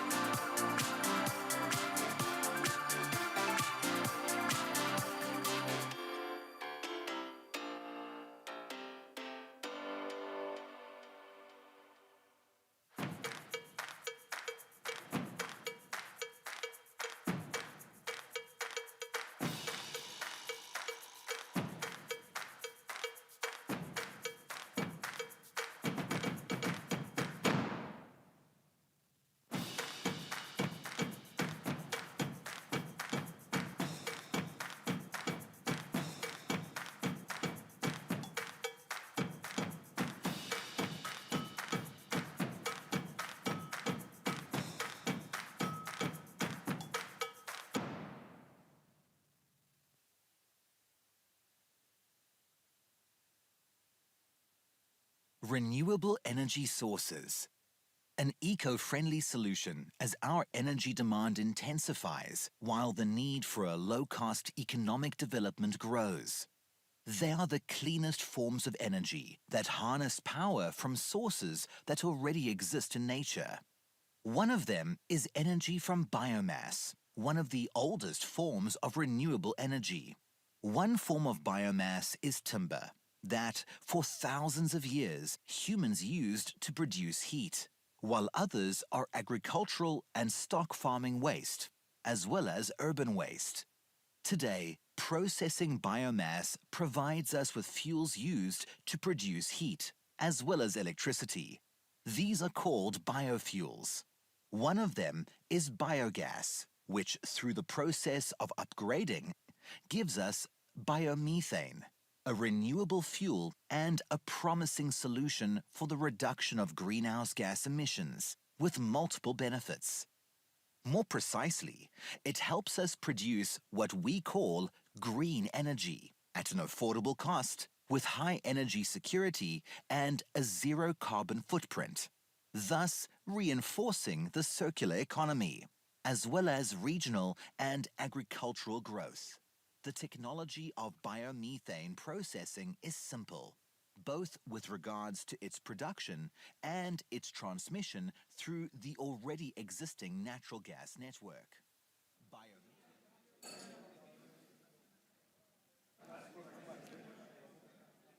Αγαπητές φίλες και αγαπητοί φίλοι, και πολλοί περισσότεροι φίλοι από ό,τι είστε παρόντες και παρούσες που μας... Dear ladies and gentlemen, thank you for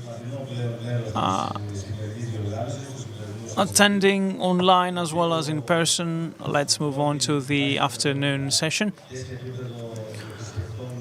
In terms of the first part, as far as attendance is concerned, both online and in person, was remarkable. Let's start the afternoon session, the fifth panel on hydrogen and biomethane readiness of grids, hydrogen, biogas and biomethane. The panel will be monitored by Kostas Diligiannis, an esteemed journalist and colleague. With him, Sotiris Karelas, a professor at the National and Technical University of Athens and most recently technical advisor to the Ministry of Environment. Nikos Katsis, Chief Asset Management Officer at DESFA, and Vasilis Galanis, Business Excellence and Strategic Development Director, Corinth Pipeworks, member of the large corporation Synergy Holdings. Mr. Deligiannis, you have the floor. The floor is yours. So let's kick off with the second part of the Hydrogen and Green Gases Forum. The aim is to investigate the present and the future of networks and all other energy-related infrastructures in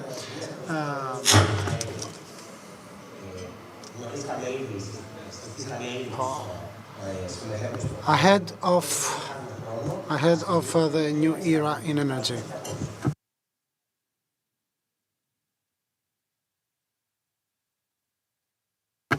So the floor to Mr. Karelas.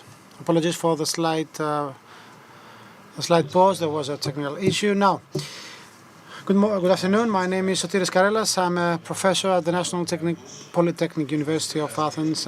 I am the head of the Thermal Processes Laboratory. I'm really glad that I find myself amongst esteemed speakers in this beautiful congregation. Biomethane is the topic of this day, and it covers the second part of the title of the event, the green gases actually. So we will talk about biomethane. So the ministry's attempt to set up the legal framework, as Mr. Ifadis said before, in order to include this extremely valuable gas in our energy mix has already been launched. The idea behind that is to examine biomethane from various viewpoints. Our job is to have a technical financial approach and examination, talking about the technologies that may produce biomethane, and of course we are the ones to discuss the uses, the potential uses of biomethane after it's produced. So the first way, the first option in order to produce biomethane is to use the biogas corridor, let's say, or course. We have several installations for the production of biogas, and it's used for internal combustion engines. We use it mainly to produce electricity. Okay, have added heating, but normally these kind of plants are decentralized, so we cannot produce. We cannot use it for teleheating purposes. That would be great because it would mean an additional income stream for the biogas plant owner, since it could be used for both purposes. So the idea is the following: to provide someone the incentives in order to retrofit a biogas unit into a biomethane one, which means biomethane will be produced by various ways, one of which is the PEM technology. And so what do we do with this biogas, or the biomethane produced? There are various ways. We either squeeze it and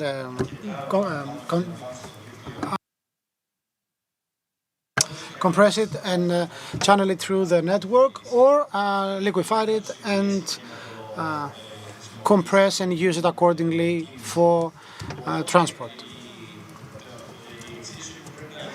So the equation we have to solve ahead of the legislative process is how to strengthen, enhance these models, and depending on the product that occurs, because it depends. Sometimes if we have no grid, it's better to turn turn the natural gas into liquefied natural gas, or you might find yourself next to the distribution network, so you need it in a gaseous form. So it depends. These are issues that have to be solved both at the technical, financial, and legislative level. The other option is to have something like a greenfield investment, a brand new plant. It has been built actually already, and it is purely biomethane dedicated. We hope that such plants will be built in the future exclusively for biomethane production.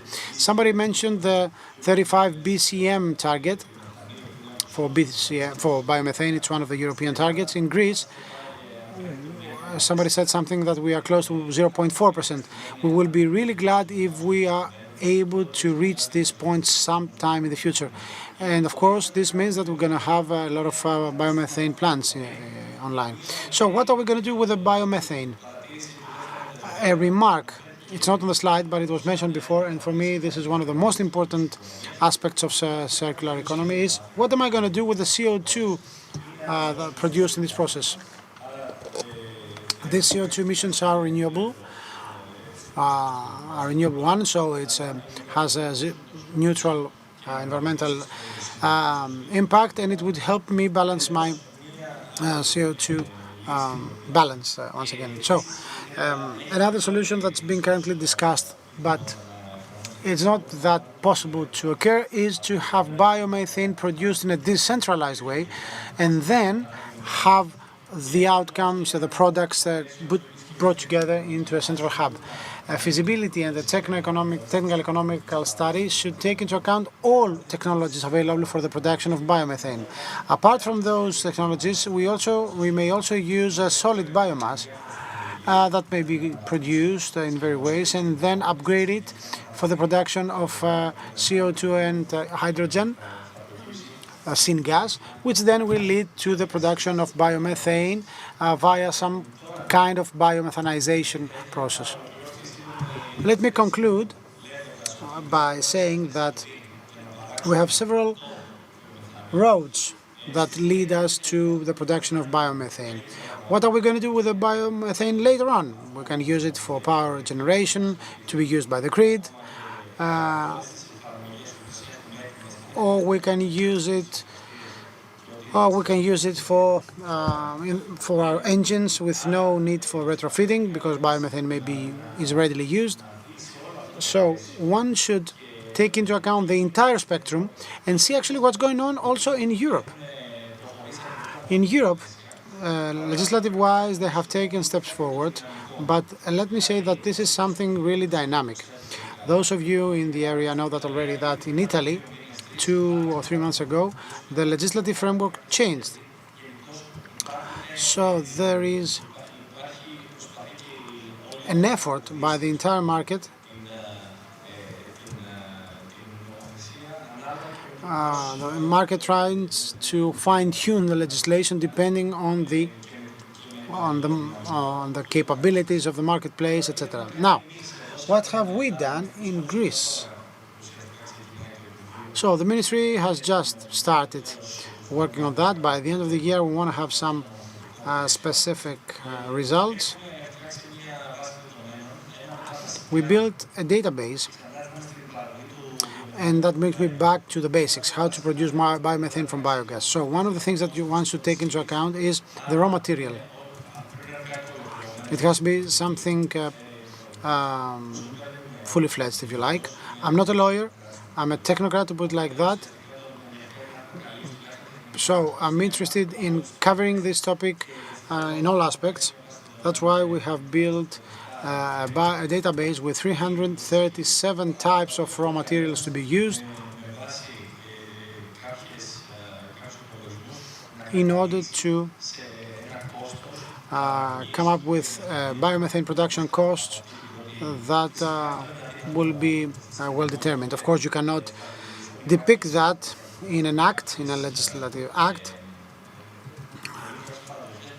So certain assumptions should be made, and then as a result have 3 cases for the production of biomethane. We have plants sorted in these three categories, because in each one of them we have the economies of scale principle that prevails. So let me close with this slide. Apparently, such an effort for the promotion of biomethane should include all stakeholders. And talking about stakeholders, I also mean DESFA, EDA and DEDA, and all biogas producers. Last week we hosted meetings with them in the ministry in order to hear what the market has to say, to share our insights, and come up with something which is not purely theoretical, something that will respond to the requirements of our country. I'd like to thank you for your attention.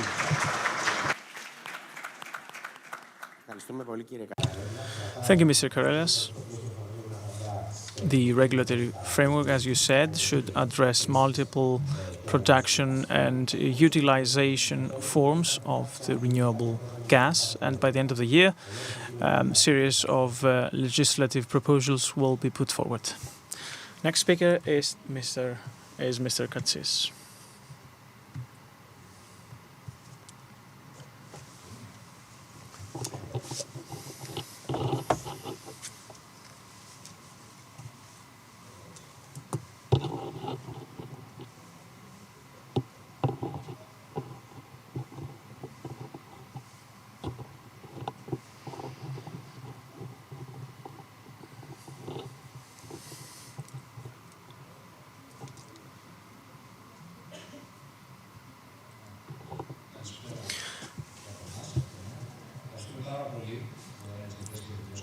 Hello, I would like to thank Energy Press for this very interesting conference, not only in terms of hydrogen, but also in terms of green gases, and in particular biomethane, where I would like to share our vision as DESFA as regards promotion of those gases. As the transmission operator, we are obligated to form the system and regulatory framework that would enable developing these renewable carriers through our network. In on the left-hand side, you can see the current state, the current grid, DESFA grid state to transport natural gas.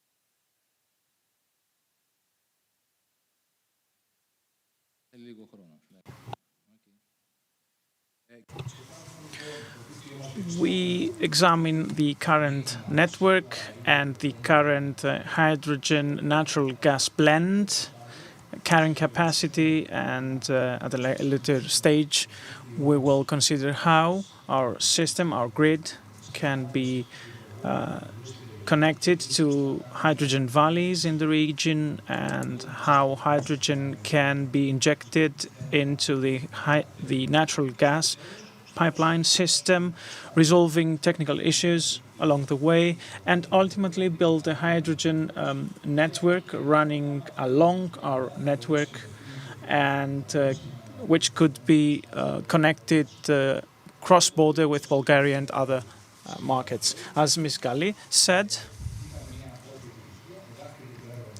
we had a first success. Our project was involved in the 6th agenda of European Common Interest projects, and further steps to develop it will follow.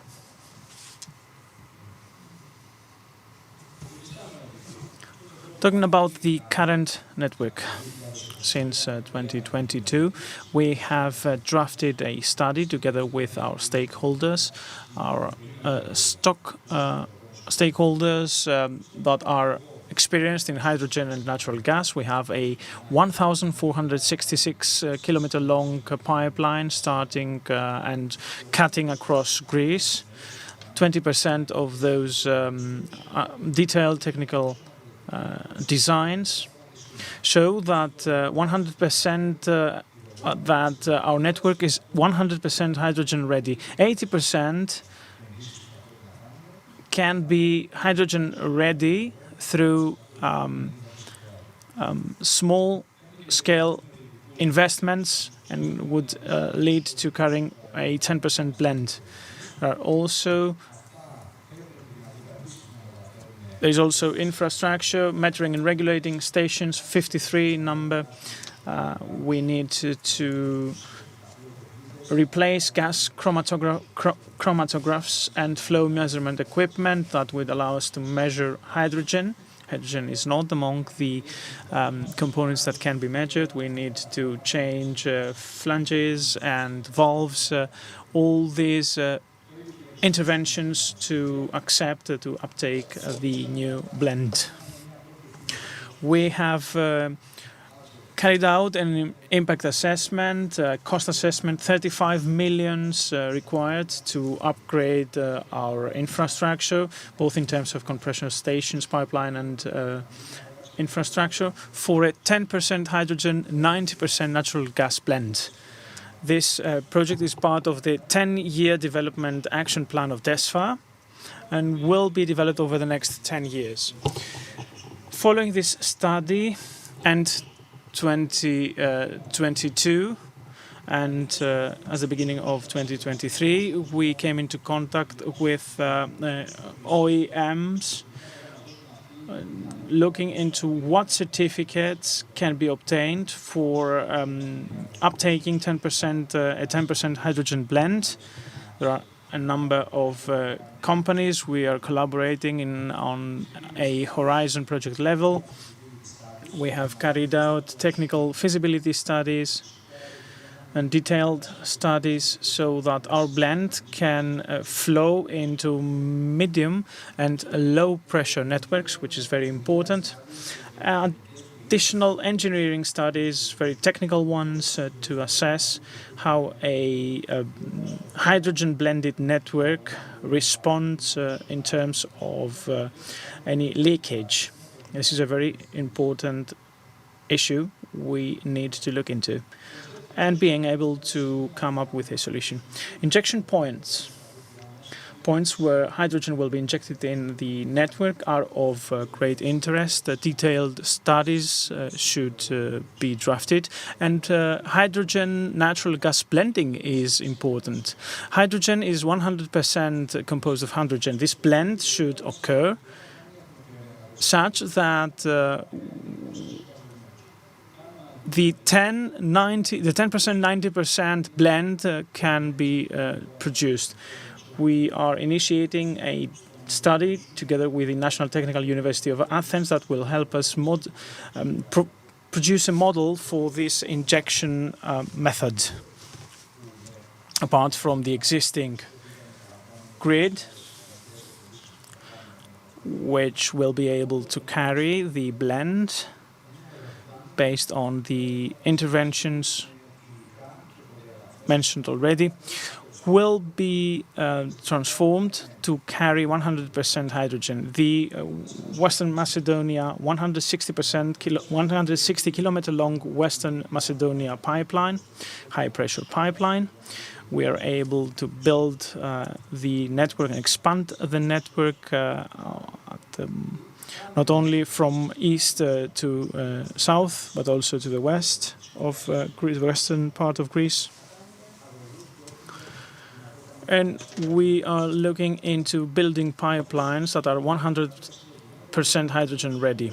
This 160-kilometer long pipeline might be the first one in Europe which will be compatible with the transport of hydrogen by up to 100%. There will be expansion of the network in Komotini, northern Greece, Larissa, and new compressor components that will enable carrying 20% hydrogen, 80% natural gas blends.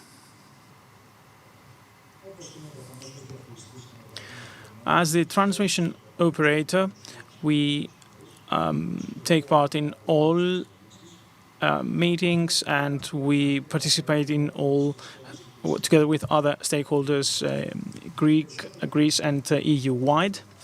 The following package will be a technical one. We need to stay abreast of the developments.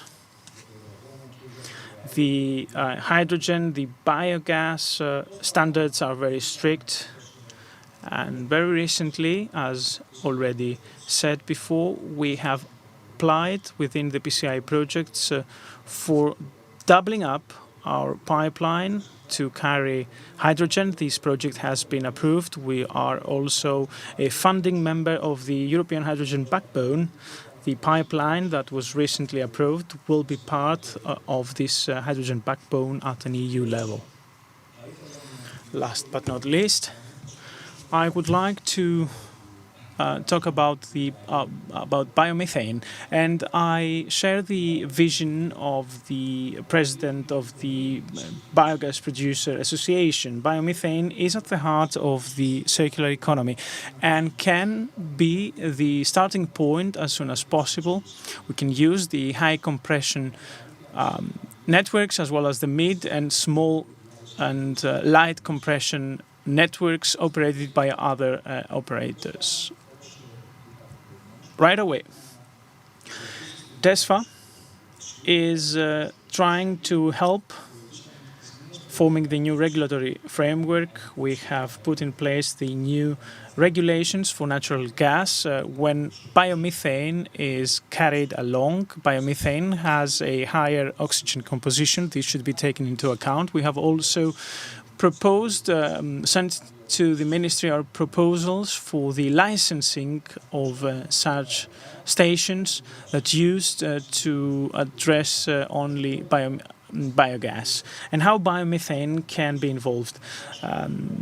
The professor will take this into account to complete the regulatory framework within 2024.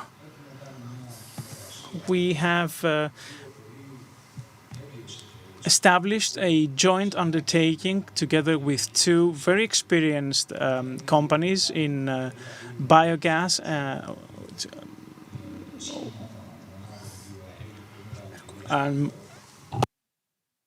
One is Ergo Planning, and the other one is Polyeco, Waste Manager.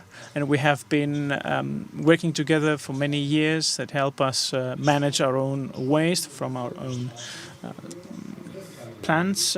And we look into building a vertically integrated plant. We will build the place, produce hydrogen, biomethane, and use biomethane to operate the hypercompressors in Thessaloniki and Larissa, to avoid consuming natural gas and turn into biomethane, thereby reducing the ecological footprint of DESFA.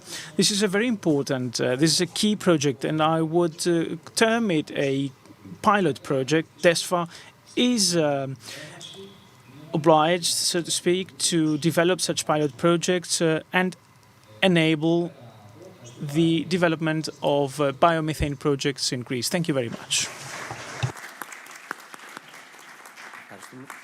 I would like to thank Mr. Katsis. What I took out of your contribution is that mixing hydrogen by 10% and injecting biomethane has certain technical challenges that have to be met. So I'd like to now to give the floor to Mr. Vasilis Galanis from the Corinth Pipeworks.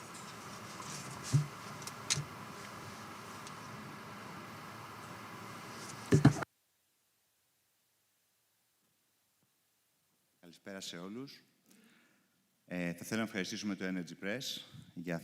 Would like to thank Energy Press for this beautiful event and everyone attending the proceedings. It's really something great to see a full house attending an event on hydrogen. In the past years, we were trying really hard to have some people attending. Now it seems that we will need a bigger space, a bigger venue next time. My name is Galanis Vasilis. I work in the Corinth Pipeworks, member of Synergy Holdings. Today we would like to give you a different viewpoint with respect to the things you had before. So how hydrogen, which represents the future of energy, and how all these technologies might leave some added value to our country. Synergy Holdings belongs to the Viohalco group, one of the largest industrial groups of our country, and we represent the energy arm, the energy branch. Synergy consists of Corinth Pipe Works, one of the most important global players for steel pipe works, and Hellenic Cabling that produce cables for the transmission of power. The company currently employs 2,800 people, many of whom are highly qualified staff. We have 5 manufacturing plants and projects currently underway in more than 70 countries.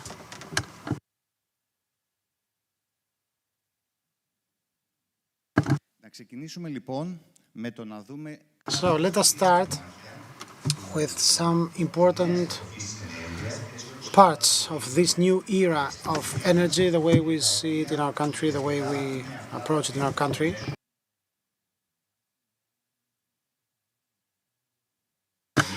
So we can have a cleaner future ahead of us. Let me start with gas. You heard a lot about natural gas, and it seems that natural gas will keep on playing an important part of our energy mix in the future. Currently, natural gas represents 16% of our energy mix. It's a very important factor of stability of our mixture. This also includes biogases, which we gladly see that they are in the uprise and there is increased interest in them.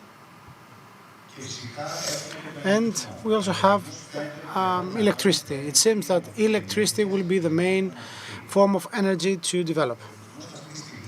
Currently, electricity will double its contribution in the energy mix in the next let's say 5 years. So we're talking something like maybe it can reach might be multiplied threefold. Great part of this additional electricity will come from renewables, solar parks and wind parks.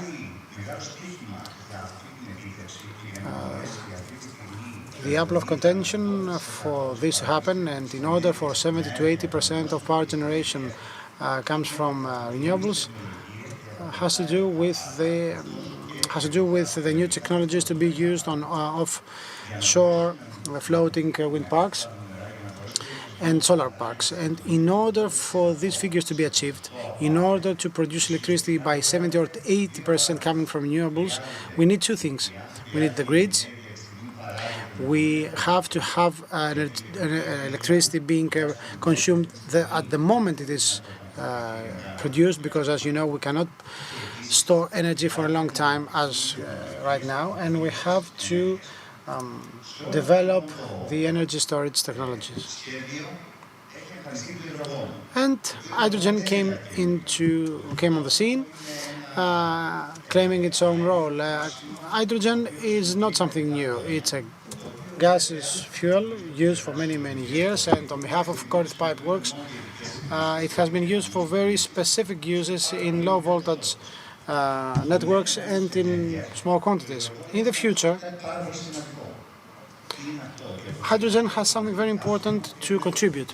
It's both the fuel and the means of storage. So the increase we expect in its use, and hopefully this will happen because hydrogen is the cleanest form of energy since it produces nothing but water, it has to be linked or combined somehow with other technologies. So in order to be able to produce clean hydrogen, which is blue or green hydrogen, this means that many, many technologies have to develop, some of which are mature already.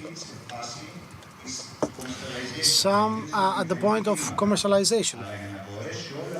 But in order for this entire scheme as prepared for the energy industry, and we do that in order to meet the greenhouse emission targets, the Fit for 55, the Green Deal, etc. In order for this to happen, we have to have technologies developed simultaneously, and these technologies have to go hand in hand and collaborate in such a way so we can reap their benefits. As the previous speaker said, we have green hydrogen, and this may be used in the form of hydrogen 100%, or used as a component of a mixture within the natural gas pipelines. And we have blue hydrogen as well, let us not forget that. Blue hydrogen produced by carbon reformation, and it has to be coupled with CCS systems. All the things we see on the slide have one common feature: they need networks. We need transfer networks, and these networks are split in two types. The first one that goes straight, lead the fuel straight for consumption, and the so-called interconnectors, which means they allow for having a common network in order for one technology to support the other. For instance, we have renewables produced in Greece, and we have renewable energy produced in Greece, and this can be consumed immediately in another country, and vice versa. This is where our company comes into play. The future of energy represents a huge opportunity for our industry and for the Greek economy.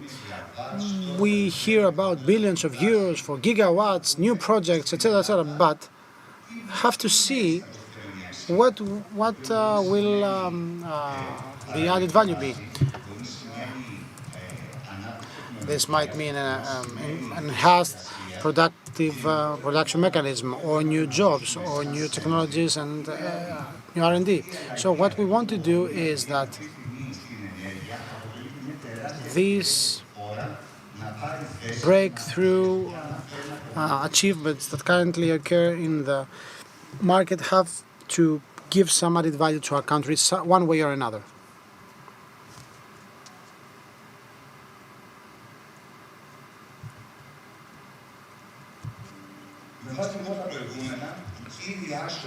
Based on the above,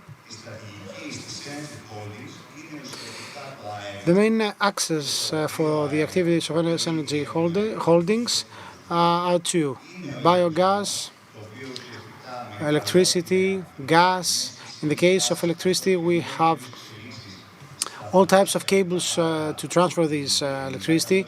Hellenic cabling plays a very important role globally as a producer of such cables. We have the CCS technologies. The Corinth Pipeworks is heavily experienced in that, and hydrogen, which will be the focal point of today's presentation. Now, hydrogen. This is future's clean form of clean fuel. One might say, this relates to the future in 20 years from now. Maybe this is the case, because many technologies have to be coupled in order for cheap hydrogen to be produced. The same applies for the networks. We have to have the networks in order for this hydrogen to be used. But as you know very well, you can't build networks overnight. So what we started some years ago in the context of R&D and has now led us to being pioneers, globally speaking, is we are able to give solutions and offer products that build the network of the future. So what we offer, and this has been the outcome of long-term collaboration with all value chain stakeholders, starting with the steel makers. This is the raw material.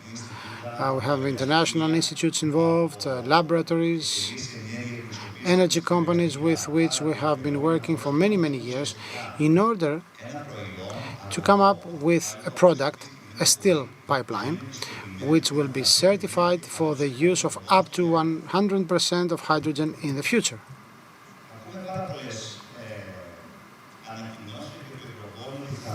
We heard that hydrogen's prices will be increased 5 times. What is for certain is that the road has already been paved, and Europe, which is one of the pioneers in hydrogen-related developments, has already drafted a roadmap, as the Hydrogen Europe said before, which is the hydrogen backbone network, according to which by 2040, almost, there will be some 50,000 kilometers of pipelines compatible for the use of hydrogen, including pipelines used for natural gas retrofitted in order to cater for hydrogen, will be needed in order for hydrogen produced close to renewable establishments and installations will be used for end usage. We have 2 types of end usage. We have the pipelines that will be hydrogen dedicated,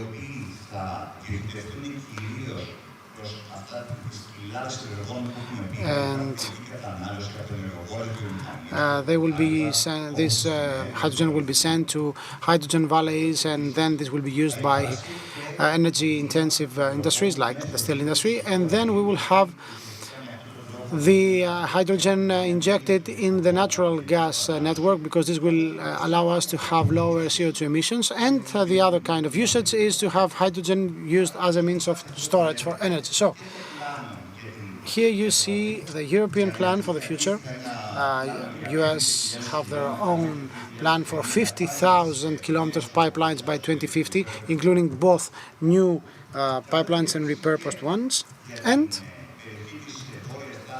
talking about North Sea and the Baltics, we see that we have pipelines that will be exclusively feeding industries with hydrogen in order for them to meet the targets of CO2 emissions reduction.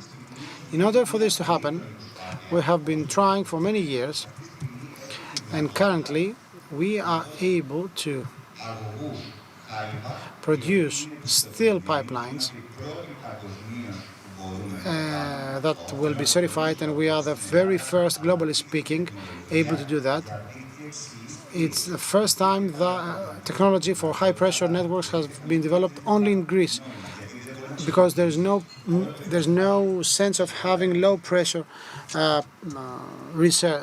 pipelines being developed. So we are the very first ones who, globally speaking, built a laboratory, because all these tests require highly specialized tests. So in order to give a solution to energy companies, in order for us to move down the right path, we are the very first steel pipeline manufacturer who has our own laboratory. So we do not expect some laboratory in Europe giving us a certification. There's only a handful of them. At the same time, we help building standards and specifications. These should have been revised already in order to cater for the new technical requirements for the transfer of hydrogen. Our country continues its testing campaign for the development of new solutions for the transfer of hydrogen through underwater pipelines. We run tests for pipeline fatigue, etc. And this is what we do in order to stay atop of the table, let's say, and be always pioneers of R&D in this regard. Currently, Corinth Pipe Works is the only one building 4 certified projects for steel pipeworks in Poland, in Italy, and in Australia. I'm so glad to say this has been a huge success for us, because they wanted to do something, to build something, and they found the solution they were looking for only in our company. So, thank you very much. Ευχαριστώ πολύ. Ευχαριστούμε πολύ τον κύριο Γαλάνη. I'd like to thank Mr. Gonalis. I take that the renewable gas time should be an opportunity for our country to become productive. Let's open up the question round with Mr. Kalailas. You talked about the development of a regulatory framework for natural gas. What are the specificities? What are the particularities in our country? Well, there are a series of issues we would need to consider. Feedstock, raw materials. Said there are as many as 300 feedstock components, materials. It should be considered very seriously due to the seasonality or to the different mixtures. We should also consider fuels that we haven't considered so far. There have been useful talks with producers concerning also residues in hotels. Let's say residues, urban residues, that could be of use. So, first of all, feedstock. Secondly, the grid and the particularities of Greece's mountainous terrain. Solutions should be delivered in the form of liquefied natural gas and its shipping that would help in turn the shipping industry and the maritime industry. Another important aspect is sustainability. I cannot say that I am sustainable transporting natural gas or hydrogen using diesel-fueled vehicles from northern Greece to the Peloponnese. Sustainability as a factor should be accounted for. To move along the lines of the European Union standards and the Fit for 55 concept. Thank you. Mr. Katsis.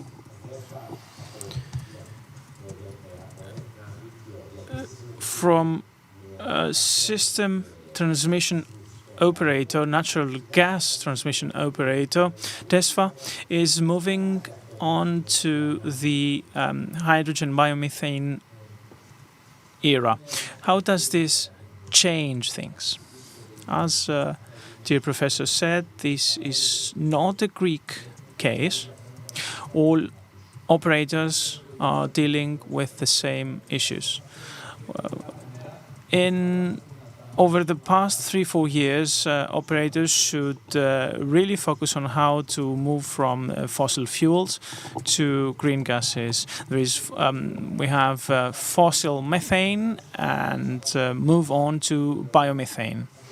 Hydrogen, in turn, should be used within our infrastructure, serving as huge batteries, so to speak. At the time where the RES mixture is very high, we should be able to electrolyze water and keep hydrogen stored in our facilities.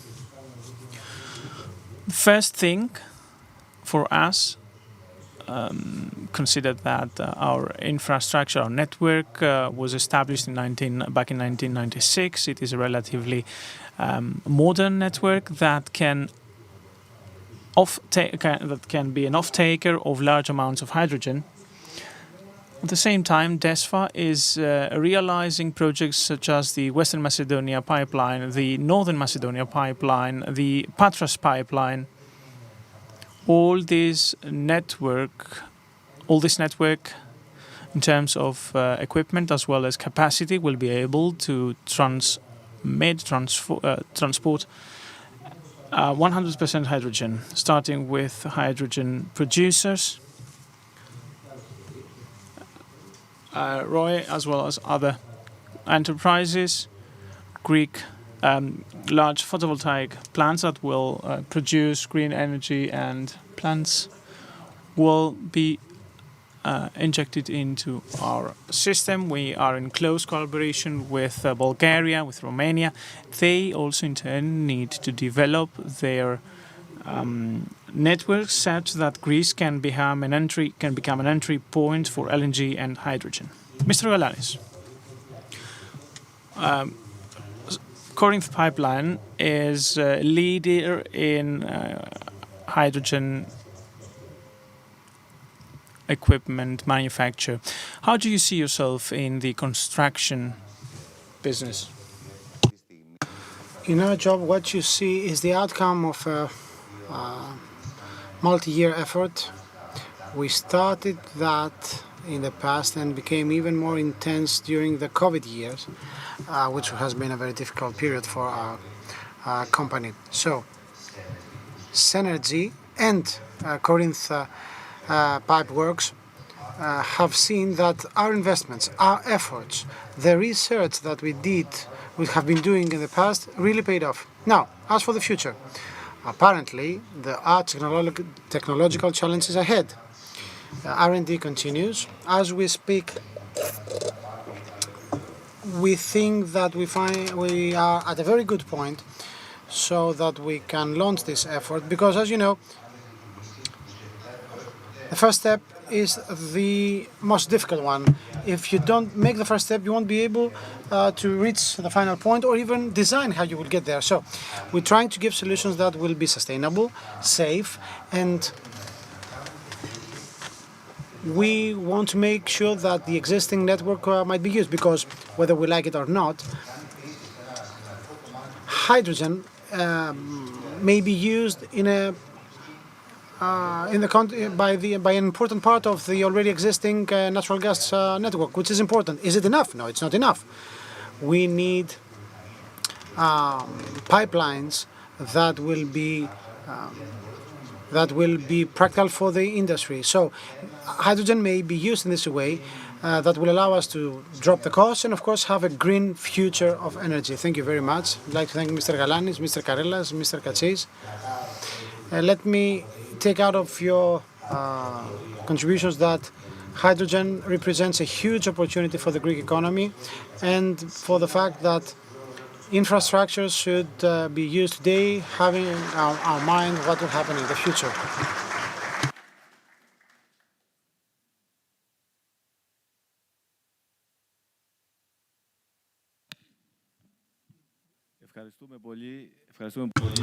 Thank you very much. I'd like to thank all speakers and Mr. Delianis for moderating this session. Now I'd like to invite to the panel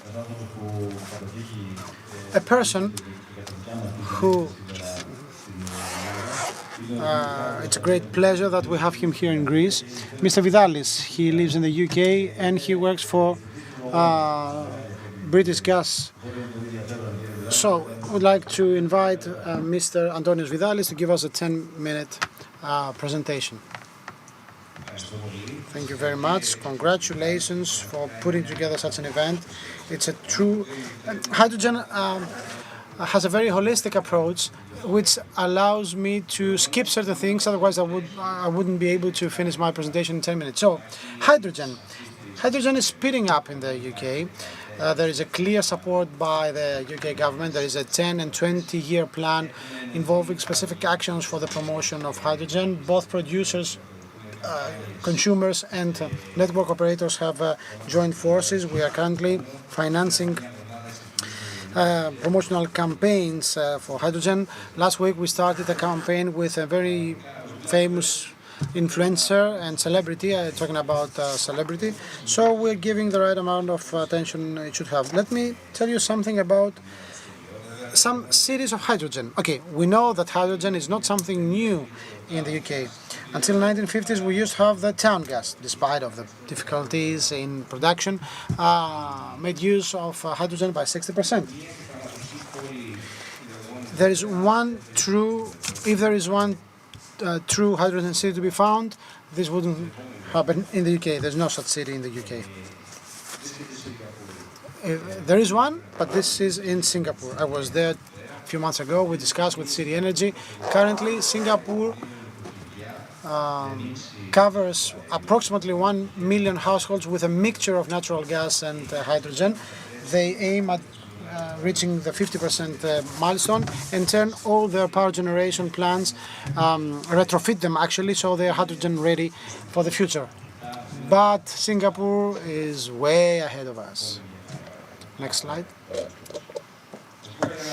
Let me tell you a few things about Centrica. I know Centrica is not that well known in Greece. It's one of the largest energy companies in Europe. We have a huge energy trading department, a production, power generation department. Through British Gas is the largest power generation plant. We have thousands of technicians installing heat pumps, burners, lots of technicians offering their services to other companies. We have very, very ambitious plans for the future that involve hydrogen.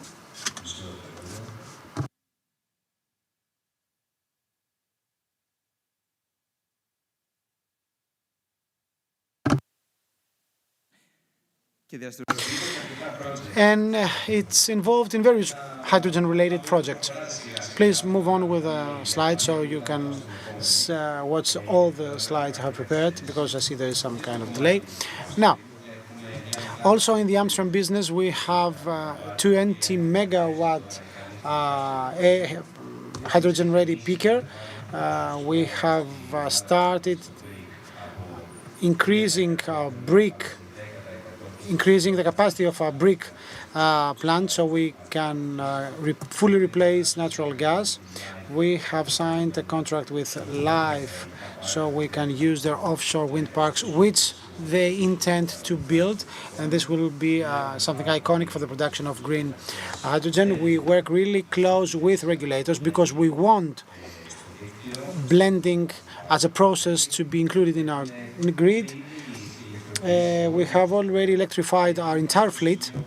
We have reached a point in which we want to have a generous part of this electrification shifting to hydrogen. We're working with RISE on that. We have invested on some companies on new technologies like HiRock that creates electrolysis derived hydrogen. We believe in the hydrogen economy because we have the raft. RAF means 18 BCM hydrogen storage capacities, also used for natural gas, and we want to use that.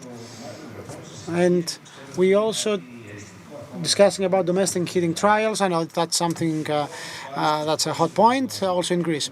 Now, talking about the hydrogen cities, we have picked some specific areas in the UK, and we're installing hydrogen burners, heat pumps, and cogeneration units, using hydrogen in order to have district heating networks. So we move from natural gas straight to hydrogen by 100%. Please, next slide. So, in order to avoid repeating what was said before, let me talk to you about the use of hydrogen in households. Of course, the question goes like that. How is it possible that a heat pump, which is 5 times more efficient compared to a hydrogen burner, be part of this debate? It can, as long as we give answers to specific questions that apply perhaps only in the UK, not in Greece. First question. We don't have endless time and endless funds in order to decarbonize our homes, especially for heating. Heating represents 20% of all CO of greenhouse emissions in the UK. Second, what is the most efficient mix on a whole system level? Heating and energy production. Third question. Okay, you convinced us. Great. Can we make enough hydrogen for household heating? And fourth question. Okay, everything is great so far. Is there a business case for the end user? Is it safer? Is it more affordable? Let me go one by one. It's a question would require for a dedicated presentation, but anyway. So we know that in UK, 87% of households are connected to the network. 86% of them are residential buildings built before the 1950s, and they will still be with us for many years. Although the UK spends a lot of money for heat pumps and energy upgrades, they meet no more than 10% of the targets, and they have an absorption rate of less than 50% of the funds earmarked. So we're talking about very generous projects. Some projects have offers that are below cost, and the subsidies are great. So one understands that yes, if I have a magic wand, I can have an energy upgrade for every building with heat pumps. But I don't have endless time, and I don't have endless amounts of money. So I have to take care of both. We already know that local authorities want to enforce decarbonization policies because the grid cannot put up with the new plants, the new power generation units.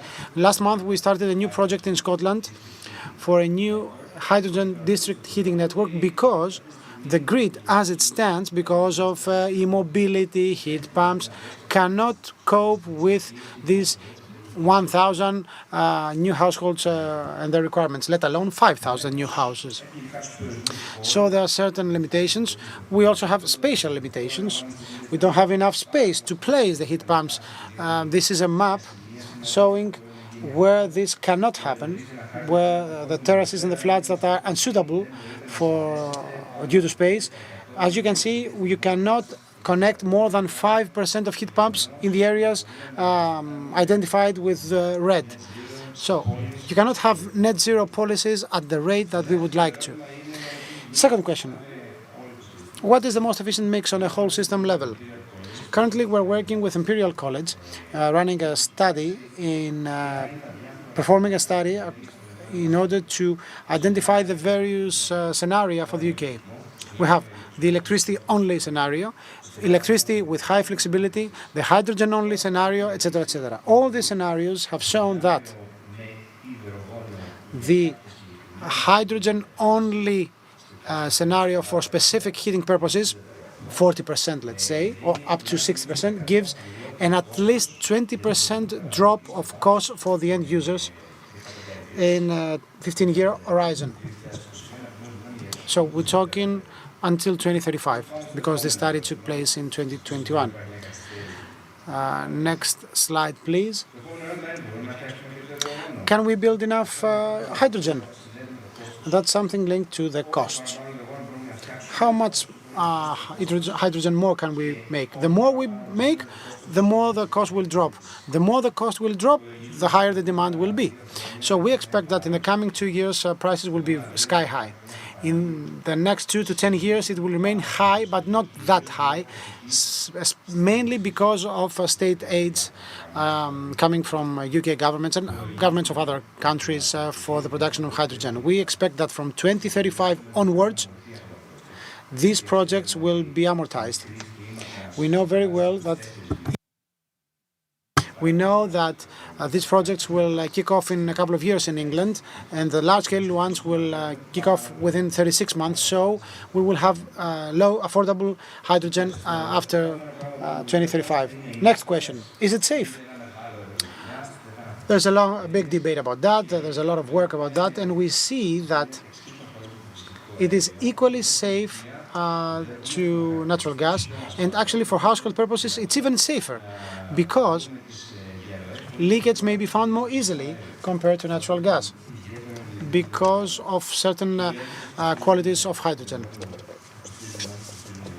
Hydrogen burners will have a cost which is the same like natural gas one, 2,000 quids. A heat pump might cost even more. Now, the fuel itself. As for its cost, it depends. There are many question marks. And depending on the area you look at, you will understand what I mean. So, these are some of the places, the areas in the UK where there is high demand for electricity, good connections, good grids, and as you can see, this coincides with the Project Union, which is a project to link all hubs. So we have 4 stages. After the laboratory tests, we have had some district level tests. It went fine, 300 households, and now we took to make a huge circle close to Manchester and close to Newcastle, the Teesside, and everything within it will be turned by 75% into hydrogen-run premises. Buildings, small industrial units, plants, houses, hospitals, and other things, including, let's say, shops with an oven.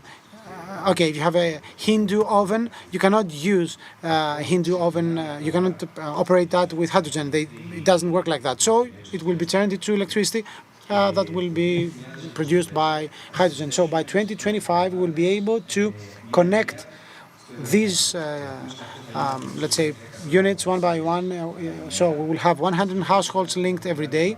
And the aim is not to have more than 200 per week. So suddenly, this shift to low-carbon heating options will allow us to have hundreds of them every week. Of course, we cannot do that when we talk about electrification, but we can do that if we use hydrogen. Next stop, towns. We're talking about tens of thousands of points across the UK. We will start the design next month. There are some questions like costs or the reactions of consumers. That's something completely new because currently we are talking about that, and as we speak we have UK households being asked to include hydrogen for use in their households within 18 months. So we have some demonstration facilities using hydrogen, so you can make pancakes, and the flame you use, it's blue if it's just hydrogen, or orange or red depending on the mixture, and this gives us an additional advantage. So we have the end user closer to hydrogen, and we're not just talking about households. It's about raising awareness and getting the support by the public for hydrogen, and convey this message to the politicians who will then vote in the parliament. We started this campaign to raise awareness about hydrogen amongst the public, and I was sent a message by the press team in Glastonbury, the huge festival, you know, there's a big installation about hydrogen. Who are these guys? Are they our guys? So we went And we checked about them, and they are Nottingham University students who are passionate with technology and hydrogen-related technologies, and they decided to build a mini electrolysis engine and demonstrate that in the Glastonbury Festival. So there are things happening. Sometimes they happen faster than they should. And next time I will be really glad to give you the results after hydrogen has been introduced in small cities. Thank you.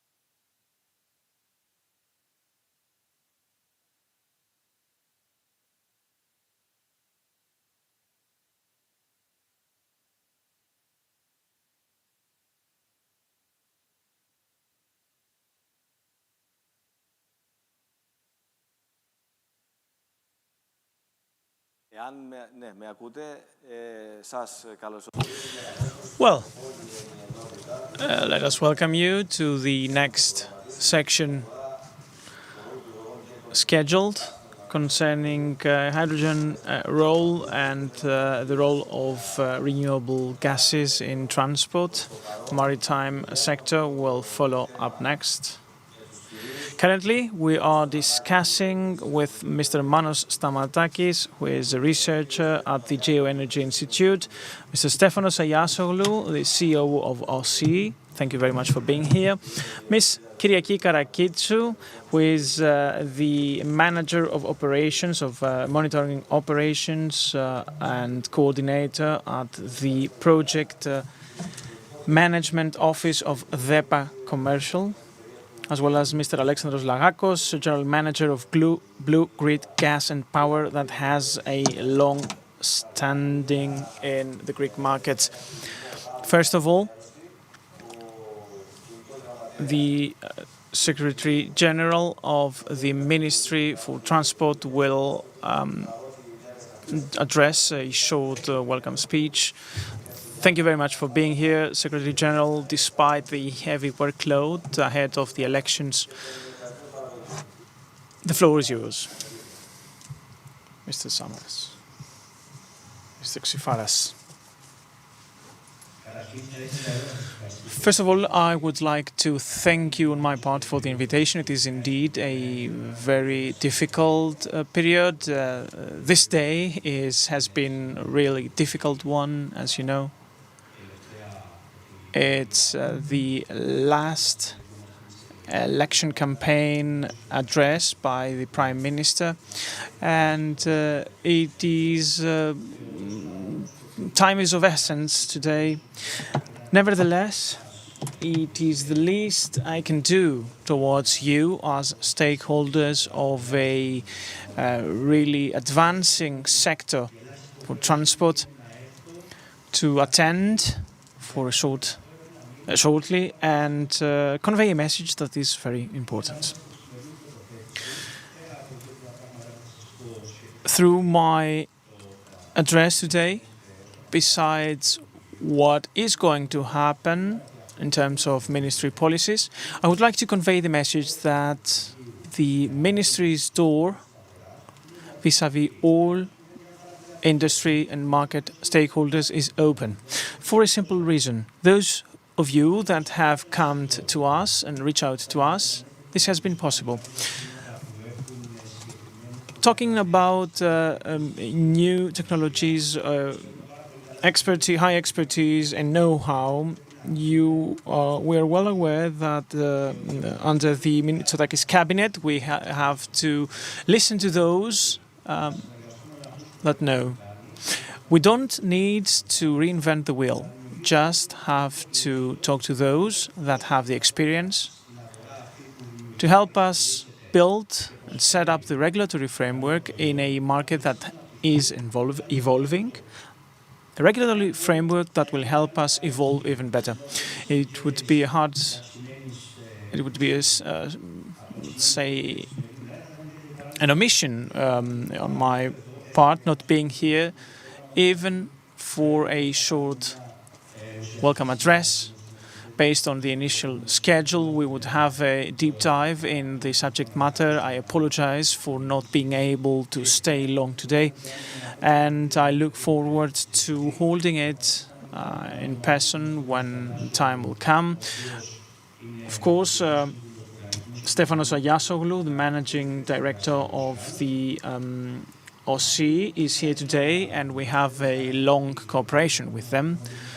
Let me just shortly say that in the Transport Ministry, we're well aware that e-mobility involves hydrogen mobility, and even more so, we believe that hydrogen mobility is an outstanding part for the shift to the next technology.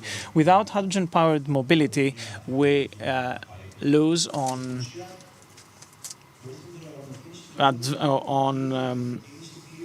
effects that would enable us to electrify the entire fleet, simply because there are vehicles where, well, we're talking about e-mobility. One imagines battery, charging, and moving on.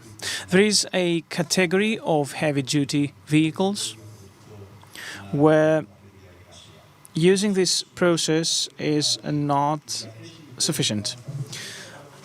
And at the same time, the capacity is not sufficient enough to load all batteries on all systems. Hydrogen-powered mobility will enable us to manage the energy transition.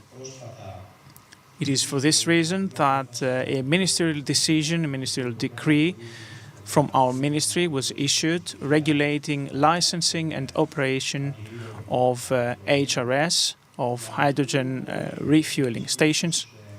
This is also why the issue of hydrogen mobility has taken ground in the transport companies. OSCE, together with Solaris, have brought a bus on the streets, moving on hydrogen, powered using hydrogen, and we are examining issues in terms of adapting our organizations, our depots, and our fleet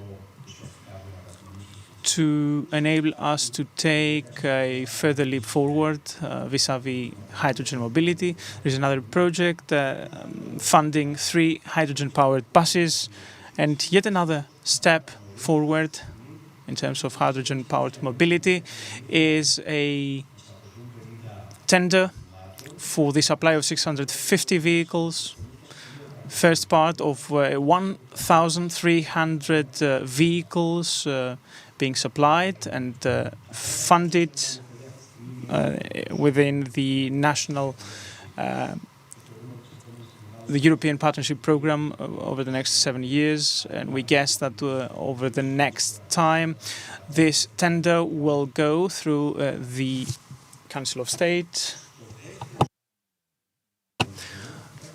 And in the second phase of this tender, we have reached an understanding in principle together with the Director General for Regional Development, that is the one approving the national reference framework programs, to enable us to supply, to procure a sufficient amount of hydrogen-powered buses. Till the end of July, this round will be concluded. And in terms of how funding will take place, whether it will be regarded as funding a commission, funding the procurement of hydrogen-powered buses, or whether it will be regarded as a project, as a pilot project. The European Commission has agreed in principle for Greece to prepare itself for hydrogen-powered mobility in a way that hasn't been there so far. There is currently a tender for the supply of e-buses without the former administration providing the necessary baby steps forward. This would enable us to understand what would be necessary to commission a new technology fleet. You need to retrofit depots, you need to upskill the staff, you need a new culture in terms of know-how and spare part availability. And furthermore, on occasion of small-scale tenders, one needs to see what improvement steps can be taken. The former administrations, former governments have not examined this thoroughly, and thereby there have been delays in realizing this tender. We have taken stock of omissions over the past years in the process that would refrain us from doing the same mistakes. This was very much welcomed by the European Commission. What I can bring here as news is that the e-mobility concept is examined within the ministry in the context of a regulatory framework such that private vehicles, repair shops and individual owners can develop their business together with road transportation organizations. We're looking into how hydrogen-powered mobility can become a part of the urban mobility. E-mobility and hydrogen mobility is not for the elite, but should rather shift to mass production using the current, the available funding schemes, improving the passenger experience. I would like again to thank you all for your efforts to address this ever-changing framework and environment. The Greek state will stand by your side, and we are ready to listen to your concerns that would enable you to develop within the correct ecosystem. Thank you very much indeed. I actually have to go, but thank you very much for the opportunity to address you today.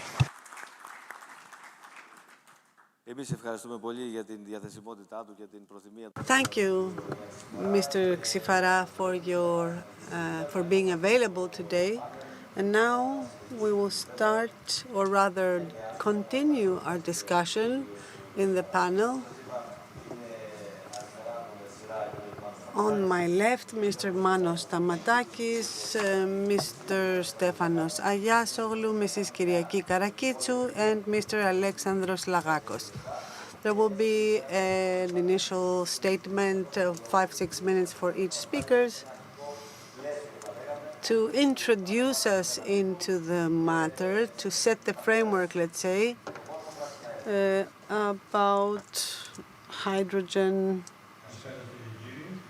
and green gases. Manos Stamatakis, I am a researcher at the Geoenergy Institute, ITE, and at the Democritus Research Center we are developing a new technology. Thank you for the invitation to the interesting forum today, and thank you for including me in this panel. I will try not to repeat what has been said so far. I had actually prepared a longer presentation, but what we can see now is that there's a favorable international framework with benefits for those stakeholders who will develop emerging technologies based on hydrogen and alternative fuels. We have found at the same time that at a national level, very few steps had been undertaken to develop hydrogen. The first hydrogen refueling station at Democritus last year, sort of filled this gap, as well as the two hydrogen valleys, plus the EPCI projects that were presented by the previous speakers. In the transport sector, we have two major challenges. First of all, the financial competitiveness of hydrogen-powered vehicles as opposed to plug-in hybrid vehicles, and also the distribution and refueling. The refueling, the hydrogen refueling stations are necessary for full coverage, and this requires considerable costs, initial capital, plus some planning for the return on investment. So right now, the main obstacle is not the technology. The infrastructure has to be rolled out first in big urban centers and motorways, and finally also to more remote areas and the islands.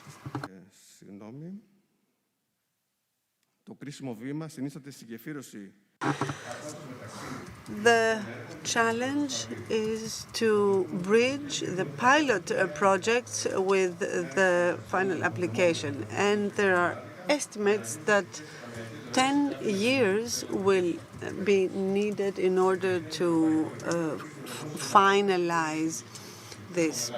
There are a lot of countries, the US, Japan, South Korea, Canada, Australia, in Germany, in Europe, Germany, Nordic countries are interested in these ventures.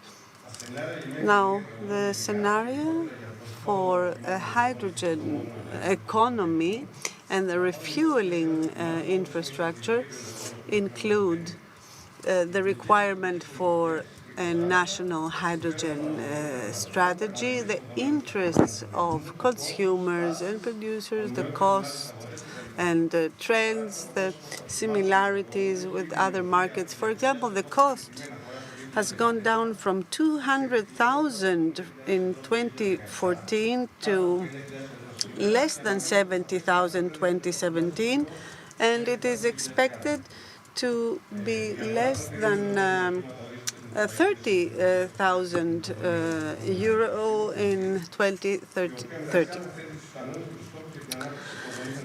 There are a series of targets, and the national action plans. In the national action plans, Greece is absent in terms of numbers and figures.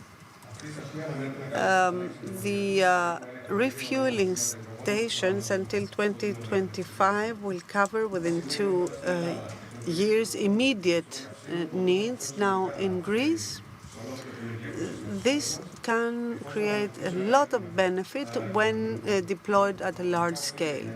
The socio-economic effects can also be very important in Greece. The value chain is being developed, but we need more specialized companies that will create a landscape of innovation and competition. In this way, Greece will find its place in the developments to come.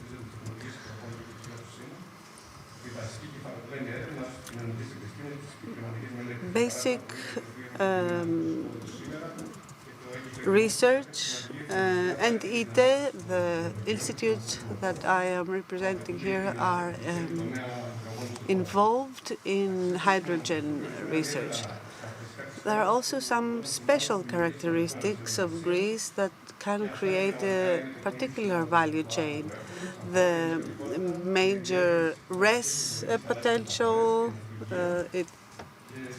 application in the maritime and shipping sector, the regions in transition, such as West Macedonia, large parts of the railroad network have not been electrified yet, so we could use hydrogen-powered trains, and also startups and spin-offs are developing in Greece. And I will talk about the achievements of our team later on.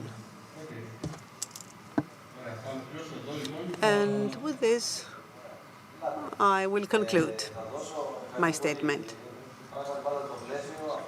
Thank you. You have really set the framework for transport and hydrogen-powered mobility. I will now give the floor to Mr. Ayasoglu.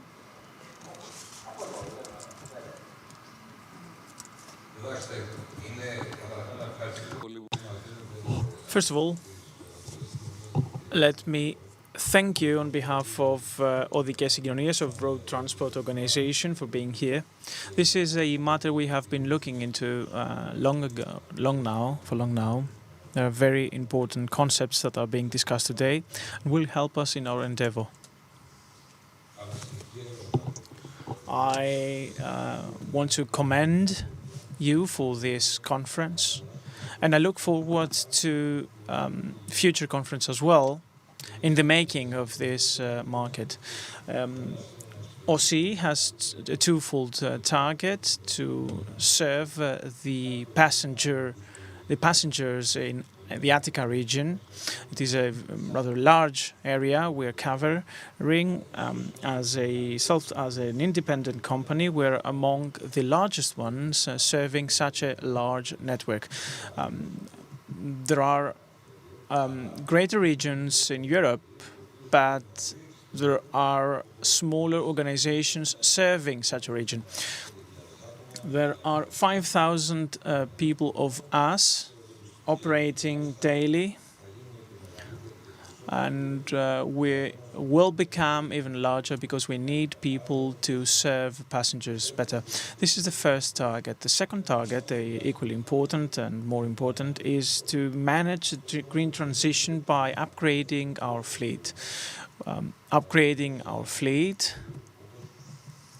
as I guess you can all understand, is not something that you can buy off the shelf in a supermarket. It requires certain steps to integrate this fleet in and put it into operation. E-mobility is a question of today, and the hydrogen-powered mobility is the issue of the future. They're already being put into perspective and put into operation. We, as the Road Transport Organization, put emphasis on the consideration emerging from this conference as well, that there is a room for stakeholders to provide amounts, volume of this fuel. We, in turn, are the off-takers. We are heavy-duty off-takers, as you can understand. We have a large heavy-duty fleet, because it's not just the urban transport vehicles, it's also the ancillary vehicles that keep the fleet up and running. So building infrastructure, we have gone through an extremely difficult situation over the past 3 years. The state was miserable, and we had to manage to serve passengers as we're currently doing. the ministry has been of great help. The funding provided has helped us go forward. Now we are looking into preparing the infrastructure and looking into the future. The first e-buses were trial tested in real conditions, and as the Secretary General said today, the 250 e-buses awaited are ready to be operated. We know how to operate them. And taking a step forward, we look at the future of heavy duty transportation, and in the maritime sector it is the case as well. Hydrogen is key.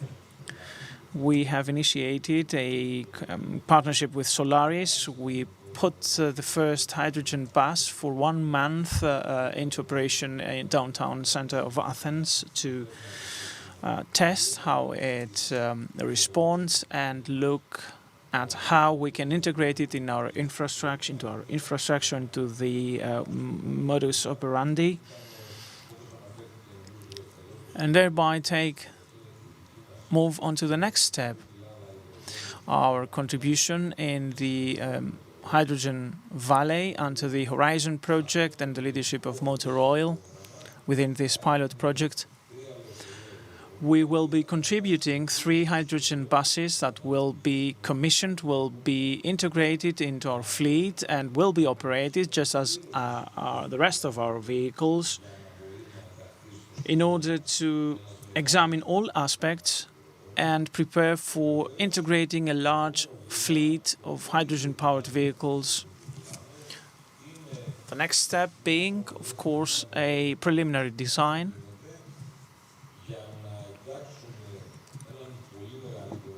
to integrate a larger volume of vehicles into our fleet, and how this can better perform compared to how we're currently operating and how we're currently preparing ourselves for e-mobility. We are also we're preparing an area within the Thriasio depot to accept hydrogen-powered vehicles and allow us to migrate them to the current network. What needs to be understandable to all of us is that for all these technologies to work, preliminary work needs to be done, both in terms of space, in terms of technology and culture of the staff involved, of the stakeholders, of our technicians, our drivers as well. Because, you know, the mobility technology changes the world as our drivers and technicians know it. And this reskilling presupposes a rethinking training for us to train vehicle drivers 3,500 to 4,000 people distributed, allocated all over the greater Attica region. For us to manage it, we have put in place an OC Academy that is also working on running online. We have procured 5,000 mobile phones and tablets, which were made available to the staff under Sisyphus project, enabling us to communicate live and support the training. For all these technologies to be integrated into the practice and be able to deliver results require support. This is one of the aspects that one has to deal with when we talk about technologies that are not known, let alone mature. And let me just name another, give you an example. OSI is operating trolley buses. We have the largest trolley bus operated network EU-wide. Trolley buses are the best suited to be turned into hydrogen vehicles. There is technology in Europe available that would enable us to turn trolley buses into hydrogen-powered vehicles. These are aspects towards the green transition. Thank you very much for this important aspect being brought by you. Let's move on to the assumption of the alternative gases in transportation and mobility. DEPA has taken steps here and would like to ask you to keep your presentation short. Please put up Ms. Karakitsu presentation. Let's keep it 6 to 7 minutes. Actually, DEPA Commercial has a host of projects in infrastructure. Let me say for everyone, presentations and videos will be uploaded and will be made available to everyone later on.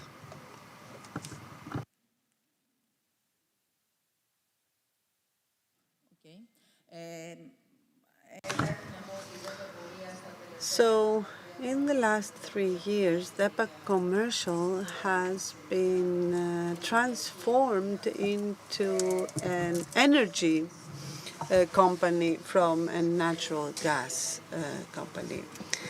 So we are involved in retail of gas, but we also have holdings in RES companies for the production of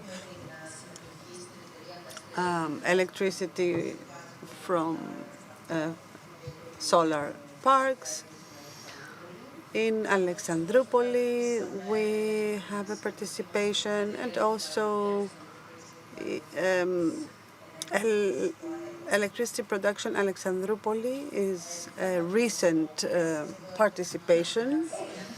I will not go into the details of the current framework because it has been covered by previous speakers.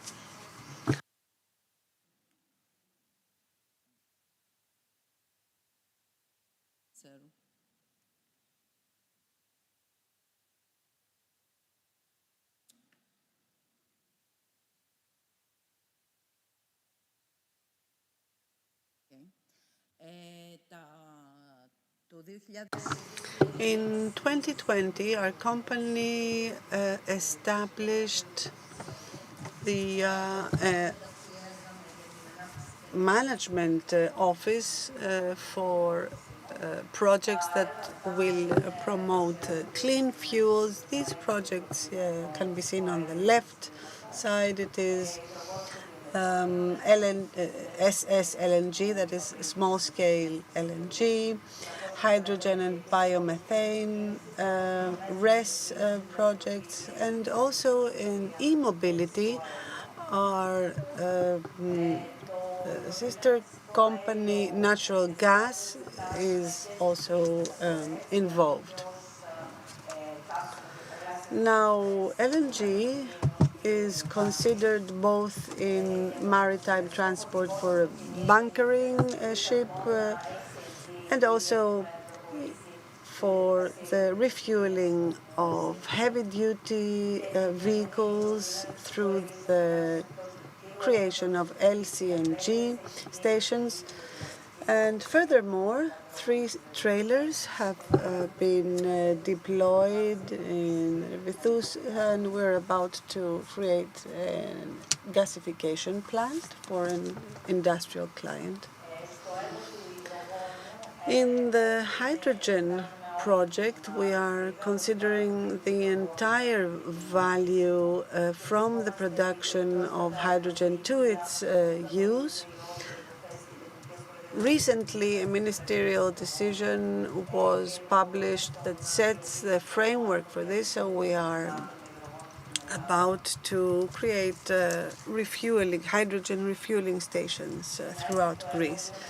Now let me go on to the biomethane project that is being considered since 2021. We have had talks and meetings to see how we can implement this project since, as we heard, the framework is not yet complete. I will not repeat what we heard from previous speakers about what is happening in Europe. Let me talk about CNG stations. About 2,000 bio-CNG throughout Europe are in operation today. Here we have a map of the stations.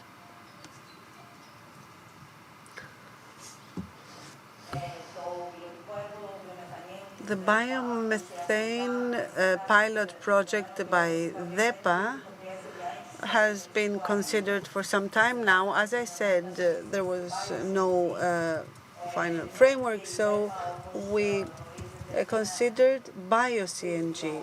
You know that DEPA has a network. It is a network that comprises many stations on and off-grid. It is called Physikon. And so this could be used for the implementation of our pilot project.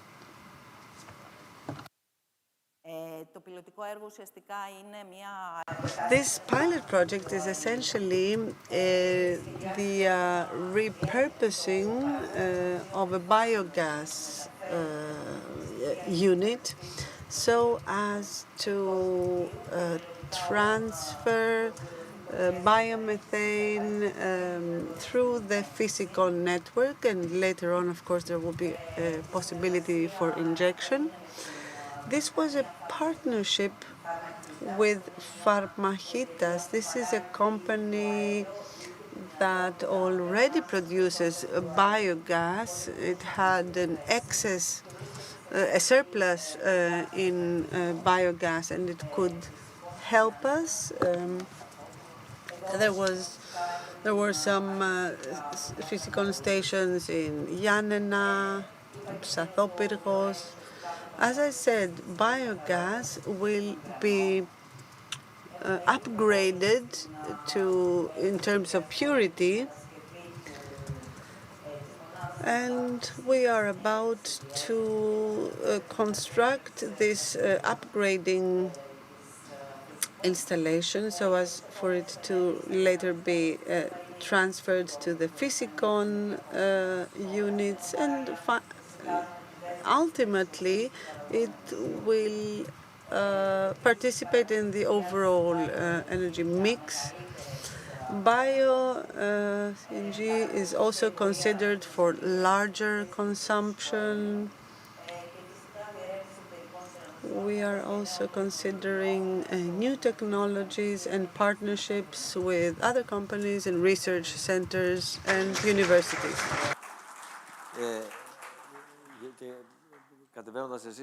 Thank you very much. Let me just comment that DEPA Commercials indeed has a series of partnerships and cooperations, and these also have been bearing fruit. Mr. Alexandros Lagakos, I think, will focus more on LNG. Is that right?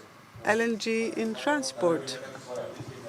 Okay, for a first statement.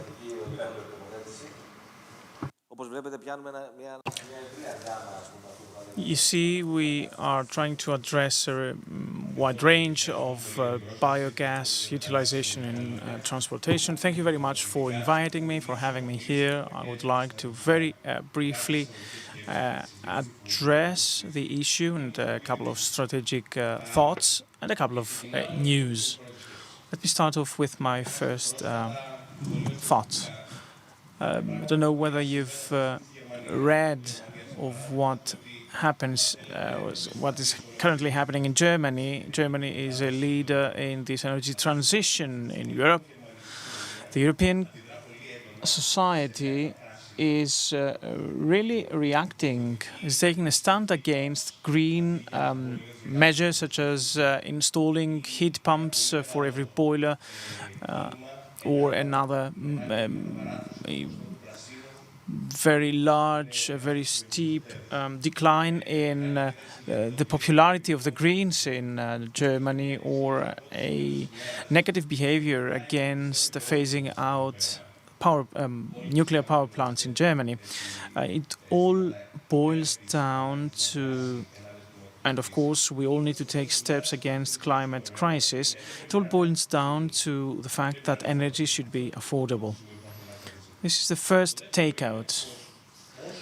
Secondly, the more we delay in taking actions today, the more we need to act in the future. A solution that would currently bring good results, even if not the best solution, is of great value. This is the second point. And thirdly, as already said, there is no silver bullet. There is no one-fits-all solution in the energy transition jigsaw. And this is even more so in the e-mobility. Electromobility is not a wizard for the transportation. And fourth, life cycle matters. An electrical vehicle might sound clean and green, but until its life cycle becomes green, it will take time to afford to reach a net zero technology. It opens up the way, but it doesn't take us there. Combining all these thoughts, I mean, both for maritime and road transport industry, we, as Blue Grid, believe that gas mobility can play a vital role, and I am referring to natural gas. Natural gas not as a transition gas, but as a gas in transition. In its fossil form, natural gas improves our footprint, and even more so in its renewable form, it will lead us to negative emissions, and in the further future, in its synthetic form, it will be a net zero fuel. And let me just summarize it as follows. And let me just tell you what we do at Blue Grid and what we believe in. Blue Grid is a newly established company, last 5 years. We're in the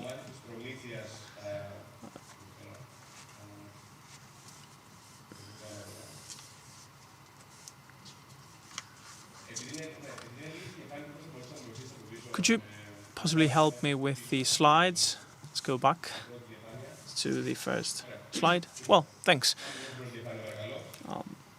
Move on to the next slide. This is a schematic of what I've already said. Gas has a role to play, LNG even more so. Moving on to bio-LNG and synthetic LNG. Next slide. We are a downstream, we're a company in the downstream business, meaning the transmission and supply of renewable alternative gases to the industry, to the maritime sector, and to the road transport, both as fossil LNG and as renewable LNG. And going forward, supplying fuels that are renewable ones, that are hydrogen-based ones. As a company, we are lucky enough to have one of the largest supply and clean gas company investing, a Madrid-based MOL Gas Group, the Mulgas Energy Holding, that is already producing biomethane. It is producing the first 65 gigawatt hours of biomethane, and is serving more than 210 industrial clients using 2 LNG ships, controlling 10% of the EU-wide market with 65 LNG refueling stations. Blue Grid is operating in the Southeast Europe. Before I move on to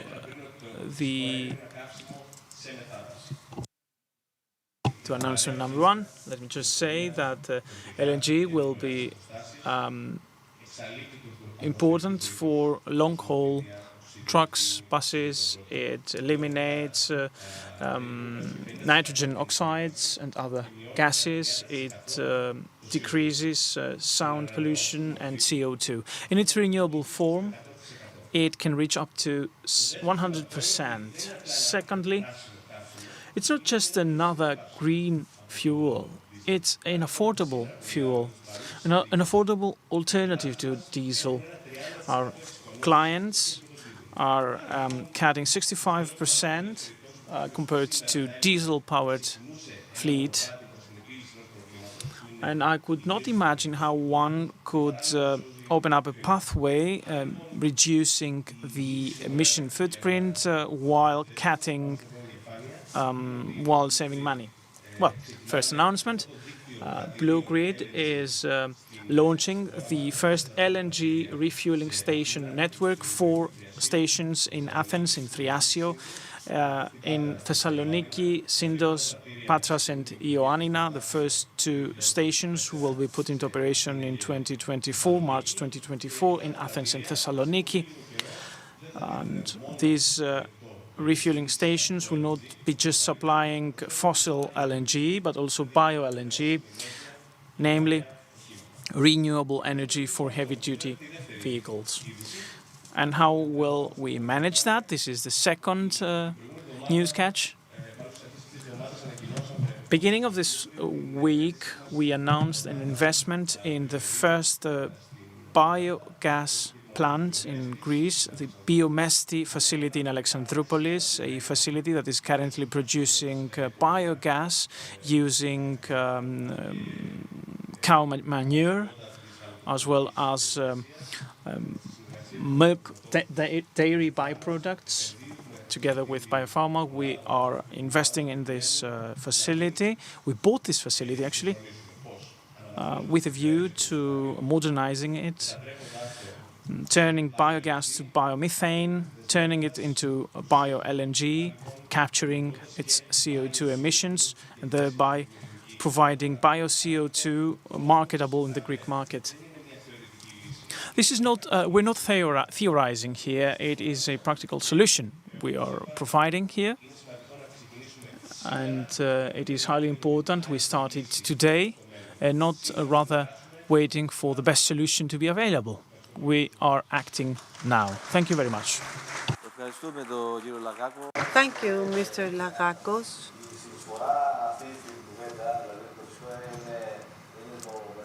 That natural gas is a fuel in transition is a very interesting takeaway. Mr.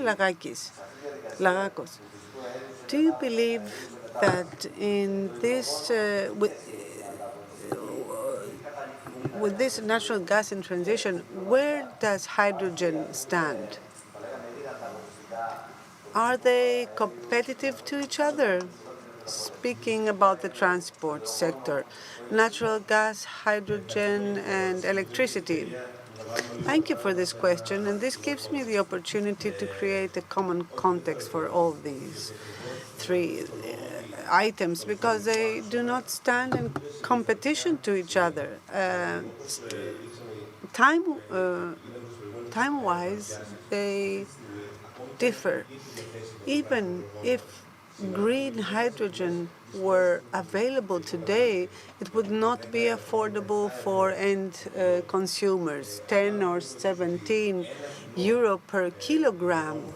Let me tell you that 1 kilogram of hydrogen is 33 kilowatt hours.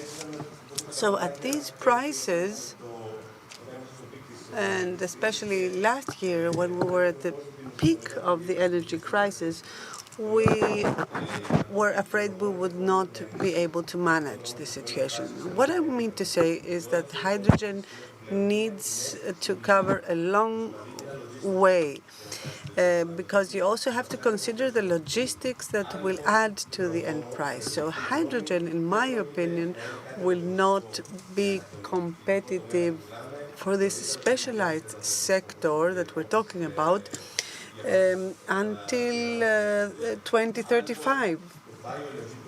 Bio-LNG and biomethane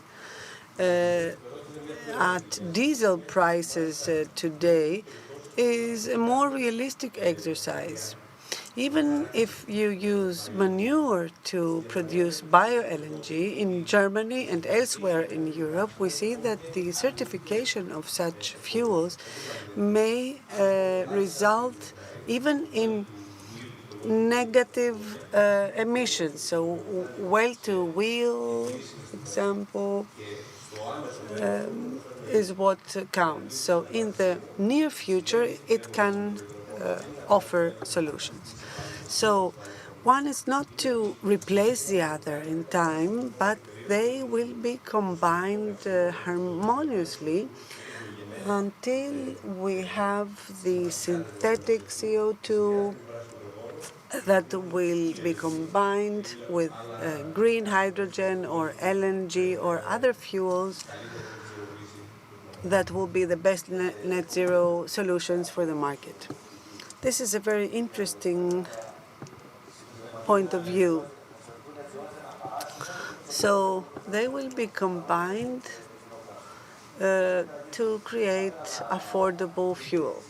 Now, Mrs. Karakitsou, DEPA Commercials has this great benefit of the Physicon network with these stations that may not be as many as gas stations, but still, this is a considerable network. So what is the situation of this network? We are already looking into the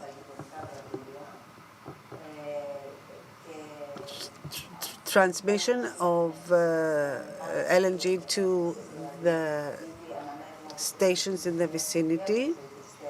We are waiting for the framework to be finalized so as to continue with the injection of biomethane into the network. So this will be a mixture of natural gas and biomethane. In terms of time, when can we expect that? After today's event, I can say that in one maximum 2 years, this will be a reality in Greece as well, because as you know, in France, in Germany, this is already widespread. For large consumers, bio-LNG for heavy-duty vehicles is a solution that is very promising.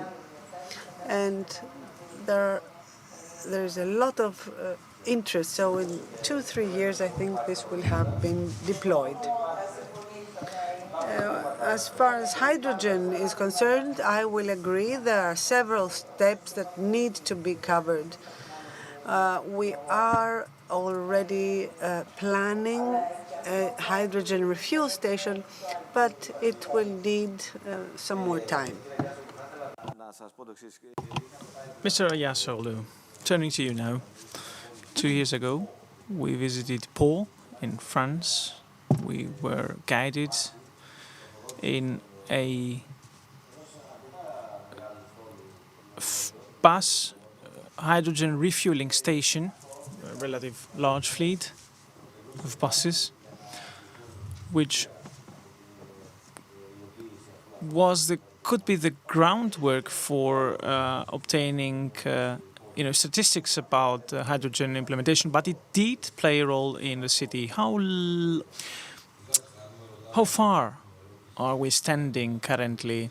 Well, if you had posed this question 3 years ago, I would say that it's not cannot put in perspective. It will take rather 20 years to get there, but there are leaps taken forward in terms of infrastructure restructuring to uptake these technologies. The stakeholders are here and have the know-how to bring this technology to us. We as off-takers should do our part to be ready to utilize them. We have put strong focus, put strong emphasis on that, and judging from how things have gone so far, I could say that as of 2027, hydrogen-powered vehicles will be part of our fleet, serving and accommodating our passengers' needs. 2027 is not far from today. And I need to say this, that, well, you had this one pilot bus and these 3 additional vehicles. Where do you refuel them? The one put in operation was refueled using a refueling truck. That was part of the initial deal to test it. Exactly because these 3 new buses are part of the Horizon project. We expect them to be refueled from the motor oil operated and established refuel station to be built. Within the broader design framework, 1 or 2 HRSs will be built within the OC depots. And as said, preparation is of essence. We're currently preparing the siting and regulatory framework for the chargers, for the e-chargers. By analogy, we're looking into hydrogen refueling station preparations. Let's not forget that as of a couple of years, we are operating natural gas refueling stations together with VEPA. So this culture is part of our culture. And let us close up with Mr. Stamatakis, who will talk about the specific application developed in Demokritos. Let me just start off by saying, as the Professor Karellas said, that we have to look at the sustainability. We talk about green hydrogen. And hydrogen should remain green up to the off-takers, and this is where our technology plays a role. Let me just comment on Mr. Lagakos' observation. The price is competitive. The fuel price at the station is 10 euros for 1 kilogram of hydrogen, providing a driving range of 130 kilometers, 650 kilometers of mileage with 50 euros, paying 50 euros. This is rather competitive compared to the currently available fuel forms. We have been able to develop a compression technology compressors are energy intensive, and this is what takes the green out of the hydrogen carrier. This is based on a thermal process. We use heat and cold water to heat up, warm up specific components, and we can compress hydrogen from 5 to more than 450 bars. There is a 200 bar compressor installed in Democritus, and this is the first refueling station using this technology currently established and installed in Democritus. There is a new version of the 500 bar compressor. We have been able also to, we have managed to get the first fundraising round of a Democritus spin-off. Unifund has invested in us. And in the context of this development round, we are looking forward to seeing this technology being widespread.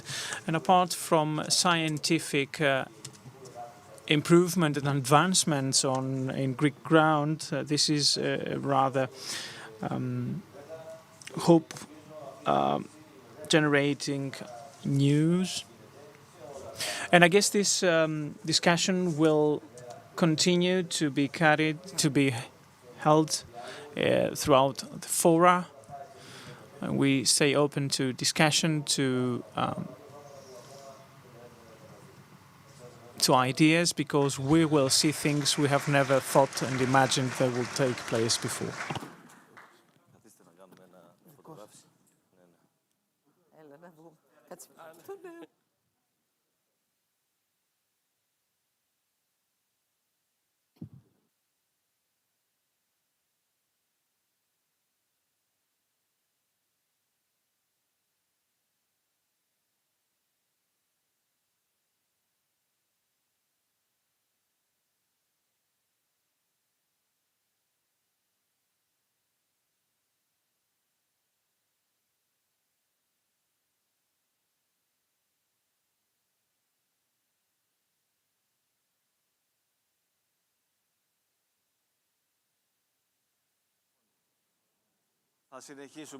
Θα συνεχίσουμε το πρόγραμμα όπως το βλέπετε και είναι αναρτημένο και στα χαρτιά που έχετε στα χέρια σας.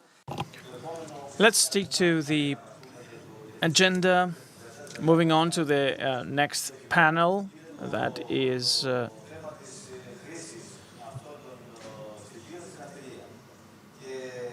about maritime challenges and decarbonization and green transition. Marcos Kanzius, a colleague of mine, will moderate discussion. Panelists are Mr. Dimitris Liridis, Associate Professor, Laboratory for Maritime Transport, Director of School of Naval Architecture and Marine Engineering, National Technical University of Athens. He will be joined by Ariadne Psimara, New Business Development Manager, Attica Group, and Dimitris Kalfa, Senior Business Development Manager, Hydrus.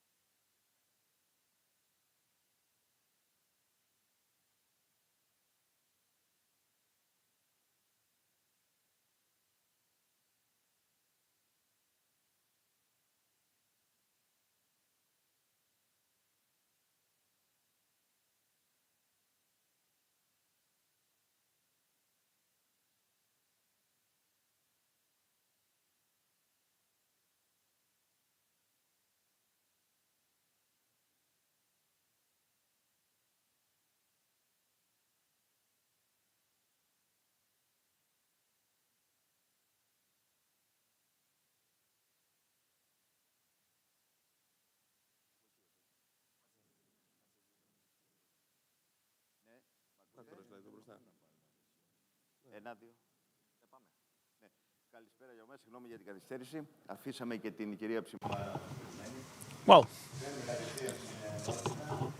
hello to you all. Let's dive in the next panel on the challenges in shipping, hydrogen. Decarbonization in the shipping business is a really key point. Which fuel should be used? It should be part of the pipeline of new shipbuilding projects. New regulations will be put in place from the European Commission. The shipping business, the shipping industry should adapt itself. Let me get down to the nitty-gritty and ask Mr. Dimitrios Lyridis, Associate Professor, Director of the Laboratory for Maritime Transport at the School of Naval Architecture and Marine Engineering, National Technical University of Athens, to address us. Good afternoon, and thank you for the invitation. I would like to focus on shipping and maritime transport. I will not talk about decarbonization in general, because in shipping this is a difficult issue. I would like to focus on alternative fuels that can contribute to decarbonization in shipping. The maritime sector until 2018 and from 2012 has achieved a large improvement up to 21%. However, carbon emissions have gone up from 5 to 6%, 760 tons of CO2. And based on 2008, in 2050, we expect emissions to increase to up to 130% if we do not take any measures. Now, shipping has gone through a series of transitions. It started with renewable energy sources years ago. It was easier to use wind. Later on, after using wind, it made the transition to coal, and then the transition to heavy fuel oil took place. This offered greater energy density, but it reduced storage needs and increased the rates. But it was a significant source of CO2 emissions. Now, there is a multitude of alternative fuels.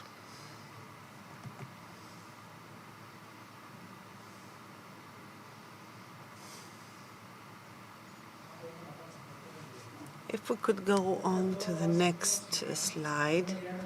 I have here a graph from Norway that showcases the alternative fuels in shipping. And we can see the total emissions during the life cycle of these fuels, both in tank to propeller and in the well-to-tank stage. We can see that conventional fuels have a considerable effect. LNG too, but less. Methanol is a much favored fuel in shipping. Then there is renewable methanol, biodiesel and biogas, and of course hydrogen, depending on its production type. It can also have an effect on the climate unless we could also measure the emissions in the air. But this is another discussion. Economically speaking, there is an older study of Lloyd's Register showcasing the relative profitability impact of these fuels. We can see extra capital machinery in yellow, extra fuel costs in orange, extra capital energy storage in blue, and capacity lost in gray. So we can see that there is, for biofuel, there is a high storage cost. We can see also the other fuels and their impact in terms of machinery and storage. I will go into more details about them later. Now, hydrogen is linked to many challenges and opportunities. It is being produced in the traditional way, which requires a lot of energy, but it could also transition to a sustainable, renewable way of production. When we start using hydrogen in combustion engines, at any rate, these engines are much more efficient than the conventional propeller engines.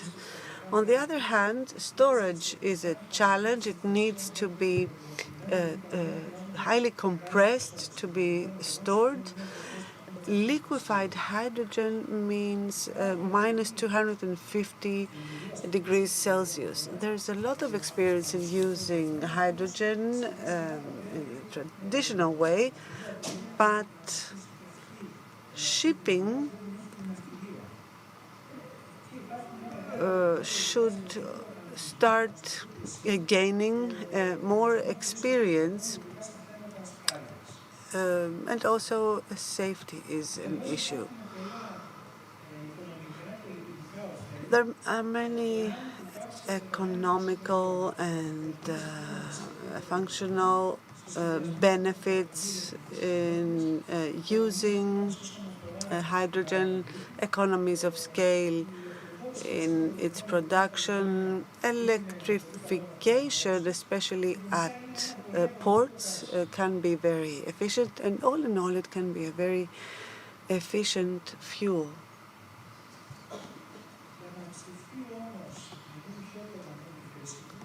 To increase its uptake, a series of policies are needed. The hydrogen bank is one of these policies. The ports in shipping are parts of an overall chain. It is the transport chain, so the use of hydrogen and electricity at port facilities can be of benefit. This requires a regulatory framework that will allow for the transition to these solutions. So hydrogen is one solution that until now has been applied in 2 ships throughout the world.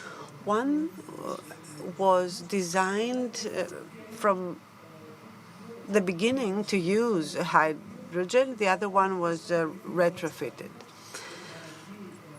to use hydrogen in combination with batteries.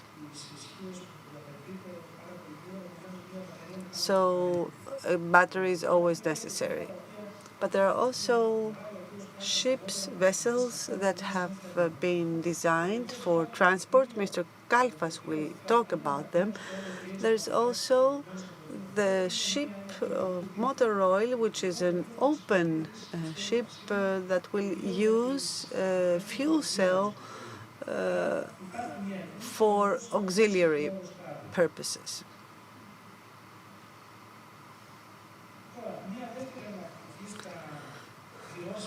A second alternative in shipping are biofuels. They have been discussed a lot. When talking about biofuels, it's not biogas mainly, but heavy fuel that has been produced from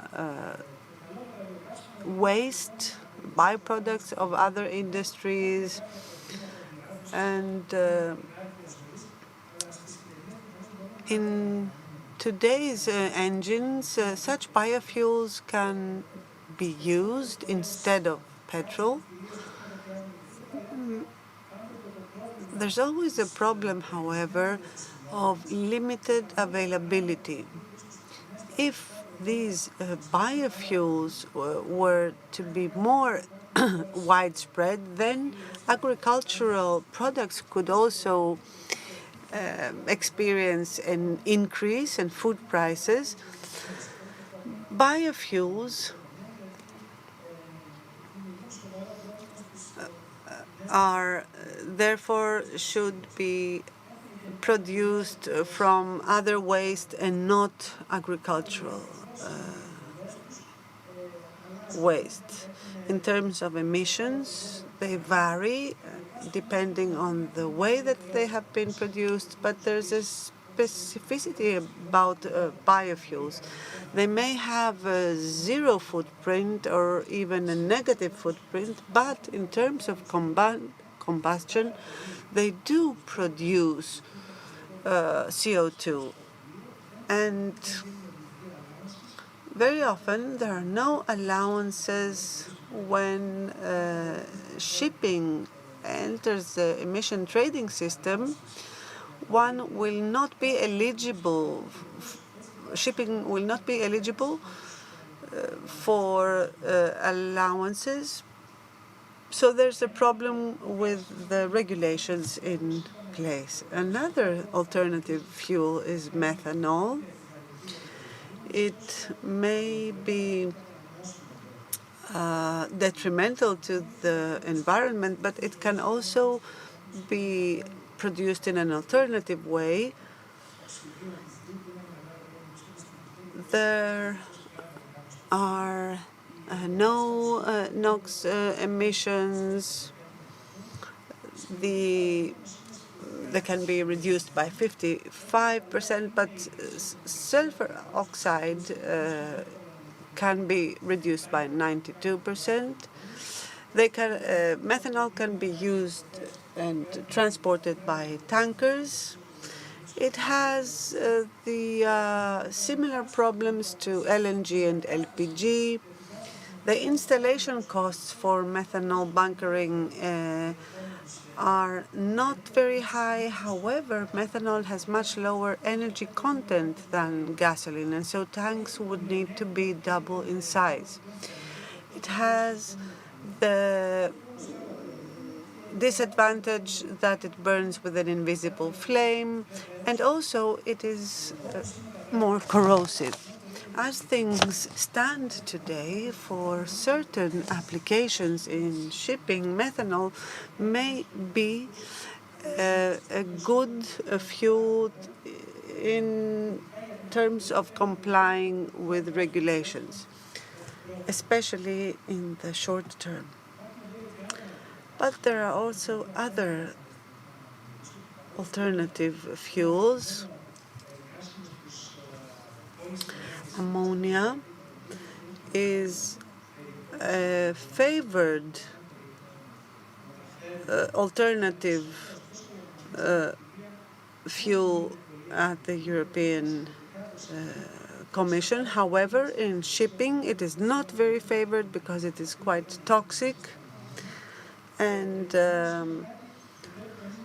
this is something that needs to be considered very carefully. In this table, we can see the pros and cons of the various fuel types in terms of availability, infrastructure and storage, maturity of technology, energy density, price, and green credentials. We think that shipping will be decarbonized in the long term based on hydrogen.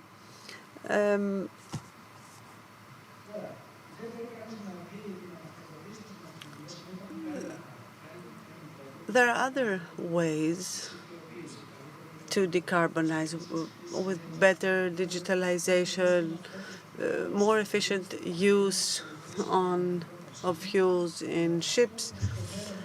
In future, we expect to have a combination of some alternative fuels, mainly hydrogen, and the improvement of energy efficiency of port facilities. They will use renewable energy coupled with the production of energy infrastructure. So this will have produce a port energy upgrade. And in shipping, we're not talking about one industry. There are many types of ships and many types of purposes to be used. So there might be a container ship from Tokyo to North America, and another small ship that is going between two ports in Greece. The bulk carriers have other needs, so the fuel is not a very easy choice when this is going to be used for the next 20 years. So the state has a role to play. It has to provide guidance. In the end, nothing is happening, and this is delaying decarbonization. In the future, we expect fuels to be produced from renewable energy sources. They may be also coupled with CO2 that will create synthetic fuels that can be used for zero emissions. Thank you for your attention. Thank you, Mr. Liridis. We will now go on to Mrs. Ariadne Psimara. She is New Business Development Manager at Attica Group. Hello. It's me. It's my turn, talking from the standpoint of the off-taker, of the energy user.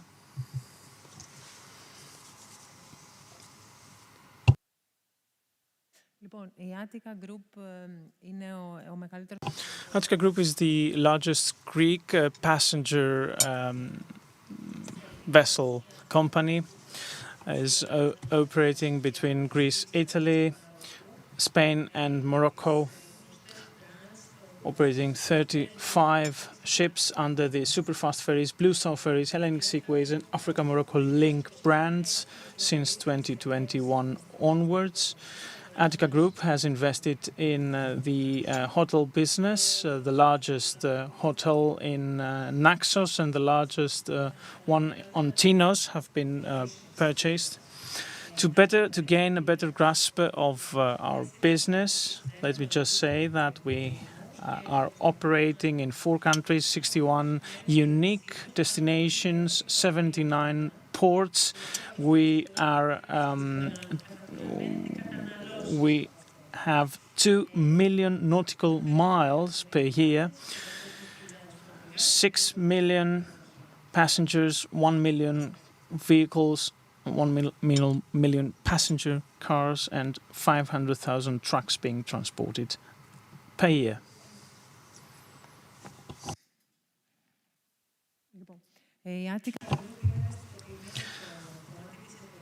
Attica Group has a strong corporate responsibility since 2008.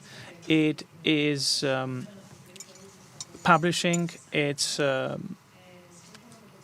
corporate responsibility reports, based on which we are meeting the GRE standards and the ESG standards. This year, we're also publishing Scope 1, 2, and 3 reporting emissions. Scope 1 means 1 million tons of carbon dioxide equivalents. The regulatory framework in the shipping business calling us to cut emissions based on the IMO. Based on IMO, we need to cut 40% of CO2 emissions, 50% of greenhouse gases, 70% of CO2 emissions, and become climate neutral by 2050. The regulatory framework is very strict. Measures need to be taken promptly, and we don't know how to do that. We see no alternative fuel that can be an option at the time based on our fleet and operation. We cannot order new ships to be built because we don't know what fuel will be used, and since there will be engines, dual fuel engines, we are neither in position to retrofit engines nor order new ships. We orient ourselves to green methanol and hydrogen, and we are still on the lookout. And besides that, there are hurdles in the Greek reality tied to a large cost for all this transition. To cope with these challenges, we have put in place a new environmental policy based on 8 principles, as well as a decarbonization roadmap to help us go forward. We have also created this Sailing Together to the Sustainable Side of Life logo that would help us become more sustainable, and this logo is on all of our ships and vessels to remind us of the need for the green transition. The roadmap involves 3 stages. First of all, take stock of the current status. Secondly, analyze the options, and thirdly, establishing targets and alternatives. This had brought us to a draft roadmap. We have committed ourselves to some solutions that are broken down in medium, short and long-term solutions. Going forward, we are adapting our speed to meet our emission goals.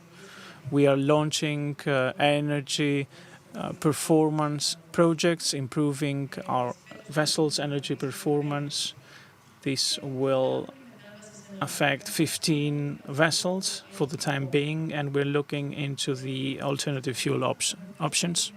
Of course, going forward, our fleet will involve zero-emission vessels, but this is not something I can tell you right now.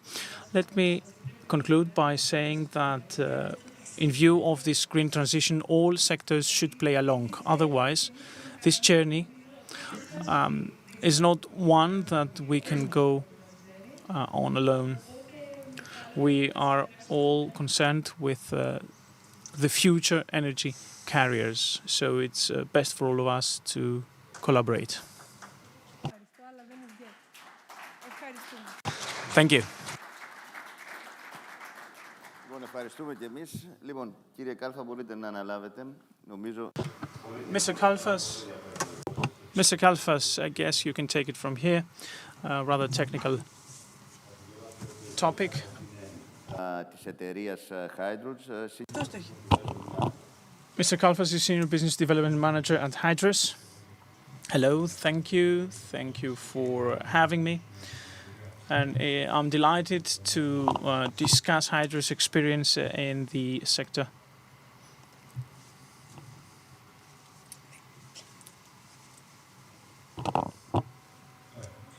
Well,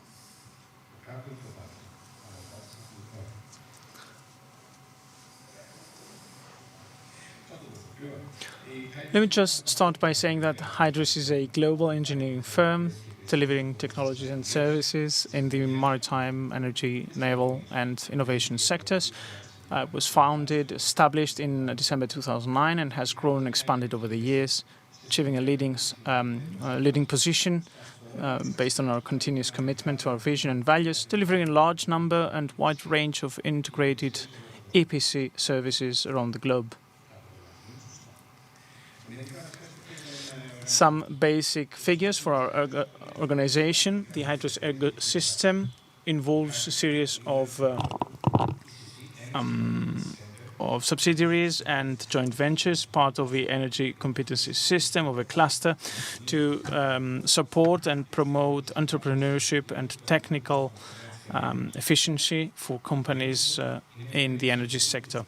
And Solve is an technical advisor company in the transport sector with more than 8 years of experience in shipping business. She is specializing in maximizing performance on ships. We're also member to a Proteus consortium that is a transformative cluster to help cover all aspects of the shipping business, shipbuilding and industrial applications. Watermelon Consulting was established in 2020, is a Hydrus subsidiary. Our services to Watermelon and to the shipping business involves business analysis, operation analysis, financial models, financial options, the finance needs, monitoring and following up the impact and preparing for European funding and end-to-end project participation funded by the European Union. It's important to stress here that Watermelon has concluded business plans for 4 alternative fueled ships. The impact assessment, feasibility study for another shipping company. Hydrogen as the pilot fuel for the LPG, and 3 regional FSRU projects help companies obtain funding for alternative fuel such as hydrogen, electricity and LNG projects.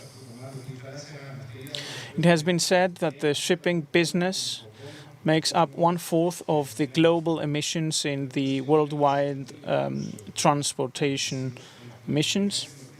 With more than 1 billion tons of CO2 annually, the shipping business is under great pressure to decarbonize in the next decades. The IMO has called for reducing emissions, greenhouse gas emissions, by 50% up to 2050 compared to the 2008 levels.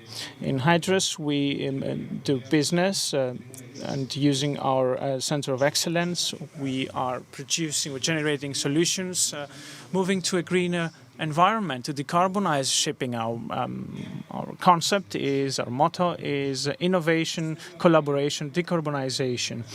Cultivating an innovative culture, we can revolutionize the shipping business and reduce the impact significantly through synergies.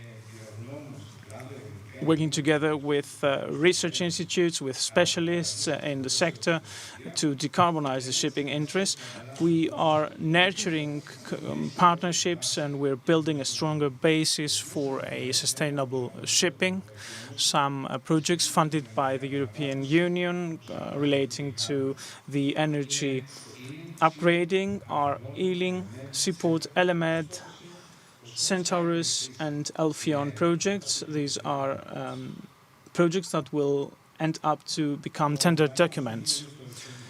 Heavy fuel oil is a widespread fuel since the 60s because of its energy density and low cost. HFO is a large contributor to NOx and SOx emissions that heavily impact the globe.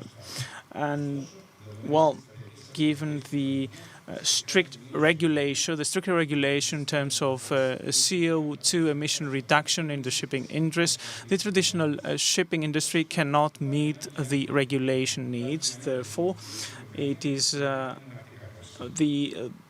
shipping industry needs to look out for other alternative fuels such as LNG, hydrogen, electricity and ammonia that could be alternative fuels. And let me just introduce 3 projects funded by the European Union. Synergy with a comprehensive approach for the adoption of the LNG. The other one is Statecraft for a renewable fuel storage, and 3 Iris linked to the Hydrogen Valley addressed by Mr. Hatzifotis from a Motor Oil Company. All reports envisage a limited but stable increase in the hydrogen uptake up to 2030. Just a slight volume of hydrogen generated, produced in Europe is transported currently, and most of it is used on the spot in the field. Hydrogen shipping from countries from other regions of lower cost might be attractive up to 2025. This is also true for the intra-European transport if clean hydrogen cannot be generated on the spot, or if it costs more than €4 per kilo, then shipping it might be a better choice. Much focus has been put on production and has been placed on production and use of liquid hydrogen, so transportation technologies are left behind. Yet lack of such technologies can be a hurdle for developing hydrogen supply chains, and this is where we are involved through our innovation hub. Well, hydrogen can be transported in 3 ways: as a compressed gas, as a cryogenic liquid, as a liquefied gas. It can be shipped using trucks and sea vessels. Cryogenic hydrogen is minus 235 degrees and is shipped in specialized tanks. In the third option, it is a chemical compound, is turned into chemical compound to be transported and then turned back to hydrogen. LH2 Craft is a project I would like to present here in a nutshell. Hydrus is the coordinator, 48 months of duration, 7.7 million budget. 6.5 million of that is funded, 14 partners, including 5 partners from the industry, 3 experts, and 6 technical universities and associations, and there is 1.2 million of funding by the Korean Republic. What is actually LH2 Craft all about? Challenges of LH2 applications in the shipping industry. It is a ship that will be transporting liquefied hydrogen. Challenges lie in developing large-scale solutions for the storage and bulk transportation of liquid hydrogen for the shipping for shipping in the ocean. Need for advanced designs and insulation technologies due to extreme cryogenic storage conditions at minus 253 degrees Celsius complexity. There's complexity due to lower heat of vaporization and different material compatibility characteristics, and there is significantly increased capex. Main objectives to tackle the challenges is a containment tank capacity of 350 tons by 2024 and 2,800 tons by 2030. Capex of installed liquid hydrogen containment tanks should be 50 euros by 2024 and less than 10 euros by 2030. LH2 boil off half % per day in 2024, less than 0.3% in 2030. LH2 craft competitiveness is due to its design, scalable storage, scalable to large dimensions in the range of those implemented for LNG shipping today, that is 200,000 cubic meters per ship.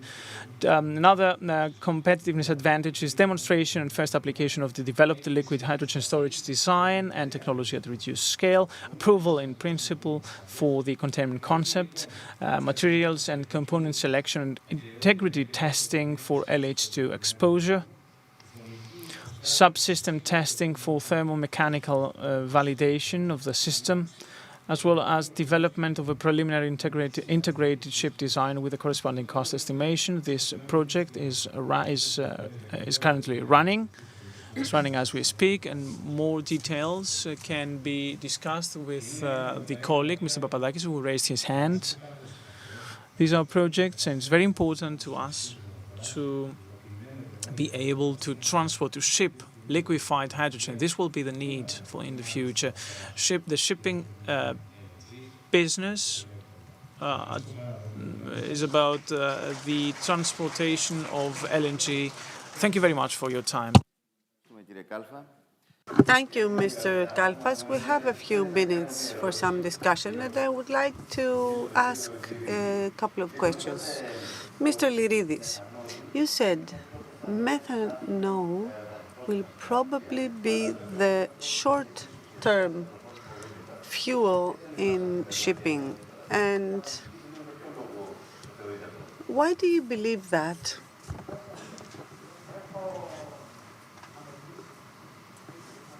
I actually left two types of fuel out. One is natural gas, which in the short term, meaning for some decades, natural gas, you said, is a fuel in transition. That's right. For ocean-going ships, this will be a good solution. We're talking about liquefied natural gas. It may have the problem of CO2, but as infrastructure is in place now, there is no other way. Ammonia is toxic. Biofuels probably will be used in aviation because aviation cannot decarbonize in any other way. They cannot be used in road transport. So in the long term, hydrogen, and in the short term, methanol. There's some concern, however. We are talking about green methanol, which is not yet available. We do not have the infrastructure yet, and we cannot proceed with investment. 35 to 40% of the costs in shipping are fuels. And the investment cost in these technologies is also enormous. The question is, who will undertake this cost?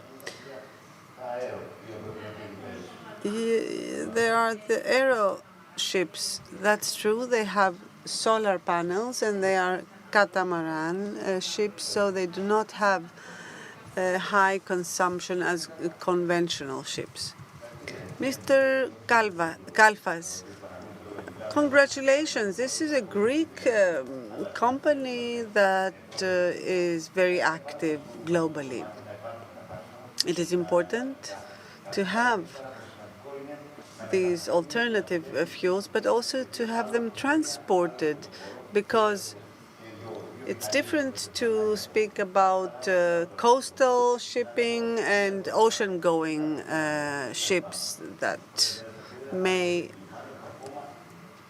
go from one continent to other, and especially tanker ships may cover thousands of miles without going into ports. So where do we stand? In terms of hydrogen, you understand that this is a very early stage.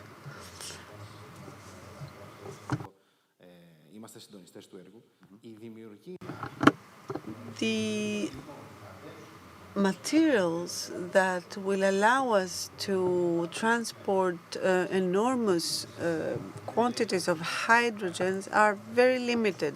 There are special membranes that are needed for the tanks. It is actually several materials that have to be integrated in order to stand these very difficult conditions. So speaking of hydrogen or even ammonia, I think that this landscape is quite challenging. But I was happy to hear what you said, because we created this innovation hub, and there was also co-funding from Korea, because this is something that needs to be solved in partnership with each other. There needs to be a concerted effort to see where we want to go so as to decarbonize shipping. So is this an investment that is relevant to some investors who may select their engine to use hydrogen? I spoke of two projects. One is energy craft with ammonia. We are coordinators in that project, and I would invite anyone interested to visit our website. Hydrogen is used for transport. We're actually now, we have exhausted our time slot. Not everything can be covered with pipelines, so we will need the ships. Thank you. This is a small panel, and yet shipping transports 90% of goods throughout the world.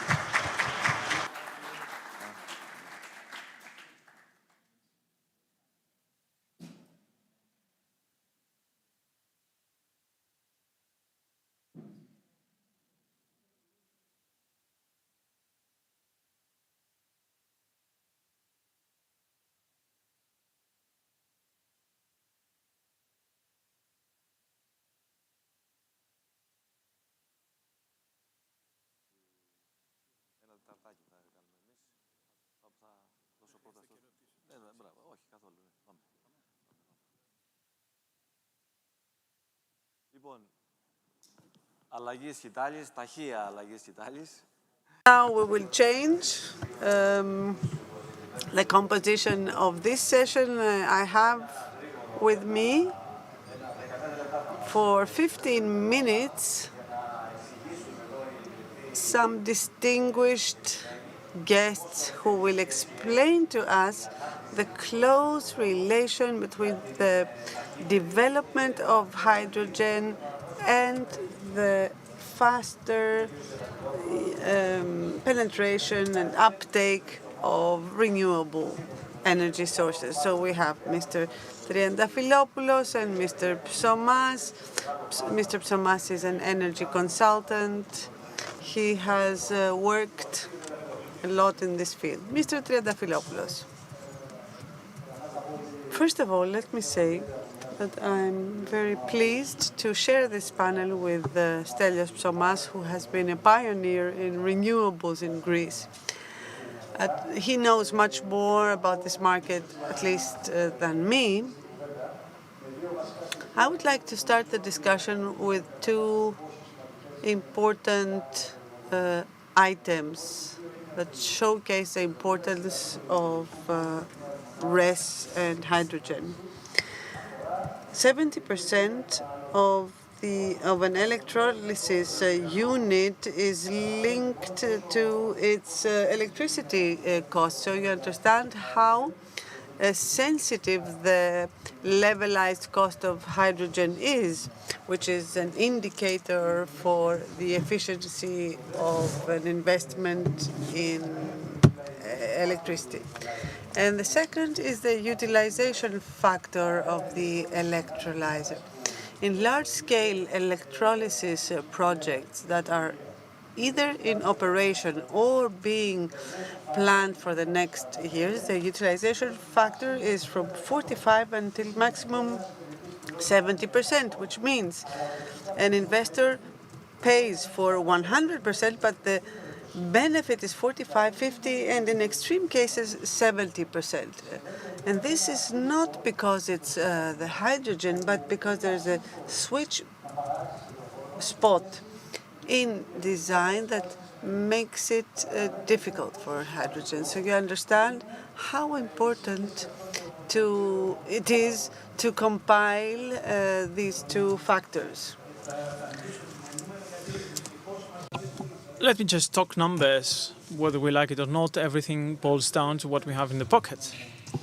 If you look at today's news in the energy press, you will read two news articles about energy reduction for renewables. The question addressed to me today was whether hydrogen regeneration production during these cuts could be a way out for the investors' medicine to this new disease. Well, before answering that, we need to take 2 steps backwards. And I guess you will be able to understand and end up to the results yourselves. The entire hydrogen generated in Greece ends up in refineries and a fraction in ammonia. The off-taker market is rather limited. And keep that in mind. We will come back to that further on, later on.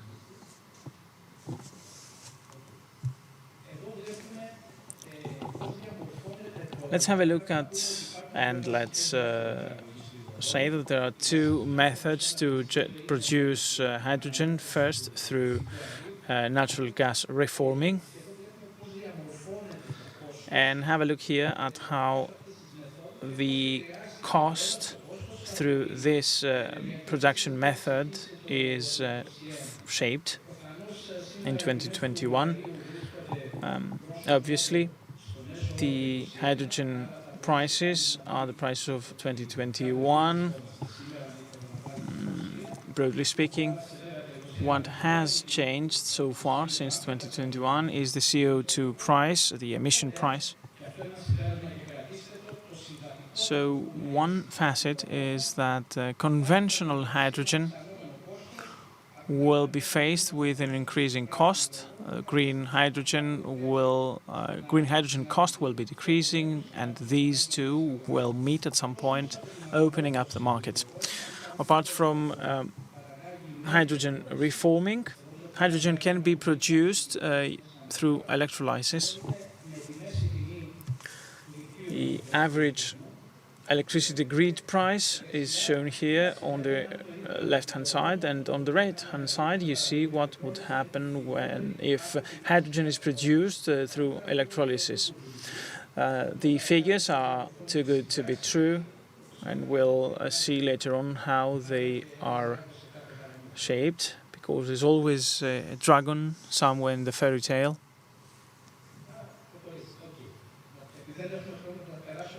Let me just skip all these slides due to the lack of time.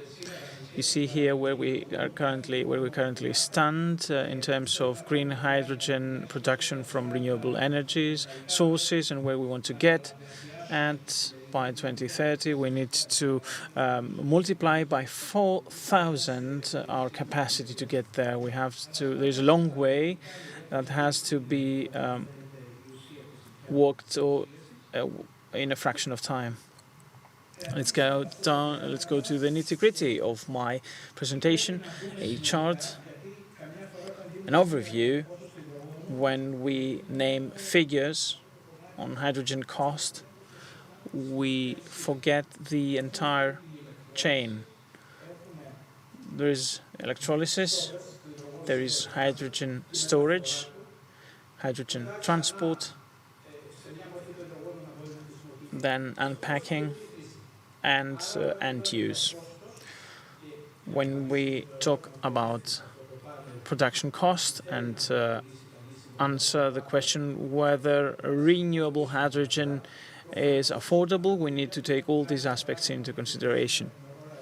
Aurora was with us today. They have carried out a similar survey for Great Britain.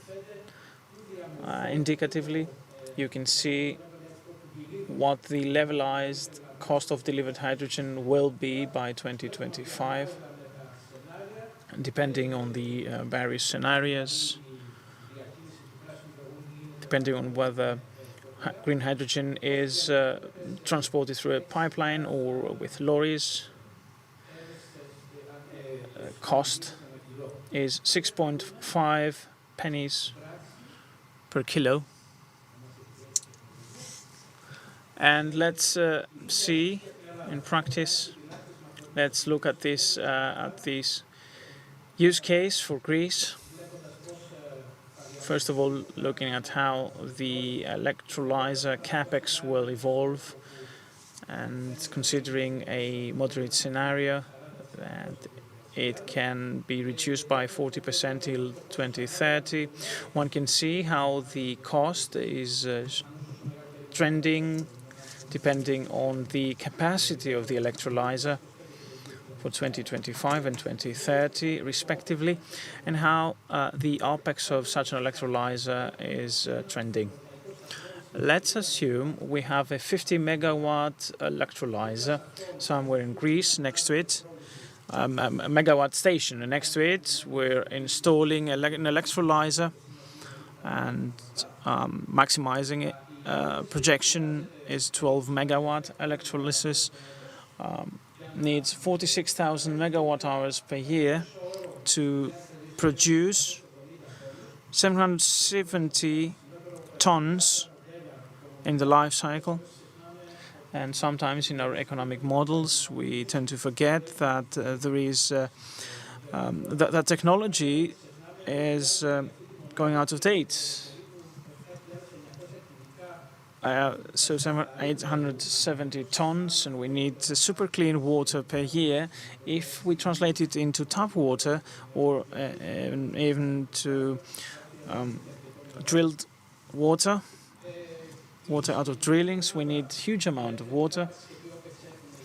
You can see the capex and opex for 2025-2030, the levelized cost of investment 7%. This is just an indicative example.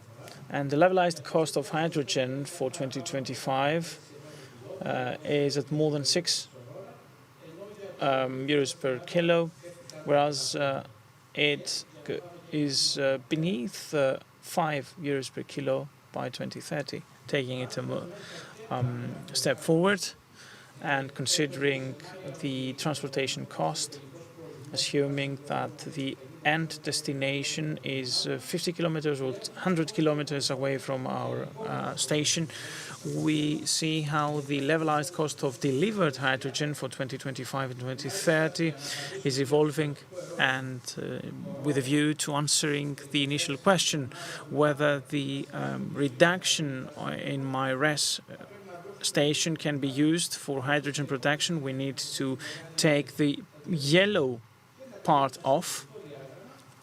That takes us to the last chart, according to which until 2025 we need to find an off-taker that will purchase hydrogen at €4 per kilo by 2030. The cost would be 3 to 3.5 euros per kilogram of hydrogen, provided there is no state aid as in the US. Ms. Spiraki has already addressed it.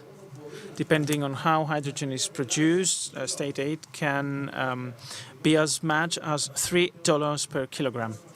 If that was the case in Europe, we could answer this question very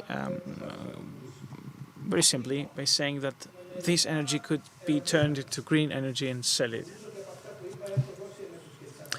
I will sum some questions as food for thought, since there are multiple parameters to be considered. It is clear that when one talks about RES units, these are hardly ever installed next to hydrogen stations, meaning we need to track them, and this cost is not a minimal cost. Even if we need and want to use existing pipelines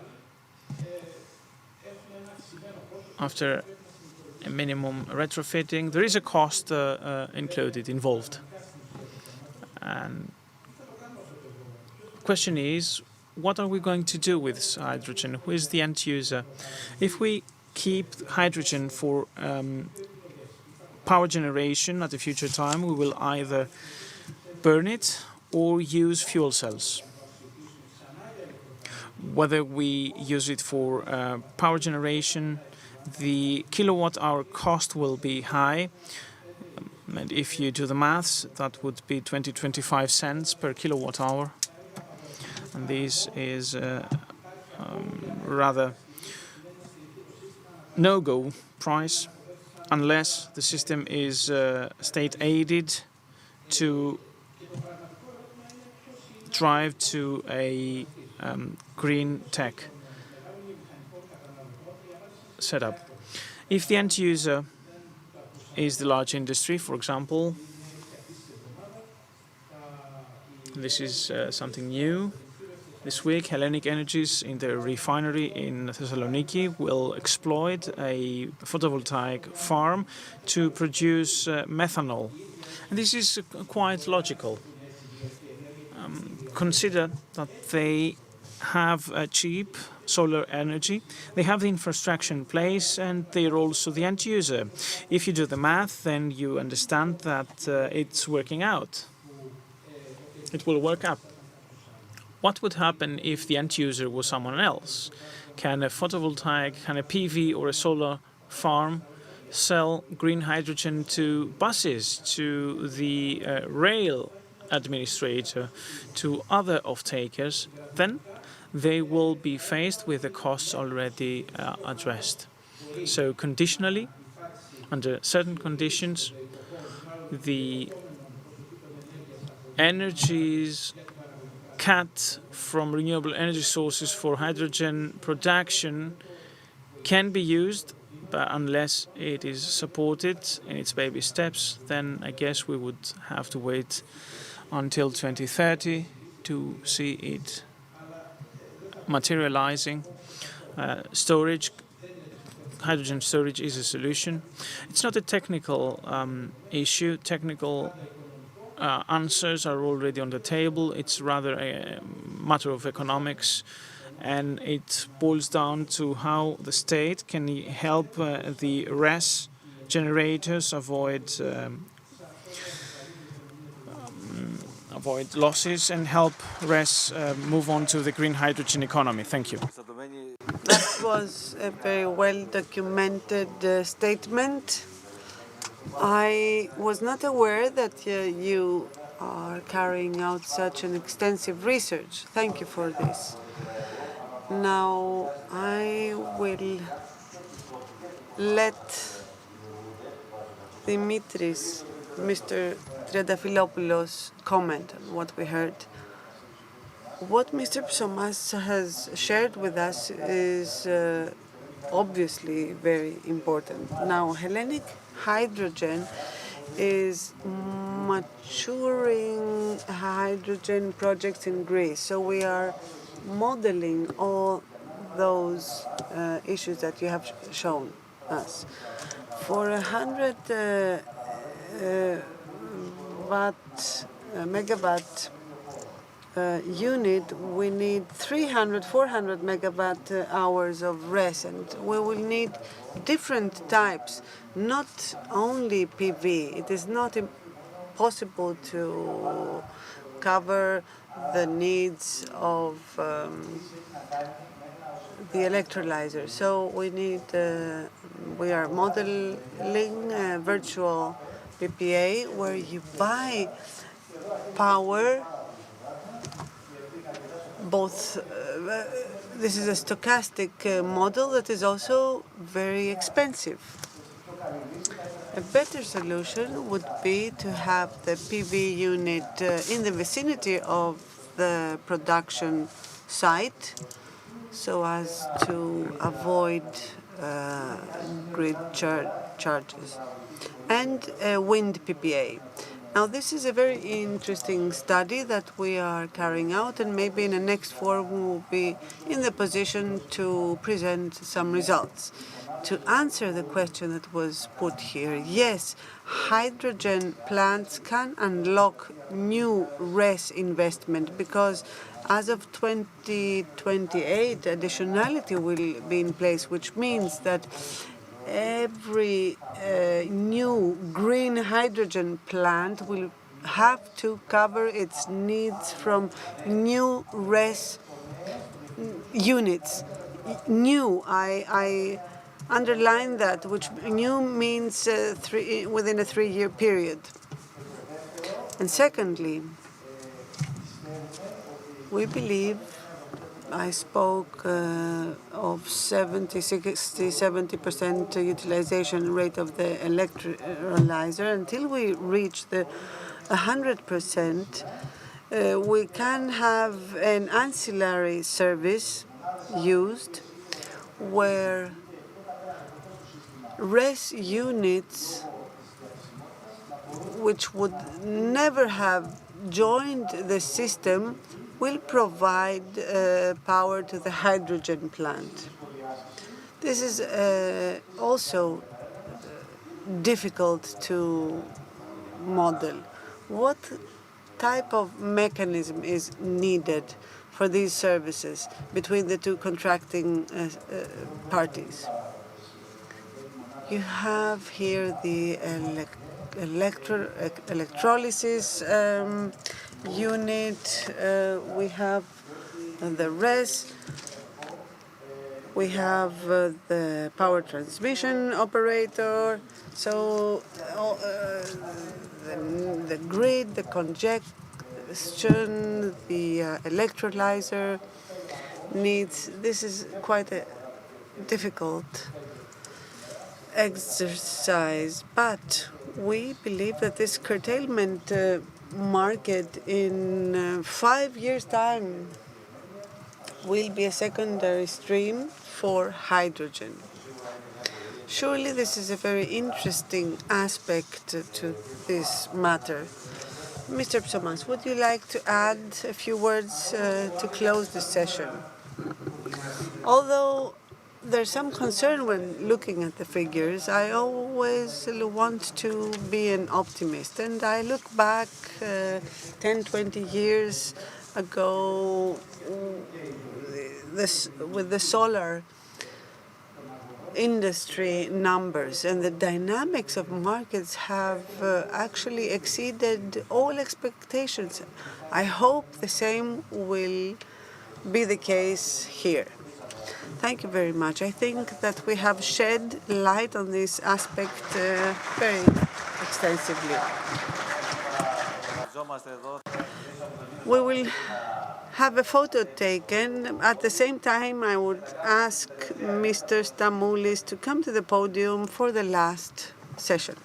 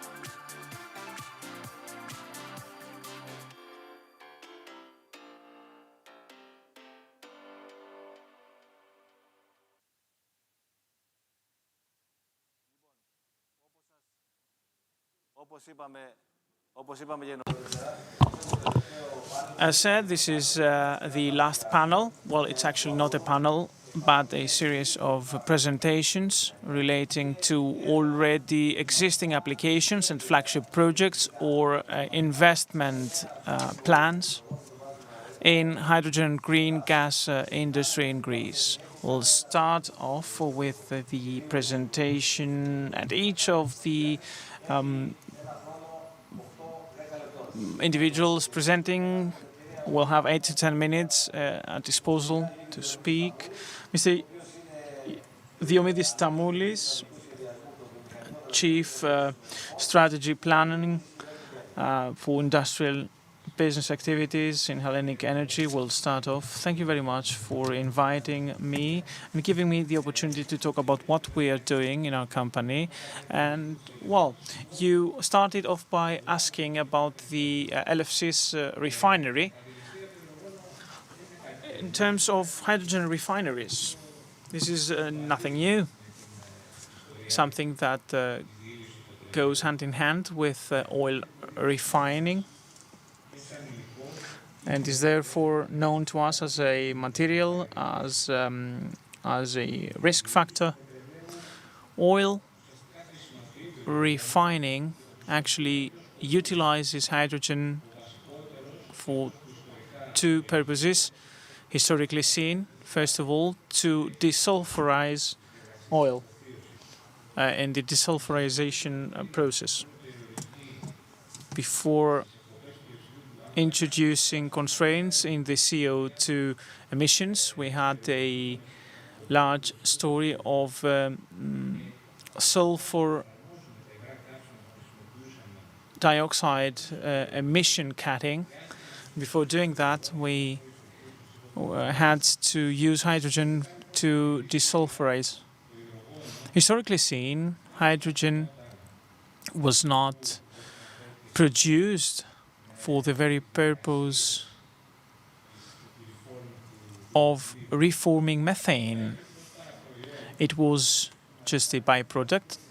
Then, incidentally, one of the processes during refining is the reforming of crude oil and turf, turning it into the gas that we're using in our cars to achieve the octane number we want to have. Nature, well, it actually produced hydrogen. Refineries are the largest producer and off-taker of hydrogen currently, because all these we're talking about will happen and will be produced in the future. Refineries had hydrogen at its disposal for desulfurization. At a later point in time, new needs occurred for heavier oil fractions, and this is why the hydrogen production processes through methane and using the reforming process said already. In view of hydrogen production, we wanted to couple it to less CO2 emissions. Lower CO2 emission through, first of all, electrolysis, using electricity generated from PVs. We have already designed it and we're implementing it in the LFC's refinery in a small scale, I said, because figures talk the truth.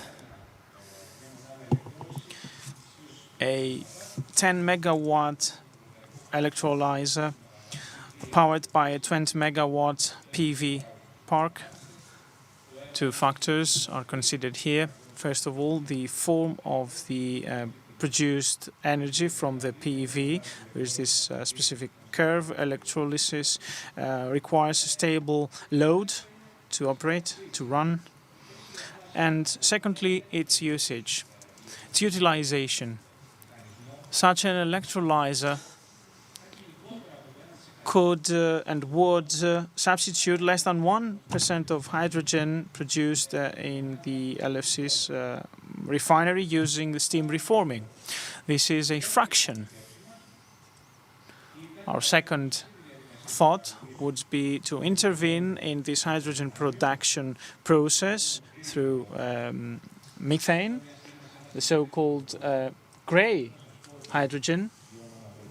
And the coloring scheme, will become insufficient at the point in time, and we would have to use figures to talk about quality in hydrogen. And I guess in future conferences we will be speaking about certain qualities expressed in kilograms of CO2 per kilo of hydrogen.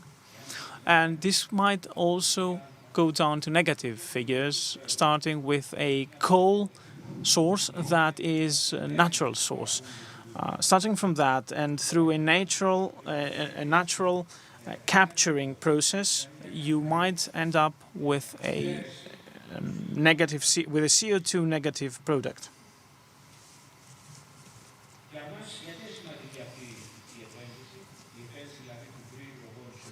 This investment of grey hydrogen in blue hydrogen through coal capturing is important to us and has a direct economic impact. It cuts our emissions by 1/7 of the emissions produced from our 3 refineries, 600,000 tons of CO2 emissions captured annually. Secondly, it is important to do this because the steam reformer unit, should it be fed with coal of natural origin, biocoal, and it won't take long to afford that. We will be able to use pyrolysis of biological origin. Byproducts will be used in this sense and will substitute fossil methane for the purpose of hydrogen. Should that happen, there'll be a facility that will be contributing in cutting CO2 emissions.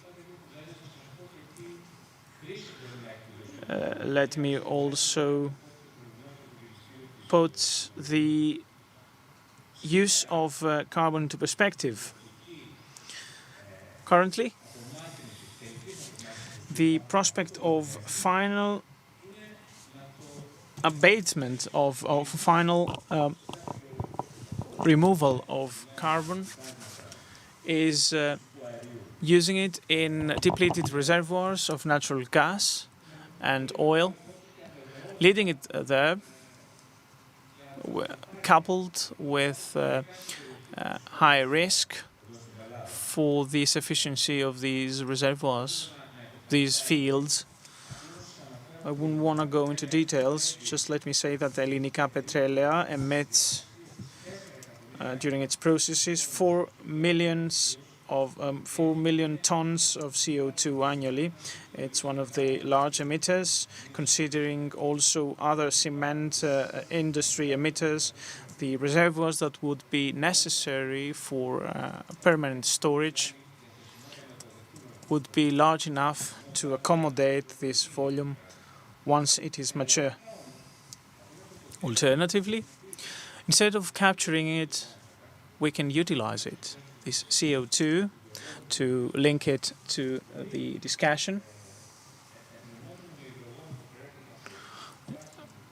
coupled with hydrogen produced with clean energy, green energy, can break down into green methanol used as a fuel in the shipping industry, used in other products.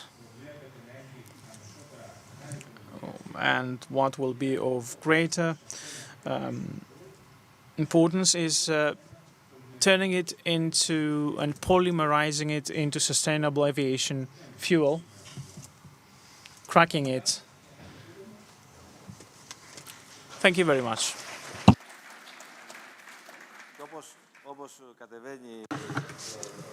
Now, I will give the floor right away to Mr. Yorgos Mitkidis from Motor Oil.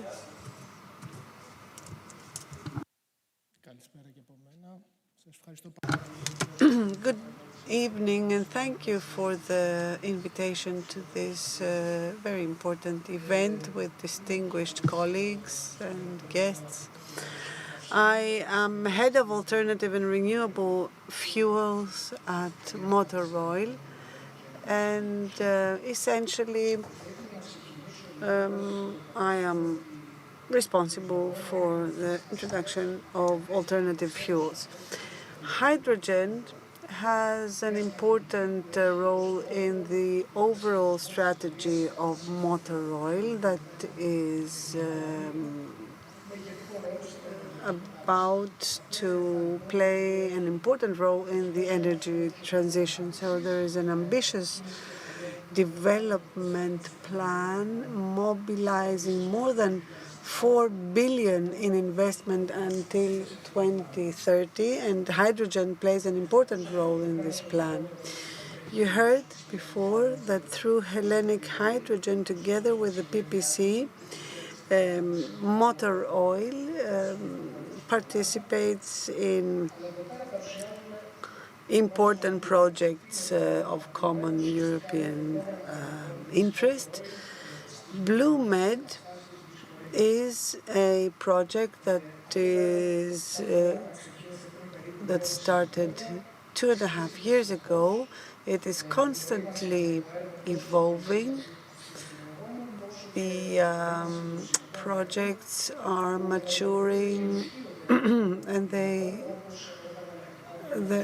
there are also a series of projects for sustainable fuels, methanol, etc. So BlueMed is sort of an umbrella, a cluster of projects that relate to the overall hydrogen value chain.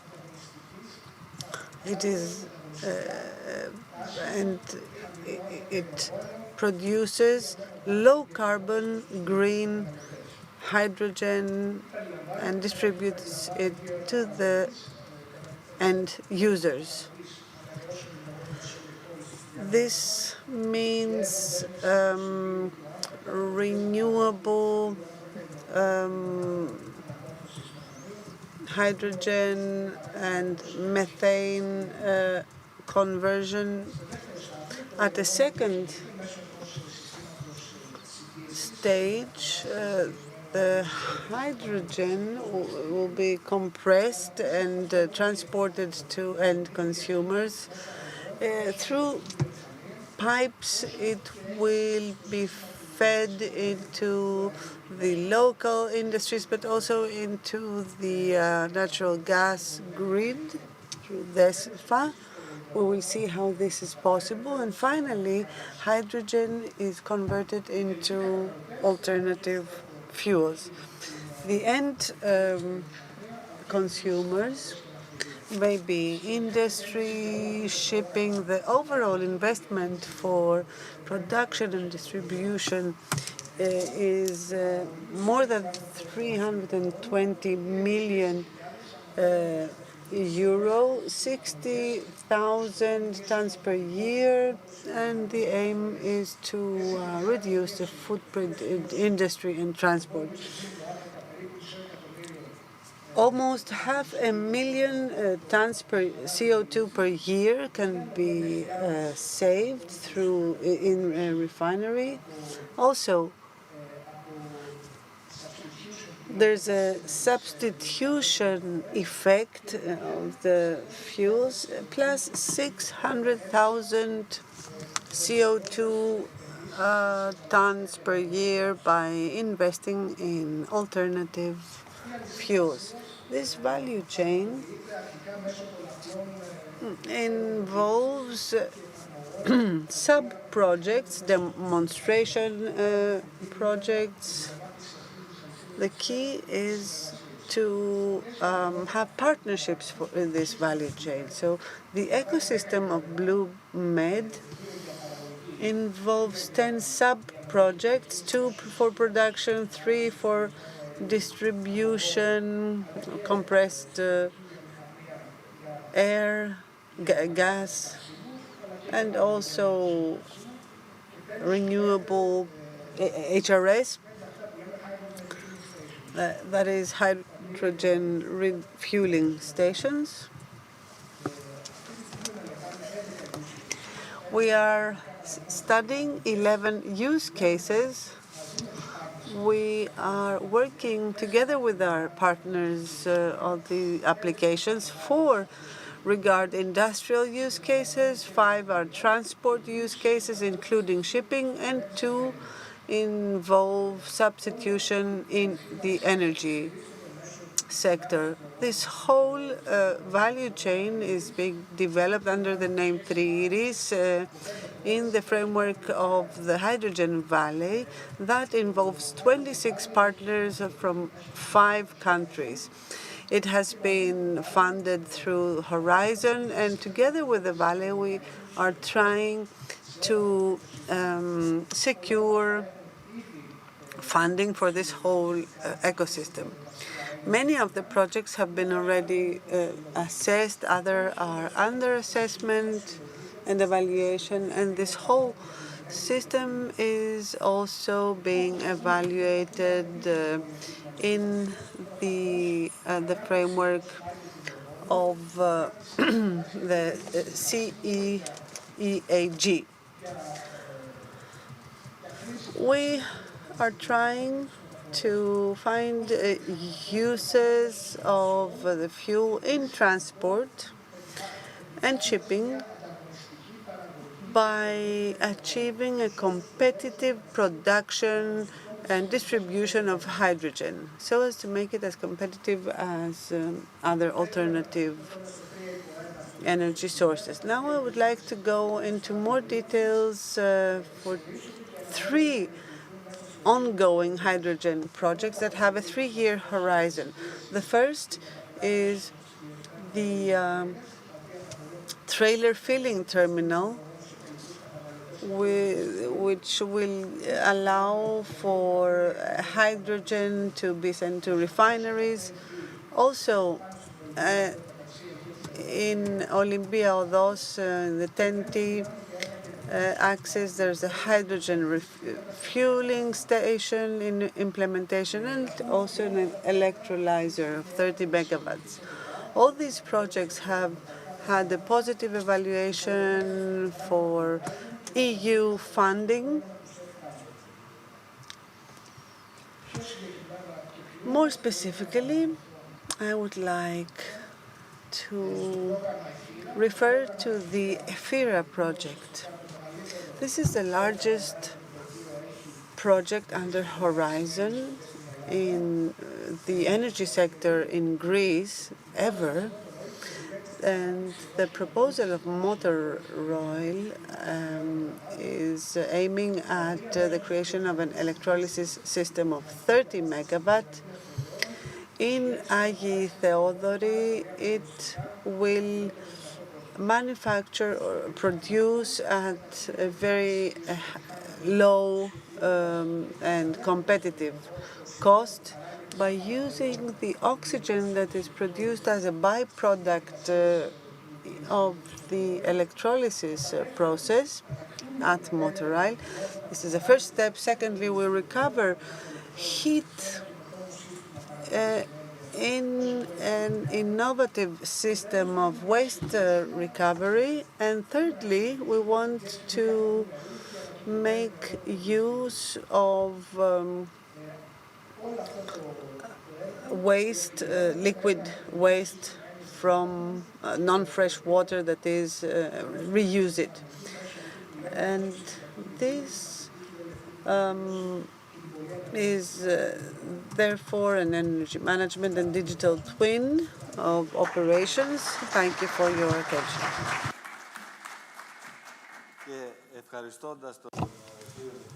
By thanking Mr. Mitskidis, I would like to give the floor to Alexandros Soumelidis, who is the manager of new business activities of PPC, head of the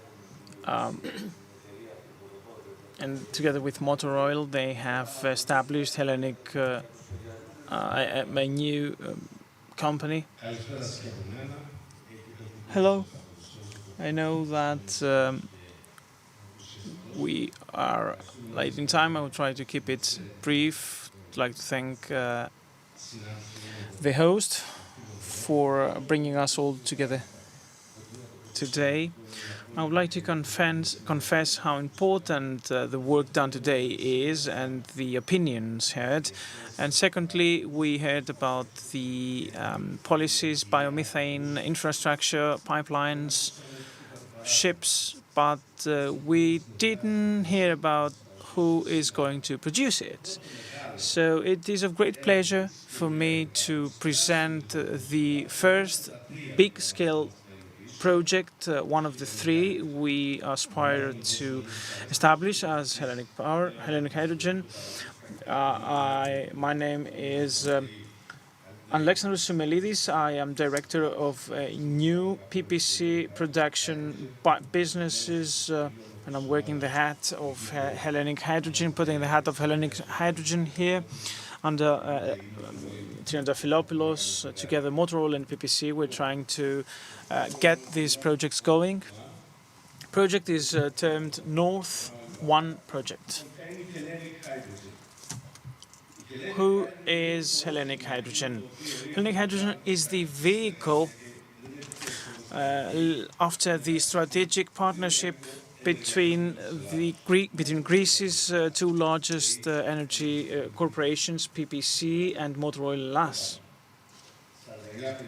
49% share for PPC, 51% for Motor Oil Hellas. This enterprise was established to cover the gap in the market? No, simply because there is no market. This corporation was established exactly to set up this market because of their historic conscience, based on the history and the magnitude of our companies. We had this vision that we should be the first ones to establish big-scale projects. Critical mass of development should happen for a market to flourish. To develop a market, a blue ocean market, what one needs is big-scale projects. Stakes are high, and despite willing to lead the market by creating production units at the lowest possible affordable cost for the industry and the off-takers, this vision is implemented by Hellenic Hydrogen through quick maturity of projects. You can see here an overview of the projects of the forecast published by the Ministry of Energy. What is our projection as country? What are the statistics that we want to see achieved? 25 gigawatt by 2030, RES upscaling, hydrogen production 2.3 million tons, 1.2 gigawatts of installed electrolyzer capacity by 2030. This demonstrates an aspiration. How this boils down to realization is key. We need to have three aspects in mind. Projects should be sustainable. At the end of the day, projects should be bankable.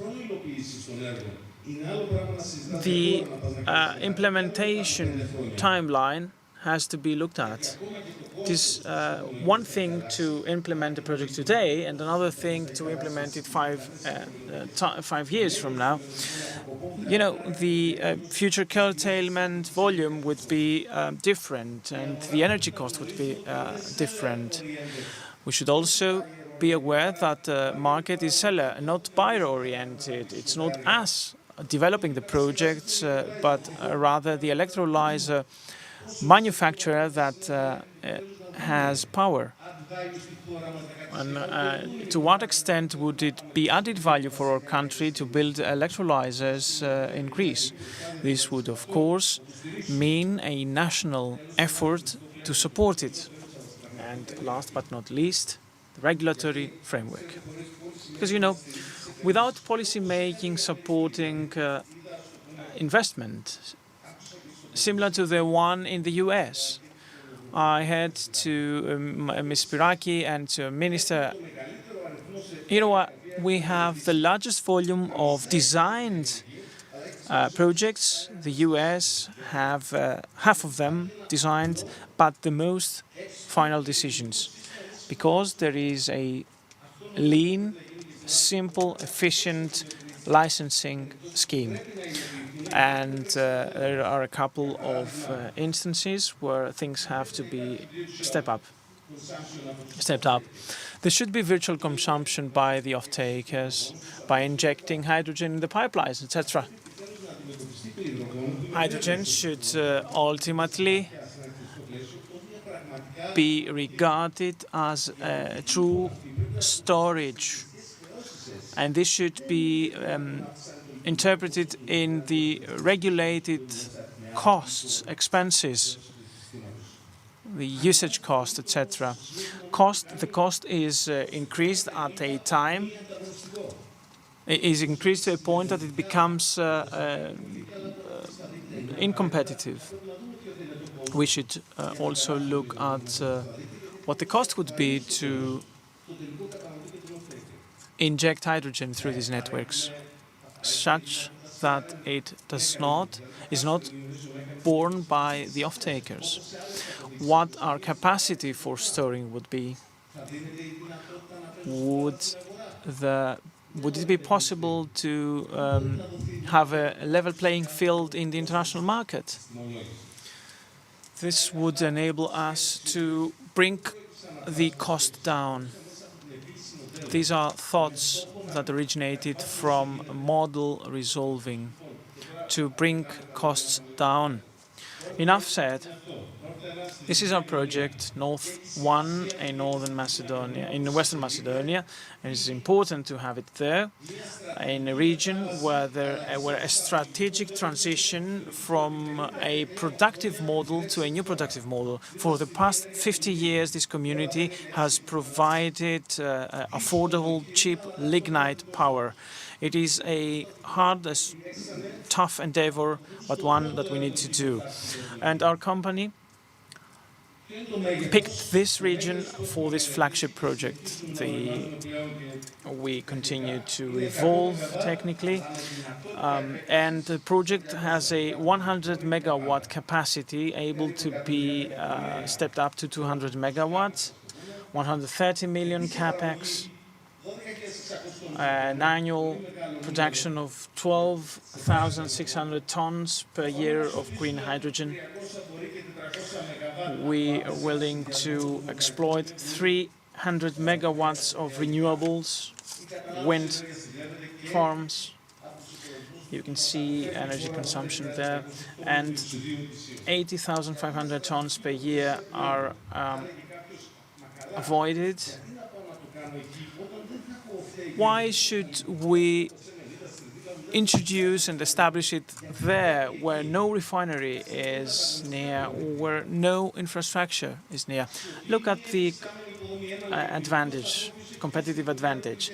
We make use of a lignite plant that was phased out years ago. We have the connection plan, water industry, industrial siting, so we have an expedited licensing procedure, installed RAS capacity, 3,500 megawatts in the region, along with other players that will be sited along this region. We have a great RES capacity, proximity to the DESFA and TAP grid, existing infrastructure. There is experienced staff in place and infrastructure that will be used. I will not. I will just touch upon the setup of the project, electrolyzer. In terms of storage, storage will be rather constrained. Then our storage will be the pipeline injecting hydrogen into the DESFA, the transmission operator grid. So the pipeline itself is the storage mean and the off-takers.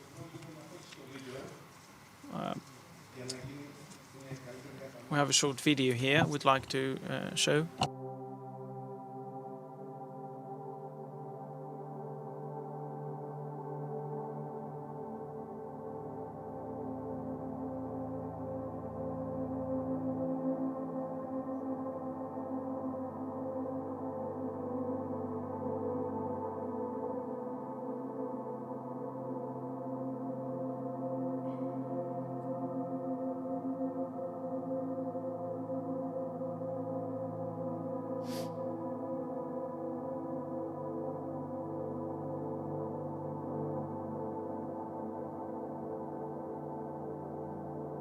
Θέλετε κάντε μια πάση εδώ.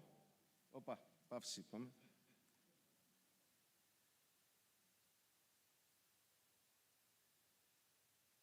Λίγο πιο μετά, λίγο πιο μετά, λίγο πιο μετά.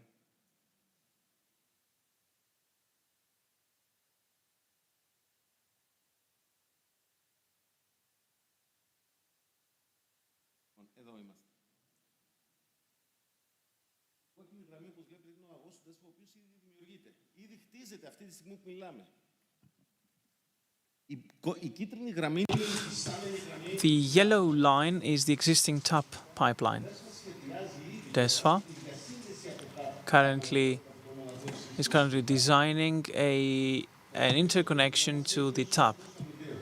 The Mindo side, 7.5 kilometers of pipeline to connect to the offtake point. And exactly, you can understand that injecting the produced hydrogen in that point provides following options: 20% greener hydrogen and a greener CHP. Better export, injecting hydrogen into the TAP pipeline and injecting it into the transmission operator of DESFA, where virtually everyone can offtake it, can be an offtaker. So, if you consider that the region, that this energy transition region is available for a player that wants to become green, then you can site them next to us, giving this region an opportunity to grow. We consider it a critical site, this one as well as the sites of the other two projects. For all these reasons, as the Minister stated and Ms. Spiraki stated, they serve the national targets in terms of the natural gas mix. Let's move on with the video.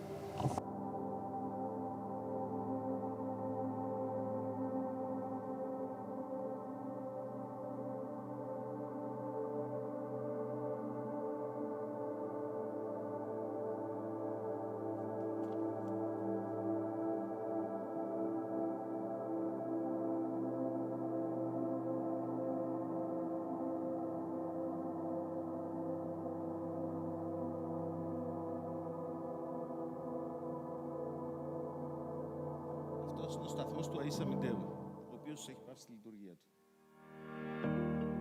Ο χώρος που θα εγκατασταθεί είναι η μονάδα. Και από εκεί θα φύγει 7,2 χιλιόμετρα για να συνδεθεί. Αυτή είναι εικόνα έτσι όπως είναι τώρα. Εδώ το νερό έρχεται από τη λίμνη. Water comes from the Polyphytos lake. There is another option to get water from other lakes as well in the context of the circular economy.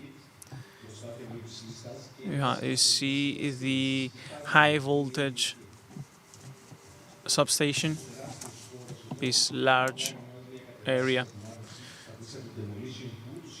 just needs to be demolished, and then you can start off with a clean slate.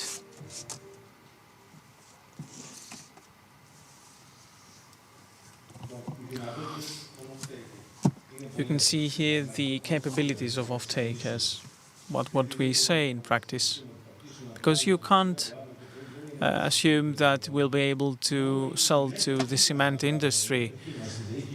If our stakeholders, if the stockholders of PPC and motor oil serve as off-takers, then that's enough.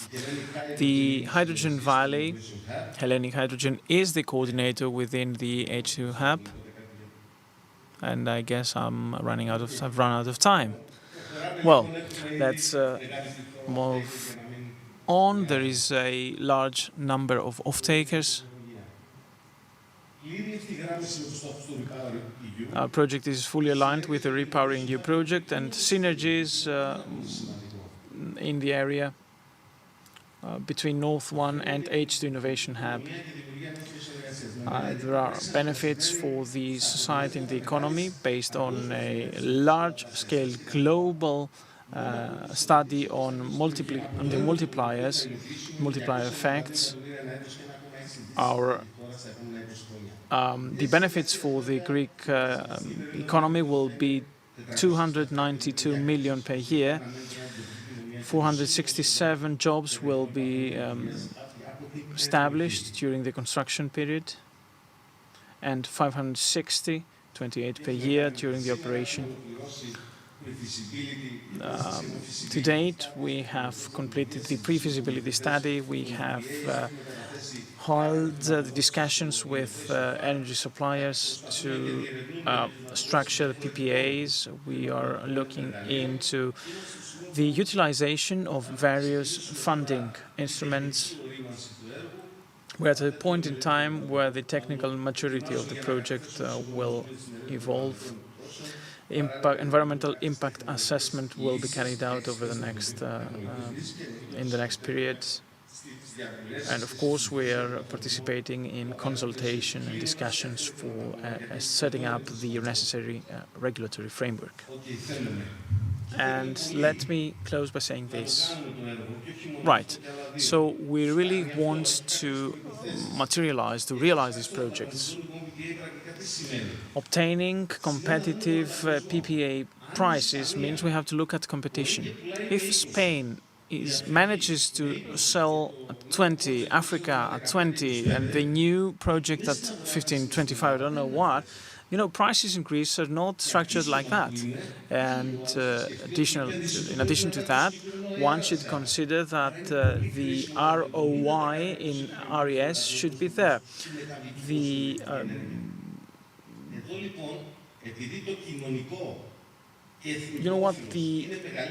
societal and economic benefit is larger than the economic benefit. We need to gap this difference, and financial instruments, funding instruments, should accommodate for that.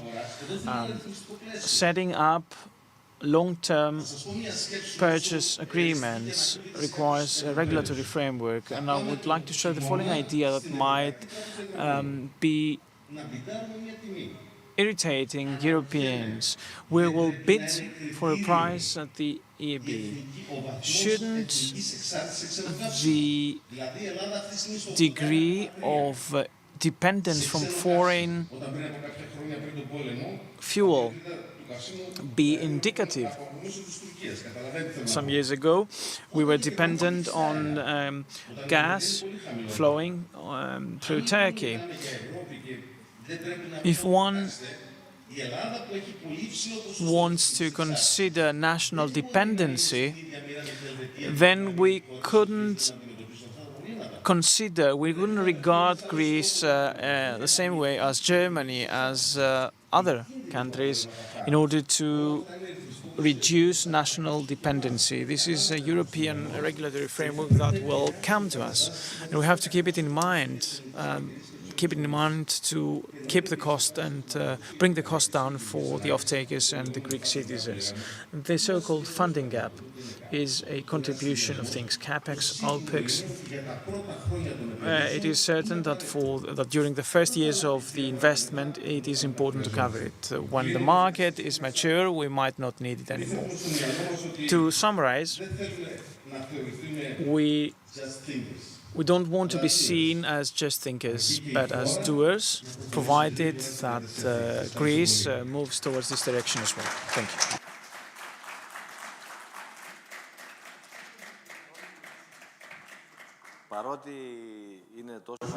Although we are lagging behind in our schedule, and this is the last session, I would like to thank you, all those who are still in the room, plus the several thousands of people who are following our works virtually, online.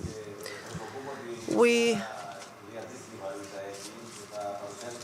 expect Mr. Vasilis Grigoriou, CEO of Advent Technologies, to be also very interesting in his presentation about the project in Western Macedonia. Thank you for the invitation. I will try to be brief because I understand that it's quite late.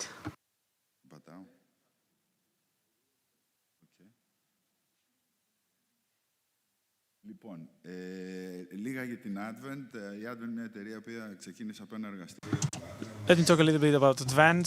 It is a company that started off in a lab at Patras.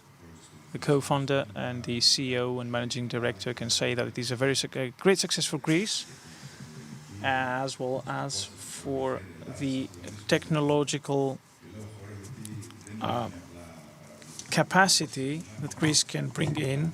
I'm talking about construction, talking about issues where the risk factor, the uncertainty factor is high. We have demonstrated our will to do better.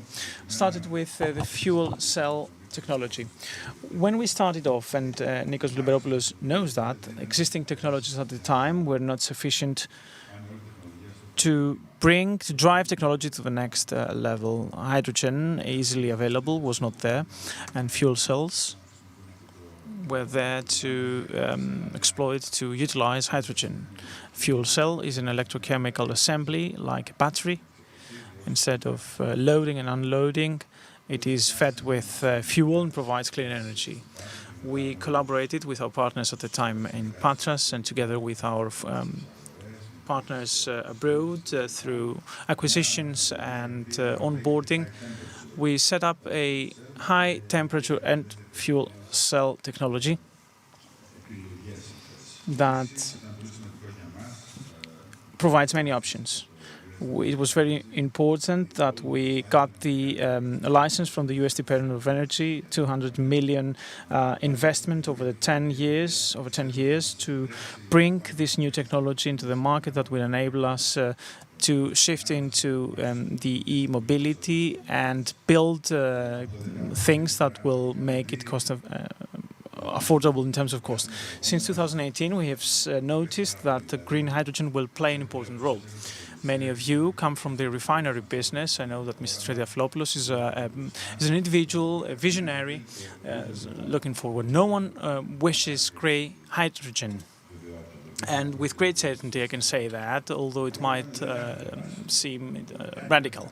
We don't have green hydrogen through the efforts that you're doing, you're putting in the construction business. We're trying to make green hydrogen easily available. We have to reduce carbon share, 200, 300, 400. That's not an easy job to do. These are cutting-edge technologies. If you look at an electrolyzer like the one you will build in Kozani, and hopefully we will all be there to inaugurate it, it will be a large plant. It's not like 100 megawatts are as large as a box in the room.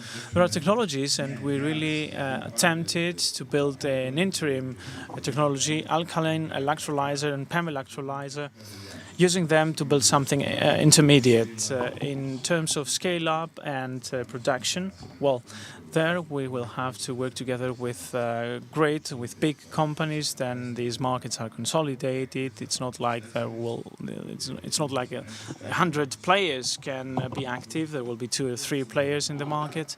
We know who these are, and all together we will try to step up this transition. Europe has a REPowerEU. The US are running this IRA project scheme. And I really believe in this radical change. You know, in many sectors, nothing has done for many years, and at some point, a breakthrough happens, and you have this exponential growth. And let me just say that in 5 years, we will reach a point we would not imagine. And sometimes we achieve more than we are expecting because of the dynamic, the potential that is being generated. In terms of our project, we have the Green Hippo ratified in July 2022 from the EU. We have obtained the area, the site outside Kozani. We're ready to build the place.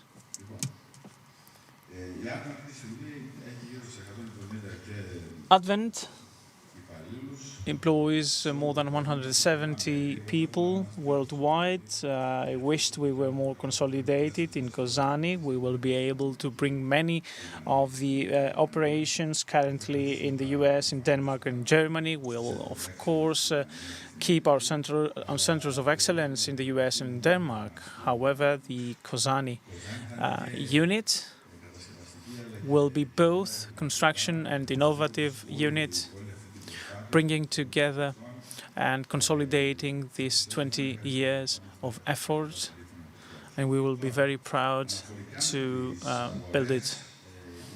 In terms of the key markets, the technologies, the self-fuel technologies are stationary power ones, and many of those and many of the things said here, let me comment on what has been said already. You know, many of the decisions made in the sector are not business-oriented. They are a product of politics, and not in the sense of politics, rather the sense of policies. If, say, I don't want to have petroleum generators, and these are very of low cost, I won't be able to transition to move forward to a new technology. It will not be affordable for the community. I want to build something. So actually what happens is that I block selling diesel generators. Diesel fueled cars are phased out. Batteries are not strong enough to do that, so fuel cells will be the next big thing. In those stationary power applications, where we actually want to move diesel generators out of the place, as well as in the shipping industry, not only the seagoing industry, but also with super yachts and smaller vessels. Methanol is to us, wouldn't say the transition fuel. Hydrogen would be that. Hydrogen has the compression-decompression problems. Methanol, well, we said that e-methanol is not available. Well, it's available, but it's rather expensive. It's double the price that one has to pay. Biomethanol, we are using bioethanol from Denmark, providing and delivering it to the world. And there's no need to produce it locally. What is needed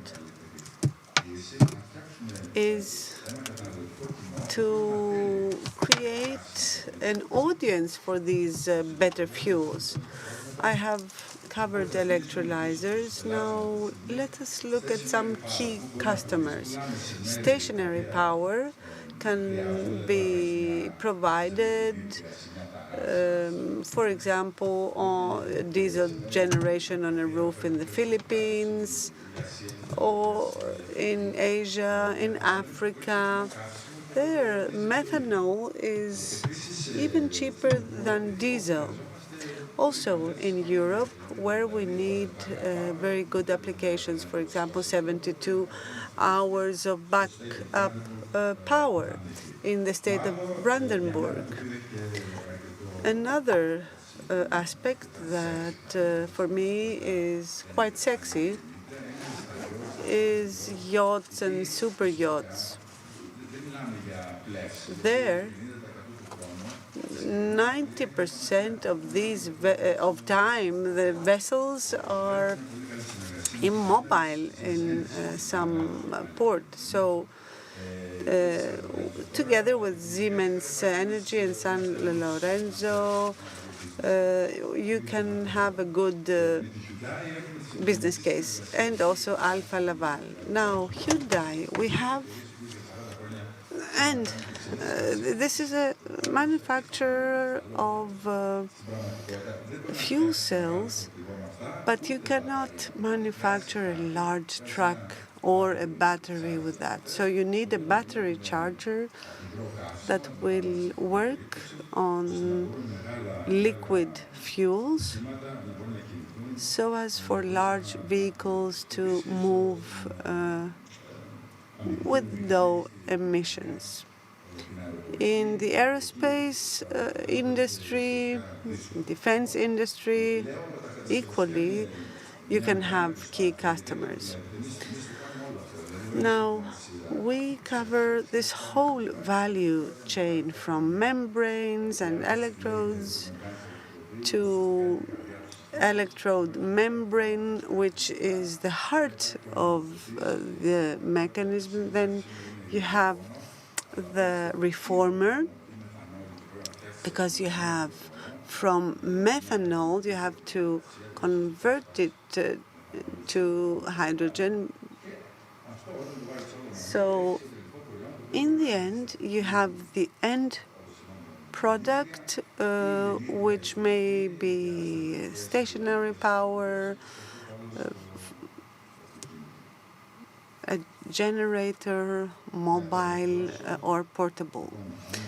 I will conclude very soon.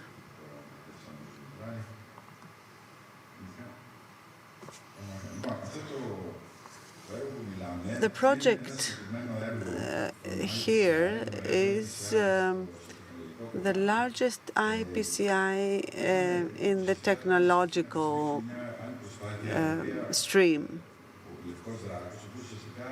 The white dragon, or you have the characteristics of the white dragon here. You can create the fuel cells or buy them from abroad, but I think that we were quite successful in this venture. And there was a reward. I wouldn't call it a funding or subsidy.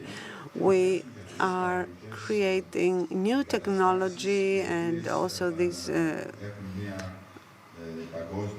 technological facilities that are addressing global clients. All this will be in West Macedonia. I hope that the project will be kickstarted very soon, and I will be very pleased to talk to all those present here. Hydrogen will be used more efficiently in machine. I think that Europe, you said that, is not only the issue for Europe is not only decarbonization, but also energy safety. And for that, there is 100% support. Thank you very much, Mr. Grigoriou. I do not want to pressure you, but unfortunately we are lagging behind in our time schedule, and we still have three speakers, Mr. Panopoulos, Mrs. Tiriakidou, and Mr. Ifandis. I will try to be as brief as possible. Thank you for the invitation to this very interesting event, and it is an honor to be joining this panel because all these presentations have been extremely interesting.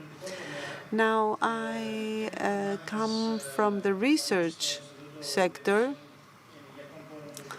and our team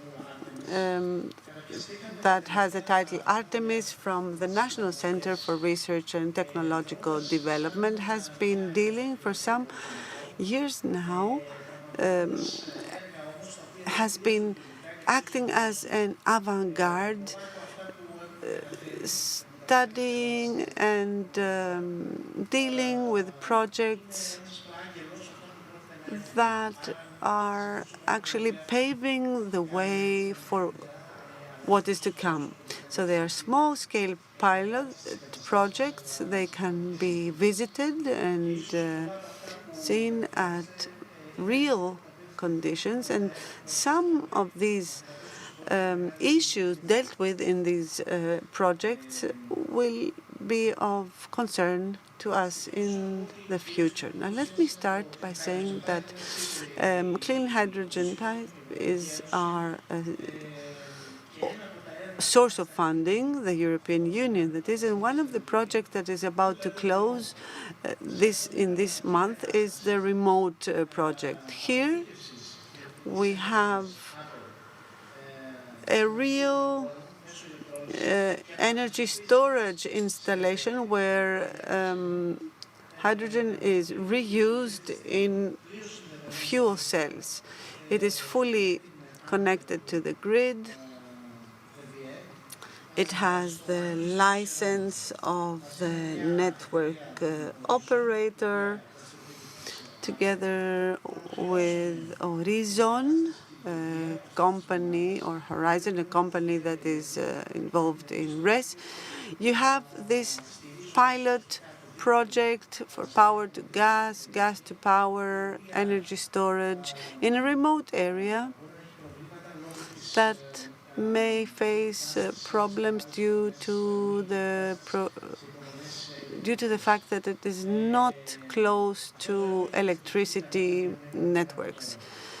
100 megawatt hours is the capacity, and here one should consider that installations to come are much larger. On the other hand, all hydrogen technologies have the beauty of being modular, which means that to make them more affordable, you need to increase the scale of production through funding, as we heard earlier. But the technical problems that units are facing can be solved through small pilots. We had the opportunity to work together with several manufacturers over Europe. So such projects are extremely useful because for everything that is to come in future, we need human resources. We here are a team of 50 people. These 50 persons may spread the knowledge gained here in further projects, in further applications. The problem is you may not have enough people that are experts in these new technologies. I would move now to the next project. 24/7 Zen is the name of the project. The vision of this project is a system of reversible fuel cells, reversible COEC SOFC system for zero emissions network. This system has a much higher efficiency based on with regard to electrolysis at lower temperatures. So you could have here a system that is fitting when you want to make use of the heat. In this project, UNIS is participating, as well as DESFA, the natural gas system operator, and there will be some tests by injecting hydrogen in the natural gas network.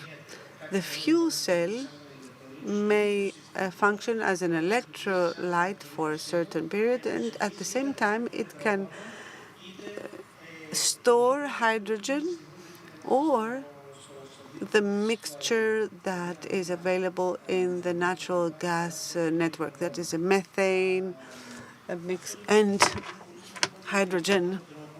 mixture. This is very important because, as we heard in the previous presentations, we actually are making use of the network as a storage unit for hydrogen. And this is also a way to reduce our dependence from imported natural gas. But this project too is relatively small. One more project I would like to showcase is the Crete Aegean Hydrogen Valley. This is a project that started early this month in parallel with the other hydrogen valley projects of Corinth. This is a project with the vision of storing hydrogen and using the Cretan capacities, connection capacities with the UNIS or with the interconnection of Crete and Egypt. So by using affordable electricity from renewables, we want to produce hydrogen in Crete for the purpose of long-term storage and use in transport, but also in future applications, such as shipping. We heard several interesting presentations in this regard, but also it can have industrial applications. Atherinolakos is the place where this project is sited. The consortium includes UNIS as leader, Denora, an Italian that is involved in mega factory, CERT, Ballard, Politecnico di Torino, the region of Crete. It is important in hydrogen projects to also have the local community on your side. We also have union as partners, and of course, HEDNO that will be involved in the integration of the hydrogen in the system of Crete. Of course, without the European Union, without the Clean Hydrogen Partnership, all this would not have been possible. And we hope that in some time all the valley projects will have progressed. And in the third forum, we hope that we will have online data to show from all around Greece. I hope that I was brief. Thank you for listening.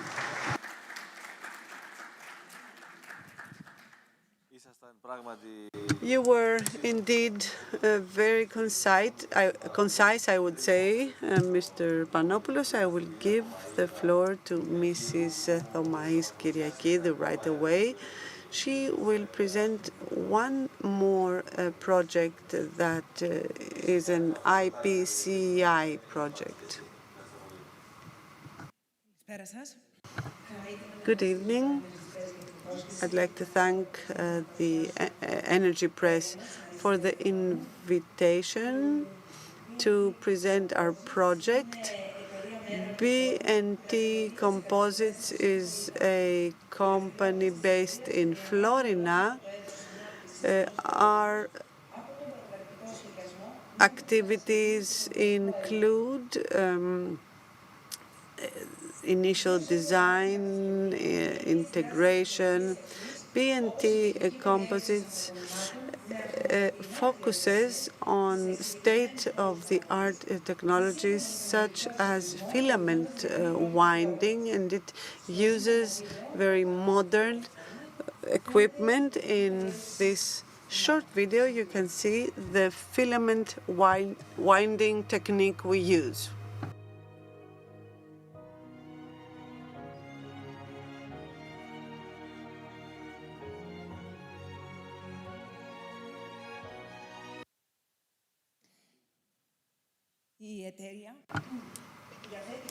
The company has a long-standing experience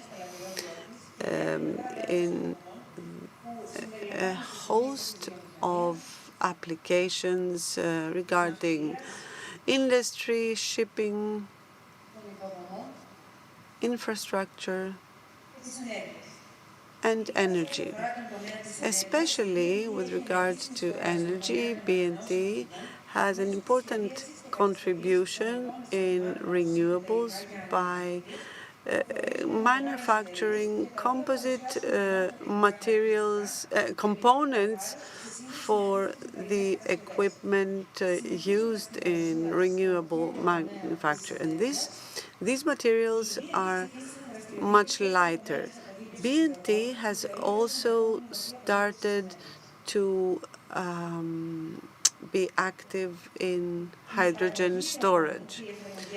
The production of hydrogen and its application is being supported by the European Union in view of the European Green Deal and the Paris agreements. So until 2050, the goals have to be fulfilled. So Greece is focusing on hydrogen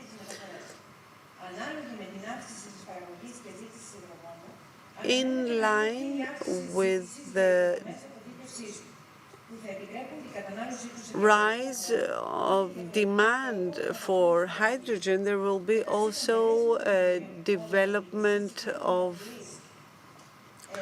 storage demand. Storage of hydrogen in gaseous form will be especially efficient. Usually, hydrogen is stored in a cylindrical pressure vessel, so-called liner. These vessels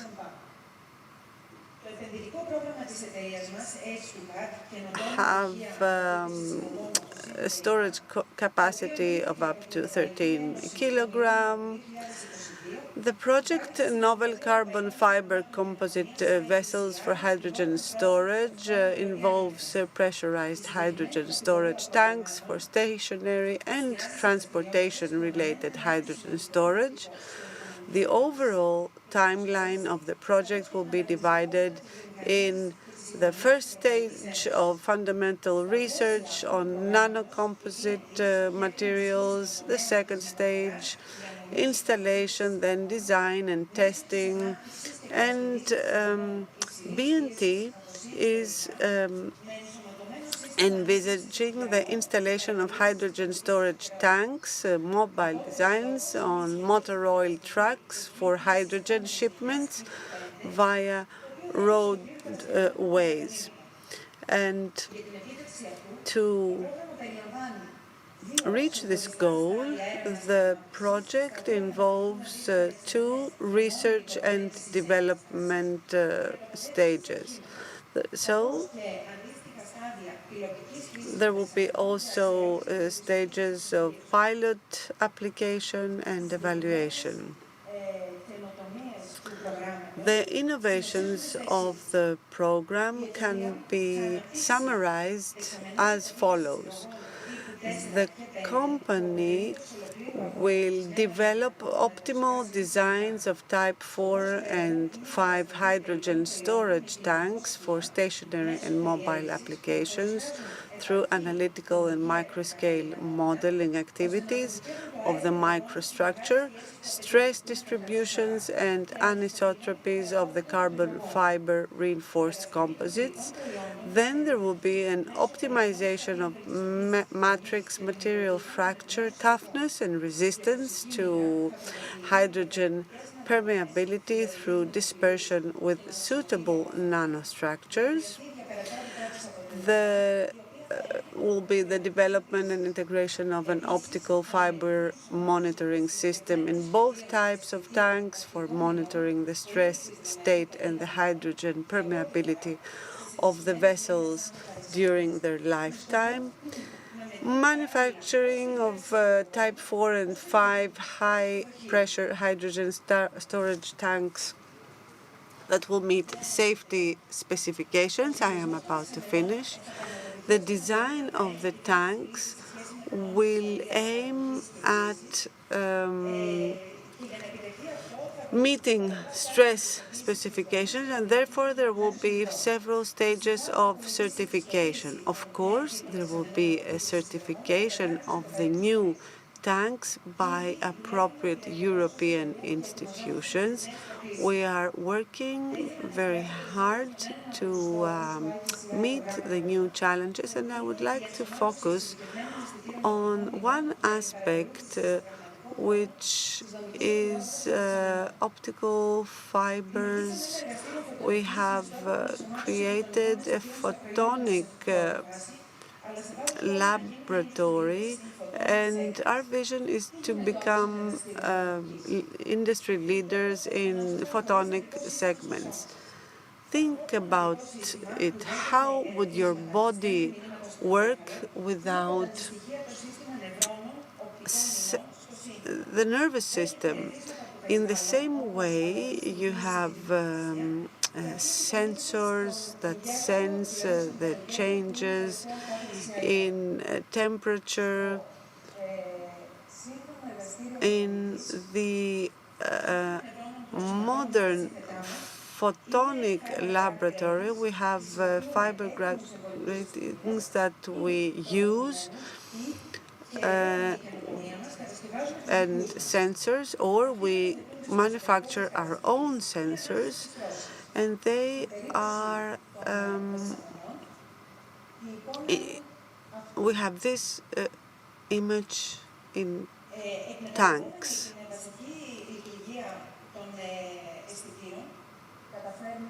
With these sensors, we can bring our products into life. I am about to finish. Altogether, we have state-of-the-art digital technologies. They are combined with experimental lab technologies through Edge-to-Cut program. B&T is interested in entering the market of hydrogen technologies. All this is the result of tedious work and innovation through which we want to develop our footprint. Today we are standing in front of a lot of challenges, but also opportunities.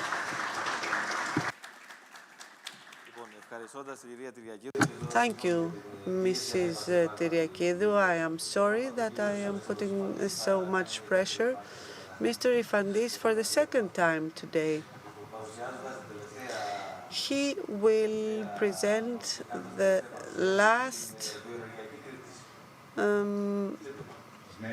he will make the last presentation today, Bioenergy Crete. Biomethane and biogas will be the topic of this presentation of mine. As I said before, biomethane and hydrogen can be seen as brothers and can play a role in decarbonization. You can see the facilities in Heraklion, Crete. It's the only unit, 1 megawatt, that is situated on an island. It is a closed type station. It has been received an award twice. It has solar panels, as you can see. Right now, there is no institutional framework, but there is cogeneration.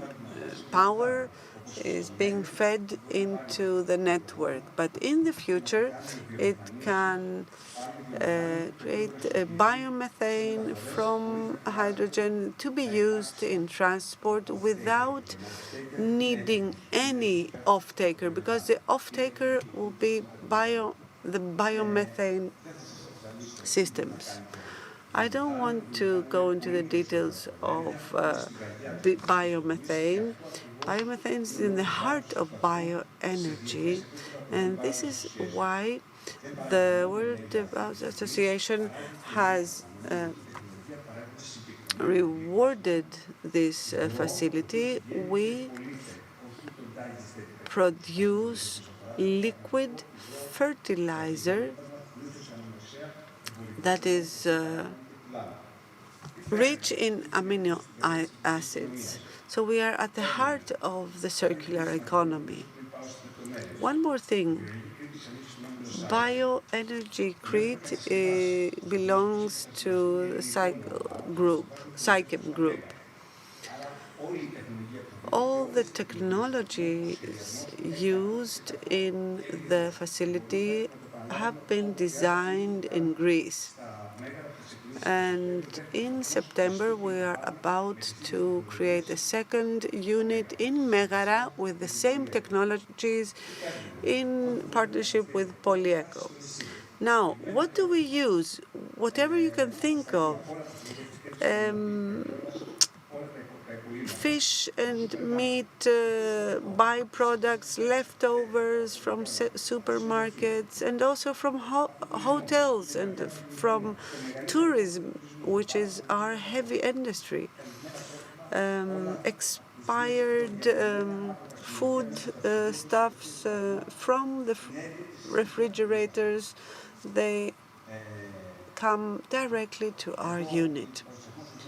Here you can see it is a closed type facility. It looks like a food factory.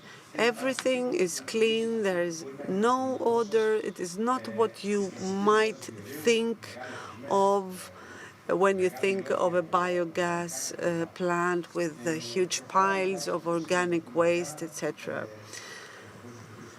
Let me say now, what do we produce? Electricity, heating. This is a real cogeneration. We have pasteurized fertilizers coming out of the unit, and the surplus heating is used as district heating. So for me, this is a biorefinery. This is the future of biogas plants. I will explain what I mean. We produce solid and liquid fertilizers, and we can actually produce ammonia water, pure ammonia. So with all these organic materials, we can actually make use of the digestate. And we also have pure water that is being reused afterwards.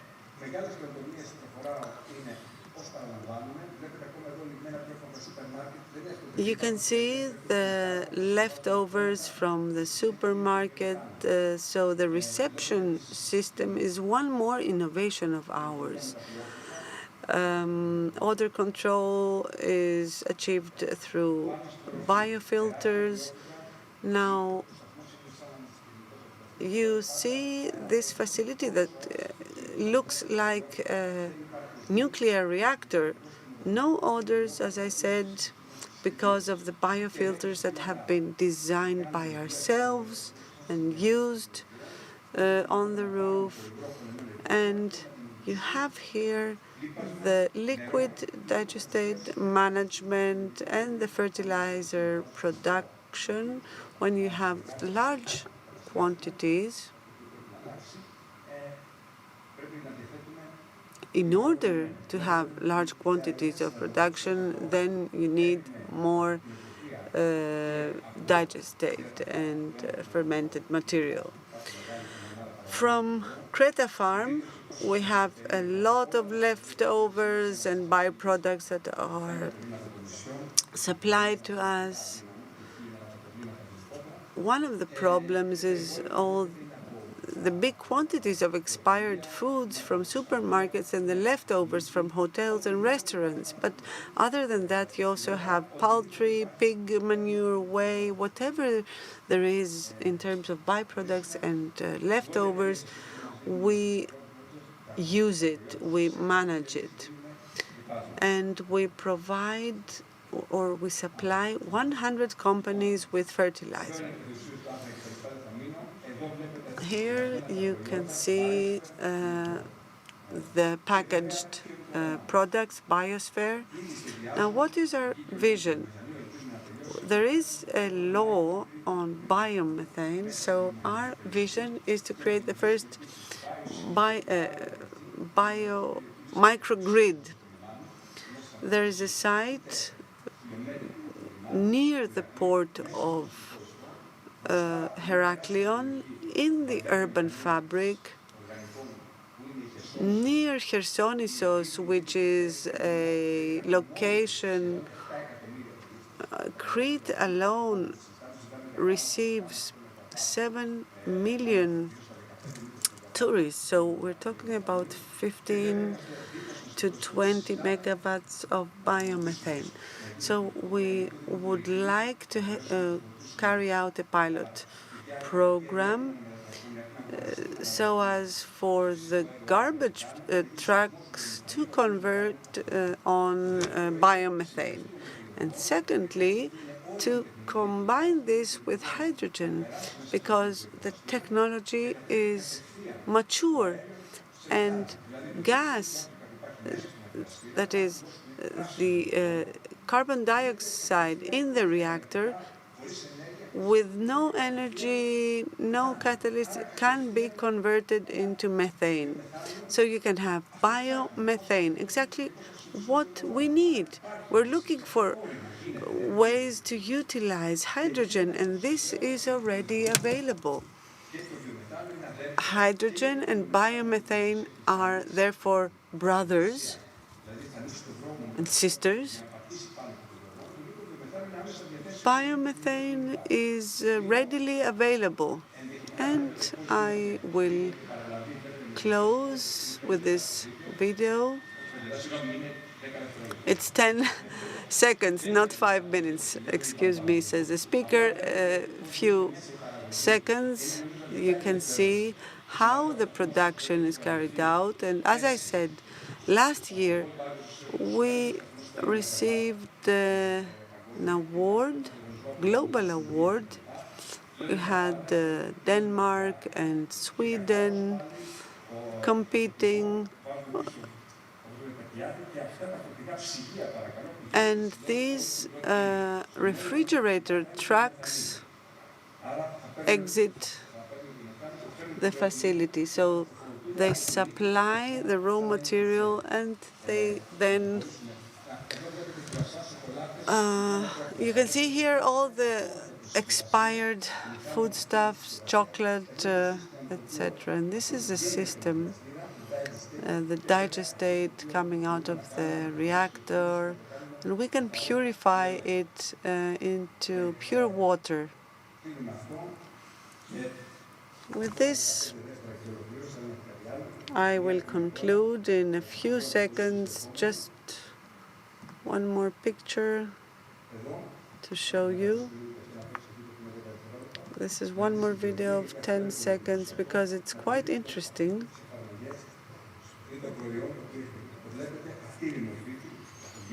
You can see the product. You have it in solid form. It has been used for and piloted for 3 years now. This is usual fertilizer. Thank you for your patience.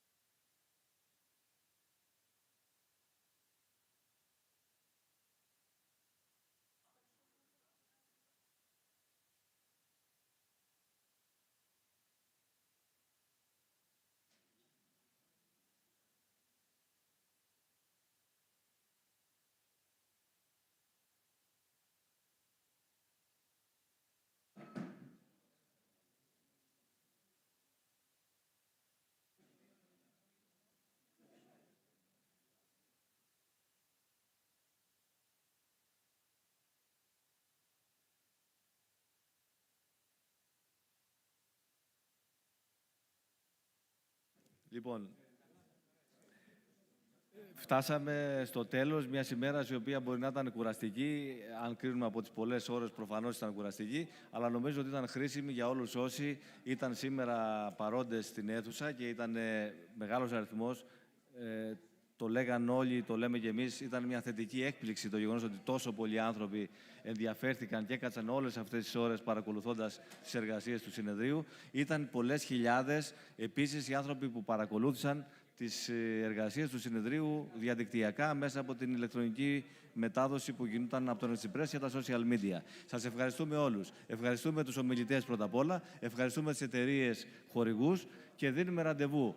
Αφενός μεν στο καθημερινό μας ραντεβού μέσα από το Energy Press, αφετέρου δε στην επόμενη διοργάνωση, η οποία θα γίνει στις 2 και 3 Νοεμβρίου του 2023, με αντικείμενο είναι το μεγάλο συνέδριο που κάνουμε για τις ανανεώσιμες πηγές ενέργειας και την αποθήκευση ενέργειας. Να είστε καλά. Γεια σας.